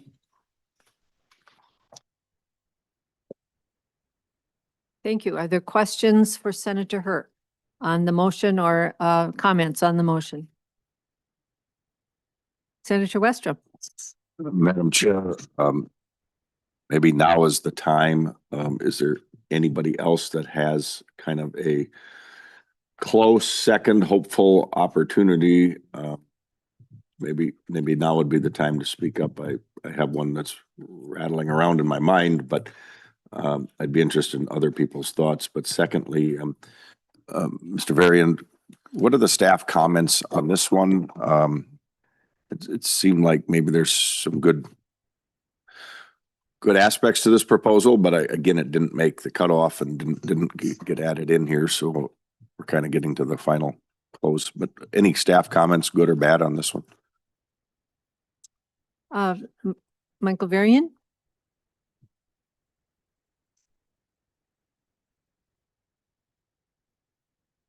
Chair, members, just making sure I have the right. So staff comments on this one include, is the proposal project eligible for funding? The RFP states construction of building or building infrastructure for environmental education or renewable energy purposes, unless for research or demonstration, will not be considered. What was the score on that one? I'm sorry. The score on that one, I forget what the staff score was. I'm just trying to remember. Michael Varian. Chair and members, the staff score on that was a 1. Okay, so that, I guess, Madam Chair, I'd let you go to others contemplating if Senator Her would be open to Thank you. any other projects. Thank you. The challenge with opening this discussion is that we go down the road and we all want to add one more and add one more and add one more. So I hesitate to move it forward, but it is up to the commission. But this particular project had 4 out of 17 scoring it, only 24% score. And it is a question, it is infrastructure, parking lot and road.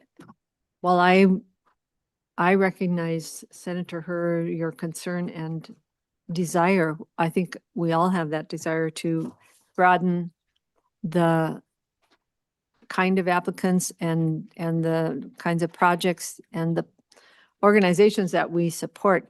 It does open up a bit of a can of worms when we start to add a one-off project here and there. So we have a motion on the floor. Are there any additional comments by members? Madam Chair.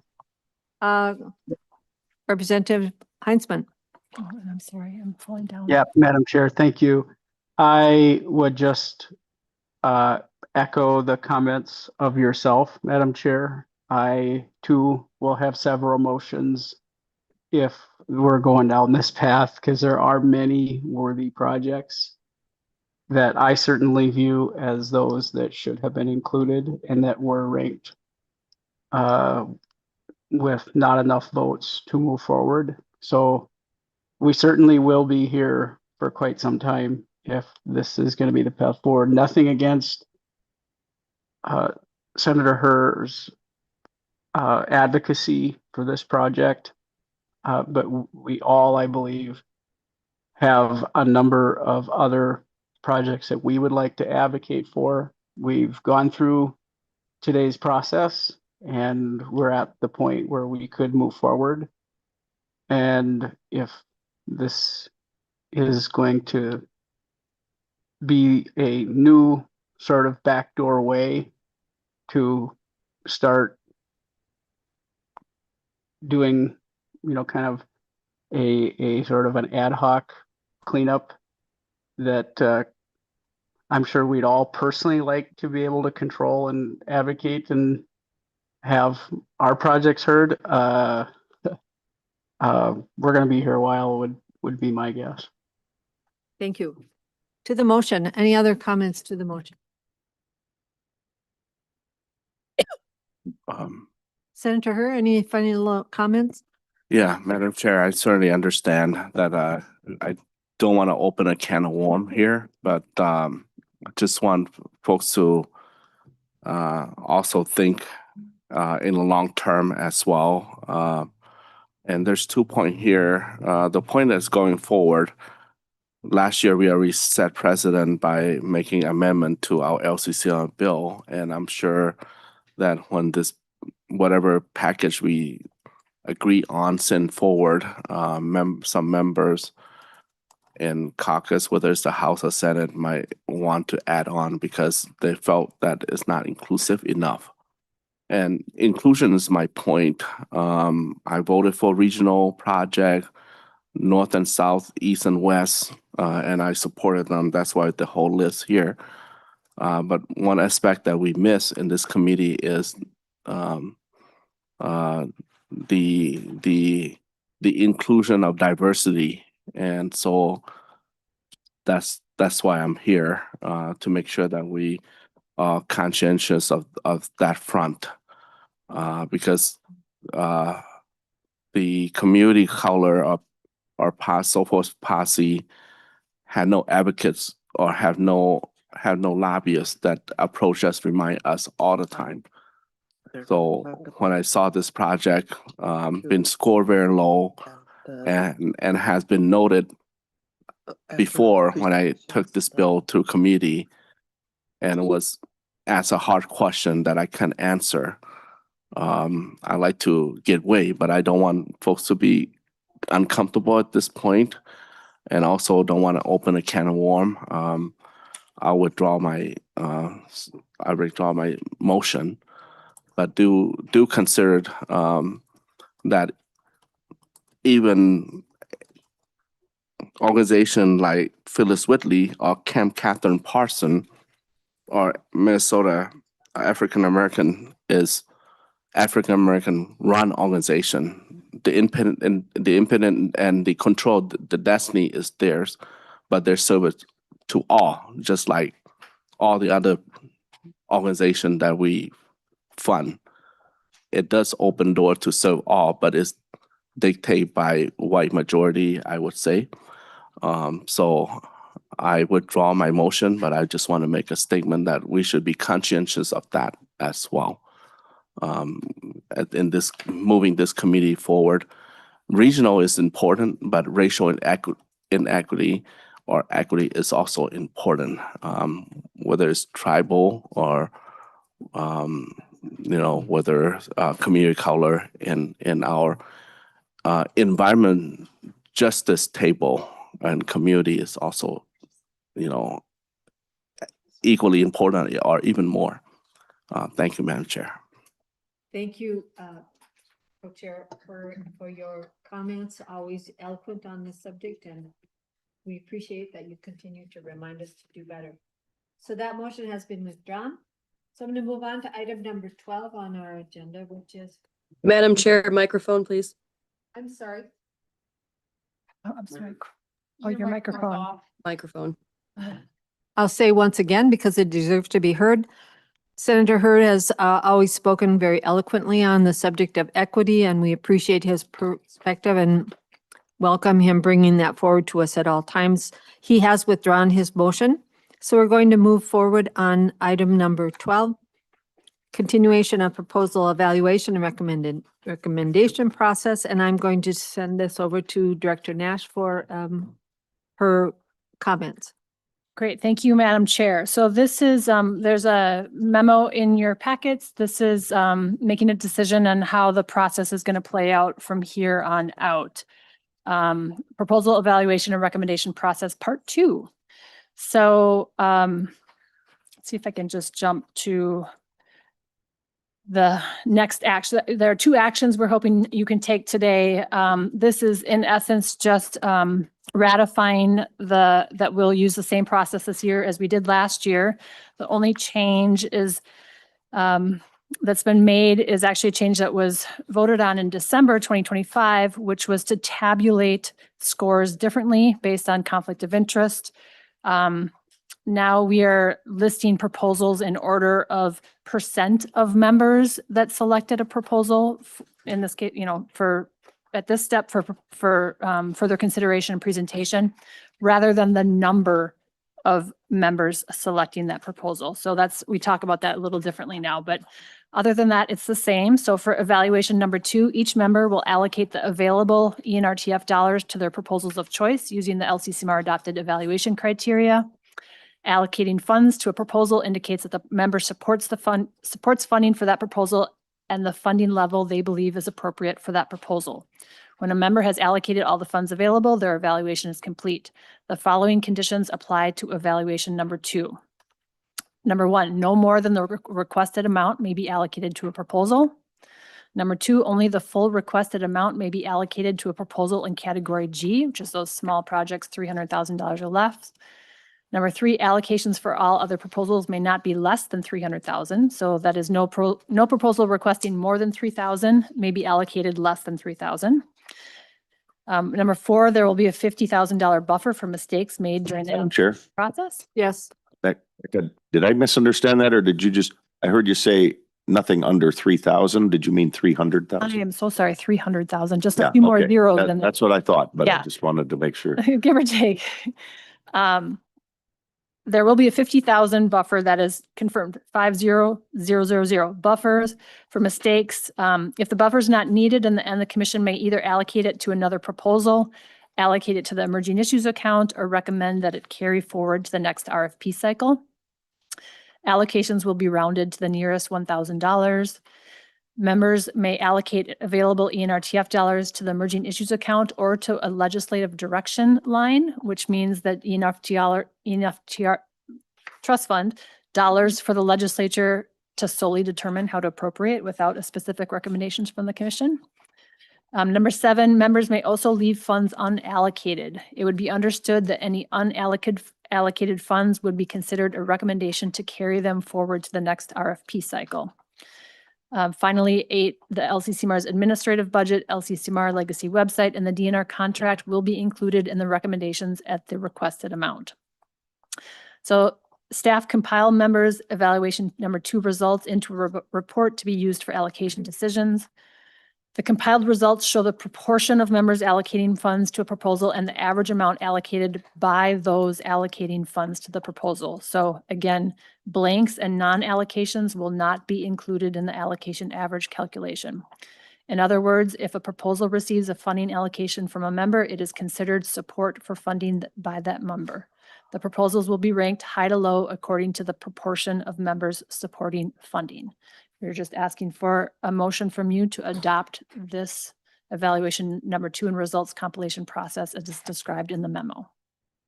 Thank you. So questions on what Becca has described, or is there a motion to approve as we have stated before the results compilation process as described?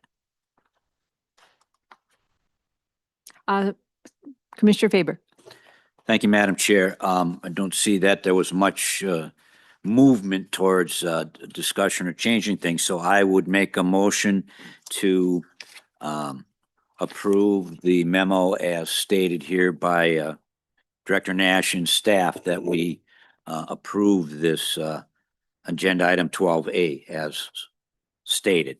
Thank you. Thank you. Commissioner Faber moves to adopt evaluation number 2 and results compilation process as described in staff memo. Comments or any questions on the motion? Do you want me to go on to the second part too? And you could potentially combine them into one motion? We have a motion. I think I'll just go ahead and do a roll call on this motion. Staff, would you like to do a roll call for me, please? Yes. Albrecht. Albrecht, yes.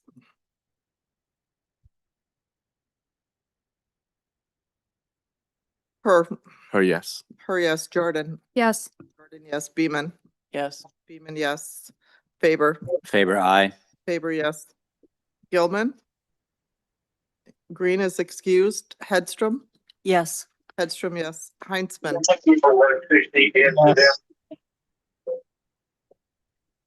I will go back to Green.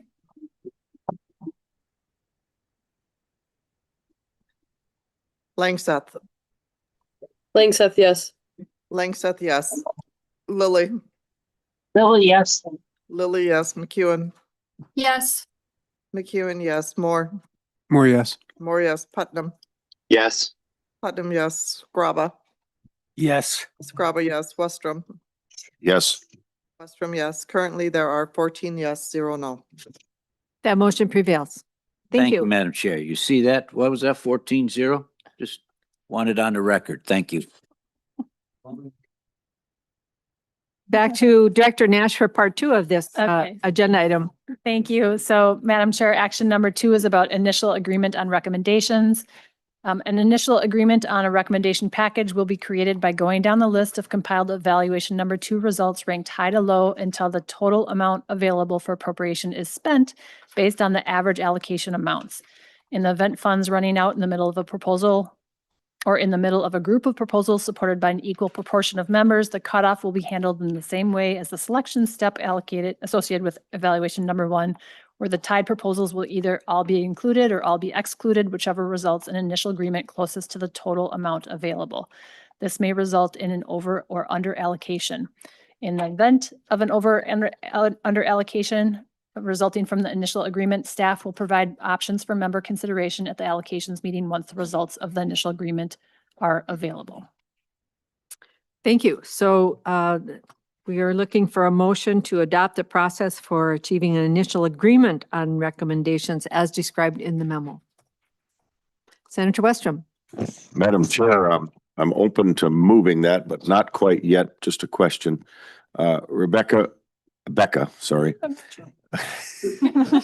Did your mom used to say your full name when you were in trouble? And so Becca, the emerging issue account dollars, I was thinking we should just make a motion to move some of that in for consideration. Would that be an appropriate amendment to this if I made the motion, or would it not be advisable from you to have that added in? Madam Chair, Senator Westrom, it might be better if you wait for that.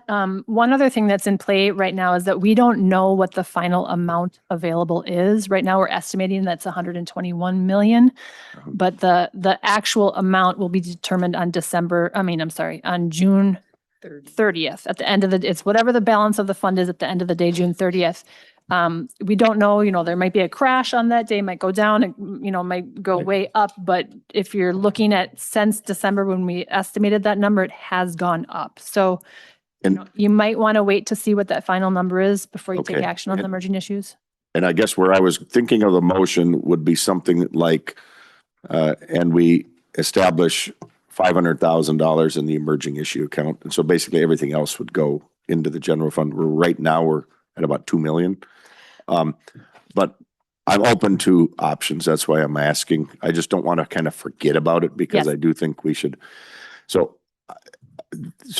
if we just put a number on it, that would give you the flexibility, whatever the number is on June 30th too, wouldn't it? If we just say and only recommend $500,000 to be in the emerging issues account. Senator Westrom, would you open to doing that at our meeting on June 30th? The what? The meeting when we meet for presentations on June 30th, would you be open to bringing this back up at that time? Would that be a good time to meet and just make sure it's on the agenda at that time? Assuming I don't have a conflict and I can be there, that's always. We're all hoping to be there. That's our presentation schedule. So would it be okay then, Becca, Director Nash, to just put that on the agenda during our week of meetings, July, what, 29th, 30th, July 1 or June 30 or July 1st or 2nd? Mr. Chair and members, yes, if the chairs who set the agenda are okay with that, we can do that. I would suggest doing it on July 1st. We usually need a couple weeks even after June 30th to establish that number, but we're going to try to cut it close and do it on the 1st. So the last day of our presentation That sounds schedule, good. that works for you? Okay. Yeah, So would you like to move then, the second part of this? I'll do that, Madam Chair, and Okay. Thank you. the emerging issues can be a future agenda item. All right. So, Member Westrom moves to adopt the process for achieving initial agreement on recommendations as described in the memo. To the, we'll have roll call on that motion. Albrecht, Yes. Albrecht, yes. Her, Or yes. yes. Jordan, Aye. Jordan, yes. Beeman, Yes. Beeman, yes. Faber, Faber, yes. Gilman, Green, Hedstrom, Yes. Hedstrom, yes. Heinzman, Yes. Heinzman, yes. Langseth, Langseth, yes. Langseth, yes. Lily, Lily, yes. Lily, yes. McEwen, Yes. McEwen, yes. Moore, More yes. Moore, yes. Putnam, Yes. Putnam, yes. Scrabba, Yes. Scrabba, yes. Westrom, Yes. Westrom, yes. Currently, there are 14 yes, 0 no. That motion prevails. Thank you. Moving on to the next item on our agenda, which is a subcommittee on allowable expenses. And there's a reason that we have this on our agenda, and I'm going to let Director Nash tee this up. Great, Madam Chair and members. Staff are hoping to review several kinds of expenses that are appearing more frequently in recommended projects to ensure alignment with member expectations, LCCMR's posted expense policies, and LCCMR staff's application of those policies. We're thinking it might be best to do this as a subcommittee if the members are interested and willing. What we envision doing, and I would also say that this came up just kind of coincidentally, because this has been on our list of things to do for a while, but it did come up in the audit of the Lessard Sam's Outdoor Heritage Council. So we thought, well, that's a good enough excuse to take a look at it at the LCCMR as well. So what we had envisioned doing is spending, maybe 1 to 5 hour-long sessions. It could be done in 2 days potentially. But looking at our guidance on allowable expenses, which we've provided attachment to your packets, kind of confirming that the eligible expenses and the prohibited expenses are still in line with your expectations. And then most of the time we would focus on the generally ineligible expenses. And those are the ones that, unless they're really specifically tied to the purpose of the award and the applicant provides additional justification for it, it's kind of the gray area. And so we want to make sure that you are thinking, some of these might be just moved to eligible, some ineligible, or we might get some more clarification on in which circumstances these would be allowed. There are also some additional expenses that have come up. Stipends is an example we're getting a lot of requests for stipends. And so do we want to put this on our list and create some policy around it? So that's what we're hoping to talk to you about. Traditionally, we have had our subcommittees be 7 members. So 2 senators, 1 from the majority, 1 from the minority. Same with the House, 2 House members, and then 3 citizen members, just reflecting that there are more citizen members and also to make it an odd number.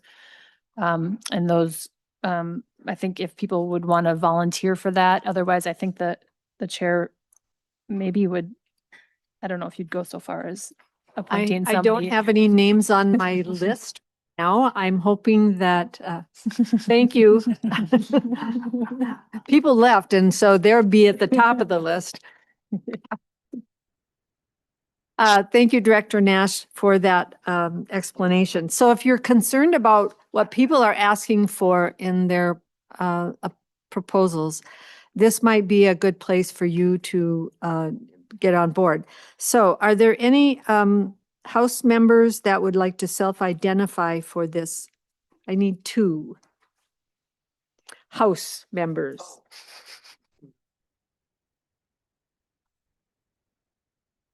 Well, there has to be one from each party, right? Yes. I will identify from the House DFO myself. You decide your schedule. The committee will get together, elect a chair and decide their, and so I have, from the House, I have Representative Jordan and Representative Scraba. Thank you very much for stepping up. From the Senate, are there two members from the Senate that would be interested in working on this? We have several members on, online. We have, Senator McEwen, Senator Putnam, and Senator Herr. Senator Green and Senator Westrom have left.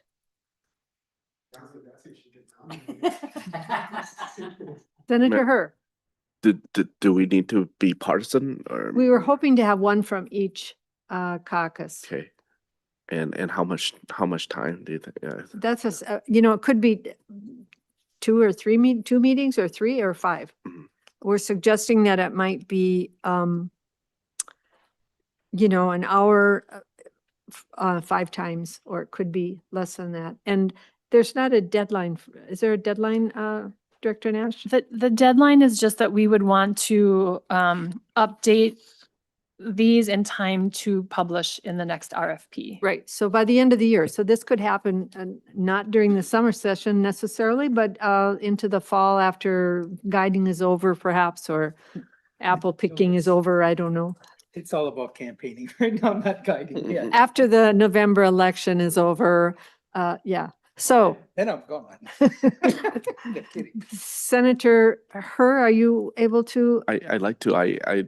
One struggle I have is I also am serving on LCCMR, and actually I'm bouncing back and forth. My body's here, but my mind's over there. I know they, So how rude that that's they where- scheduled their meeting on the same day as we did. So as much as I like to, I want to pass on to my colleague. I see Senator Green's Senator- online, and so And also Senator McEwen has raised McEwen. his hand, which is Okay, a very great. good sign. Senator McEwen.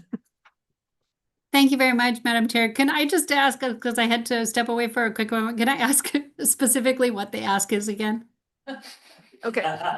The ask is to participate on a seven-member subcommittee with 2 House members, 2 Senate members, and 3 citizen members to review the LCCMR guidance on allowable expenses, which is in our packet and also posted online. Because some of the proposals seem to be asking for things that maybe aren't listed, or that we have difficulty deciding whether or not that's a good use of funding. And the idea is that it would take maybe 5 one-hour meetings, or maybe 2 3-hour meetings, or less than that. Are you Thank you, willing ma'am. to? Are you Yes, willing thank to you, Madam serve? Chair. I am happy to volunteer for one of those positions if it is requested. So we have 1 Senate member. Is there a Senate member? Senator Green, or are you online? Would you like to step up for this? You did such a great job on the subcommittee for the policies and procedures. I think you'd be a great addition. I would love to tell you yes, Madam Chair, but right now, one of the reasons that I'm anxious to get back on the road is I've got to get ready for the rest of my week. I'm so far behind on work that I don't know if I could sit here and tell you that I could do a good job at getting to these meetings or not. Okay, then we'll leave it to you to encourage and recruit Senator Westrom to be a member of this committee. Well, I'll be picking him up here in a minute. He's driving home with me, so I'll run it by him. All right, so moving on to citizen members, I have 1 member, citizen member Beeman has volunteered. Is any other member that would like to volunteer from the Citizen Commission?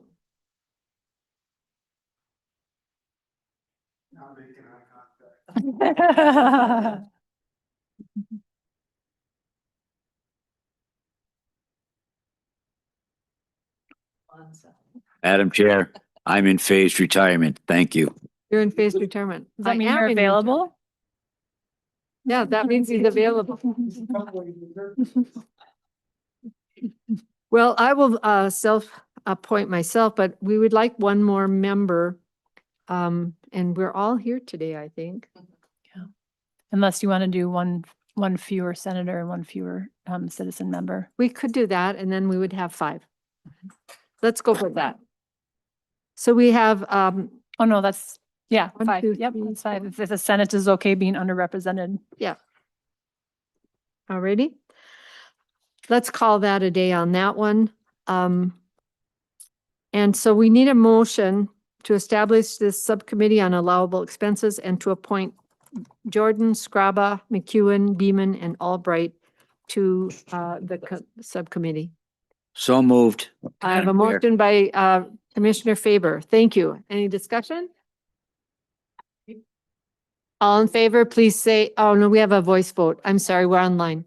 I'm going to ask the staff to call the roll on this one. Albrecht, Yes. Albrecht, yes. Her, yes. yes. Jordan, Yes. Jordan, yes. Beeman. Yes. Faber, Faber, aye. Beeman, yes. Faber, yes. Gilman, Green, Green, yes. Green, yes. Hedstrom, Yes. yes. Heinzman, Yes. Heinzman, yes. Langseth, Langseth, yes. Langseth, yes. Lily, Lily, yes. Lily, yes. McEwen, Yes. McEwen, yes. Moore, More yes. or yes. Putnam, Yes. Putnam, yes. Scraba, Scraba, yes. Scraba, yes. Westrom. He is traveling to see you, Green. Currently there are 14 yes, 0 no. That motion prevails. Thank you all for stepping up and volunteering for those Yes. roles. And we'll leave it to staff to organize that group and hook you up so that we can find a meeting time to get started on that. We also want to just review any other, is there anything else with that particular issue, Director Nash? Okay. So any other LCCMR business? So, Madam Chair, I just want to mention, we heard from the community grant program today. Obviously, we and they are both funded from the same source of funding. And so we're going to have some, and we've been trying to, on a staff level, coordinate for a while now to figure out how are we going to distinguish ourselves for the public, that we are 2 different entities, 2 different processes, 2 different sets of rules, and generating different projects out there in the world. Because we're both using the Environment and Natural Resources Trust Fund, we have been working with the DNR on updating the versions of our logo so that one would specify the DNR grant program and the other would specify the LCCMR grant program. So we are, and DNR has, expert designers. And so we've been working with them and providing some thoughts, and just want to put that on your radar that we will be sharing more with you as those designs move towards finalization. That is that agenda item, Madam Chair, and I can move on to the next. All right, let's do that. Okay, so the next is just the next meetings. One thing that we need to schedule still is the executive committee meeting. The executive committee is made up of the 3 chairs and then their 3 corresponding vice chairs. And their main responsibility and authority is to approve the LCCMR's administrative budget. And so before you start your evaluation number 2, we want to figure out what that budget is so that we can subtract that from the total that you have to allocate to projects. And so we would like to have that executive committee meet on the morning of Monday, June 29th. That's the first day of presentations. We think it'll just be a half an hour long meeting. And so we will notice that, watch for appointment. If you're on the executive committee, watch for a calendar appointment for us soon and then an announcement, the way we usually announce our meetings. Just checking with folks who are here, which would be Senator Herr, Representative Jordan, Rita, Senator Green, and then if Representative Heinzman's online, is 8:00 a.m. on a Monday morning too early? And Seth is also a. Oh, Steph, thank you. Sorry, Steph. Yes. 8 on a Monday morning. We could do 8:30. Let's do 8:30. I'm an 8:30 person. Well, Madam Chair, I have to drive into the Capitol to make quorum for folks, but yes, I can do 8:30 on a Monday. Okay. For the record, I do think 8 a.m. on a Monday morning is a cursed time. I to do too. meet, But Right. And yes, I can do 8:30. okay. It's also the day of our first day of The presentation. presentation. And you know what? With fewer, we opted for the fewer presentations, right? I believe so. Yeah. So we actually have a little bit more flexibility. So we might be able to move it up, but we'll start the presentations a little later and then just do the executive committee meeting first At 8:30. at first. So, Monday, June. it's saying 8:30 right now, but maybe I should just say watch for the Okay. calendars once we figure out how the presentations sort out. All right. So that otherwise the subcommittee, we'll be in contact to probably give you a survey and assess what your schedules are like. And then the full commission, the next meeting will be Monday, June 29th after the executive committee. Did I say that wrong? June 29th. Yes, that's true. Okay. All right. There is no public testimony in person. We had some things posted online, I believe, that you have a list of on the end of your packet. Correct. But I do want to have Diana give her pitch to get your, what are these called? Expense reimbursement. Expense reimbursement forms in and get them here today so they can get signed and paid. Anything else for the good of the cause before we adjourn? Madam Chair, Yes? one last comment. I turned my form in before any of you got here this morning. Thank you. Have a nice weekend. And it is 3 on the dot. Just so Thank you. We are adjourned.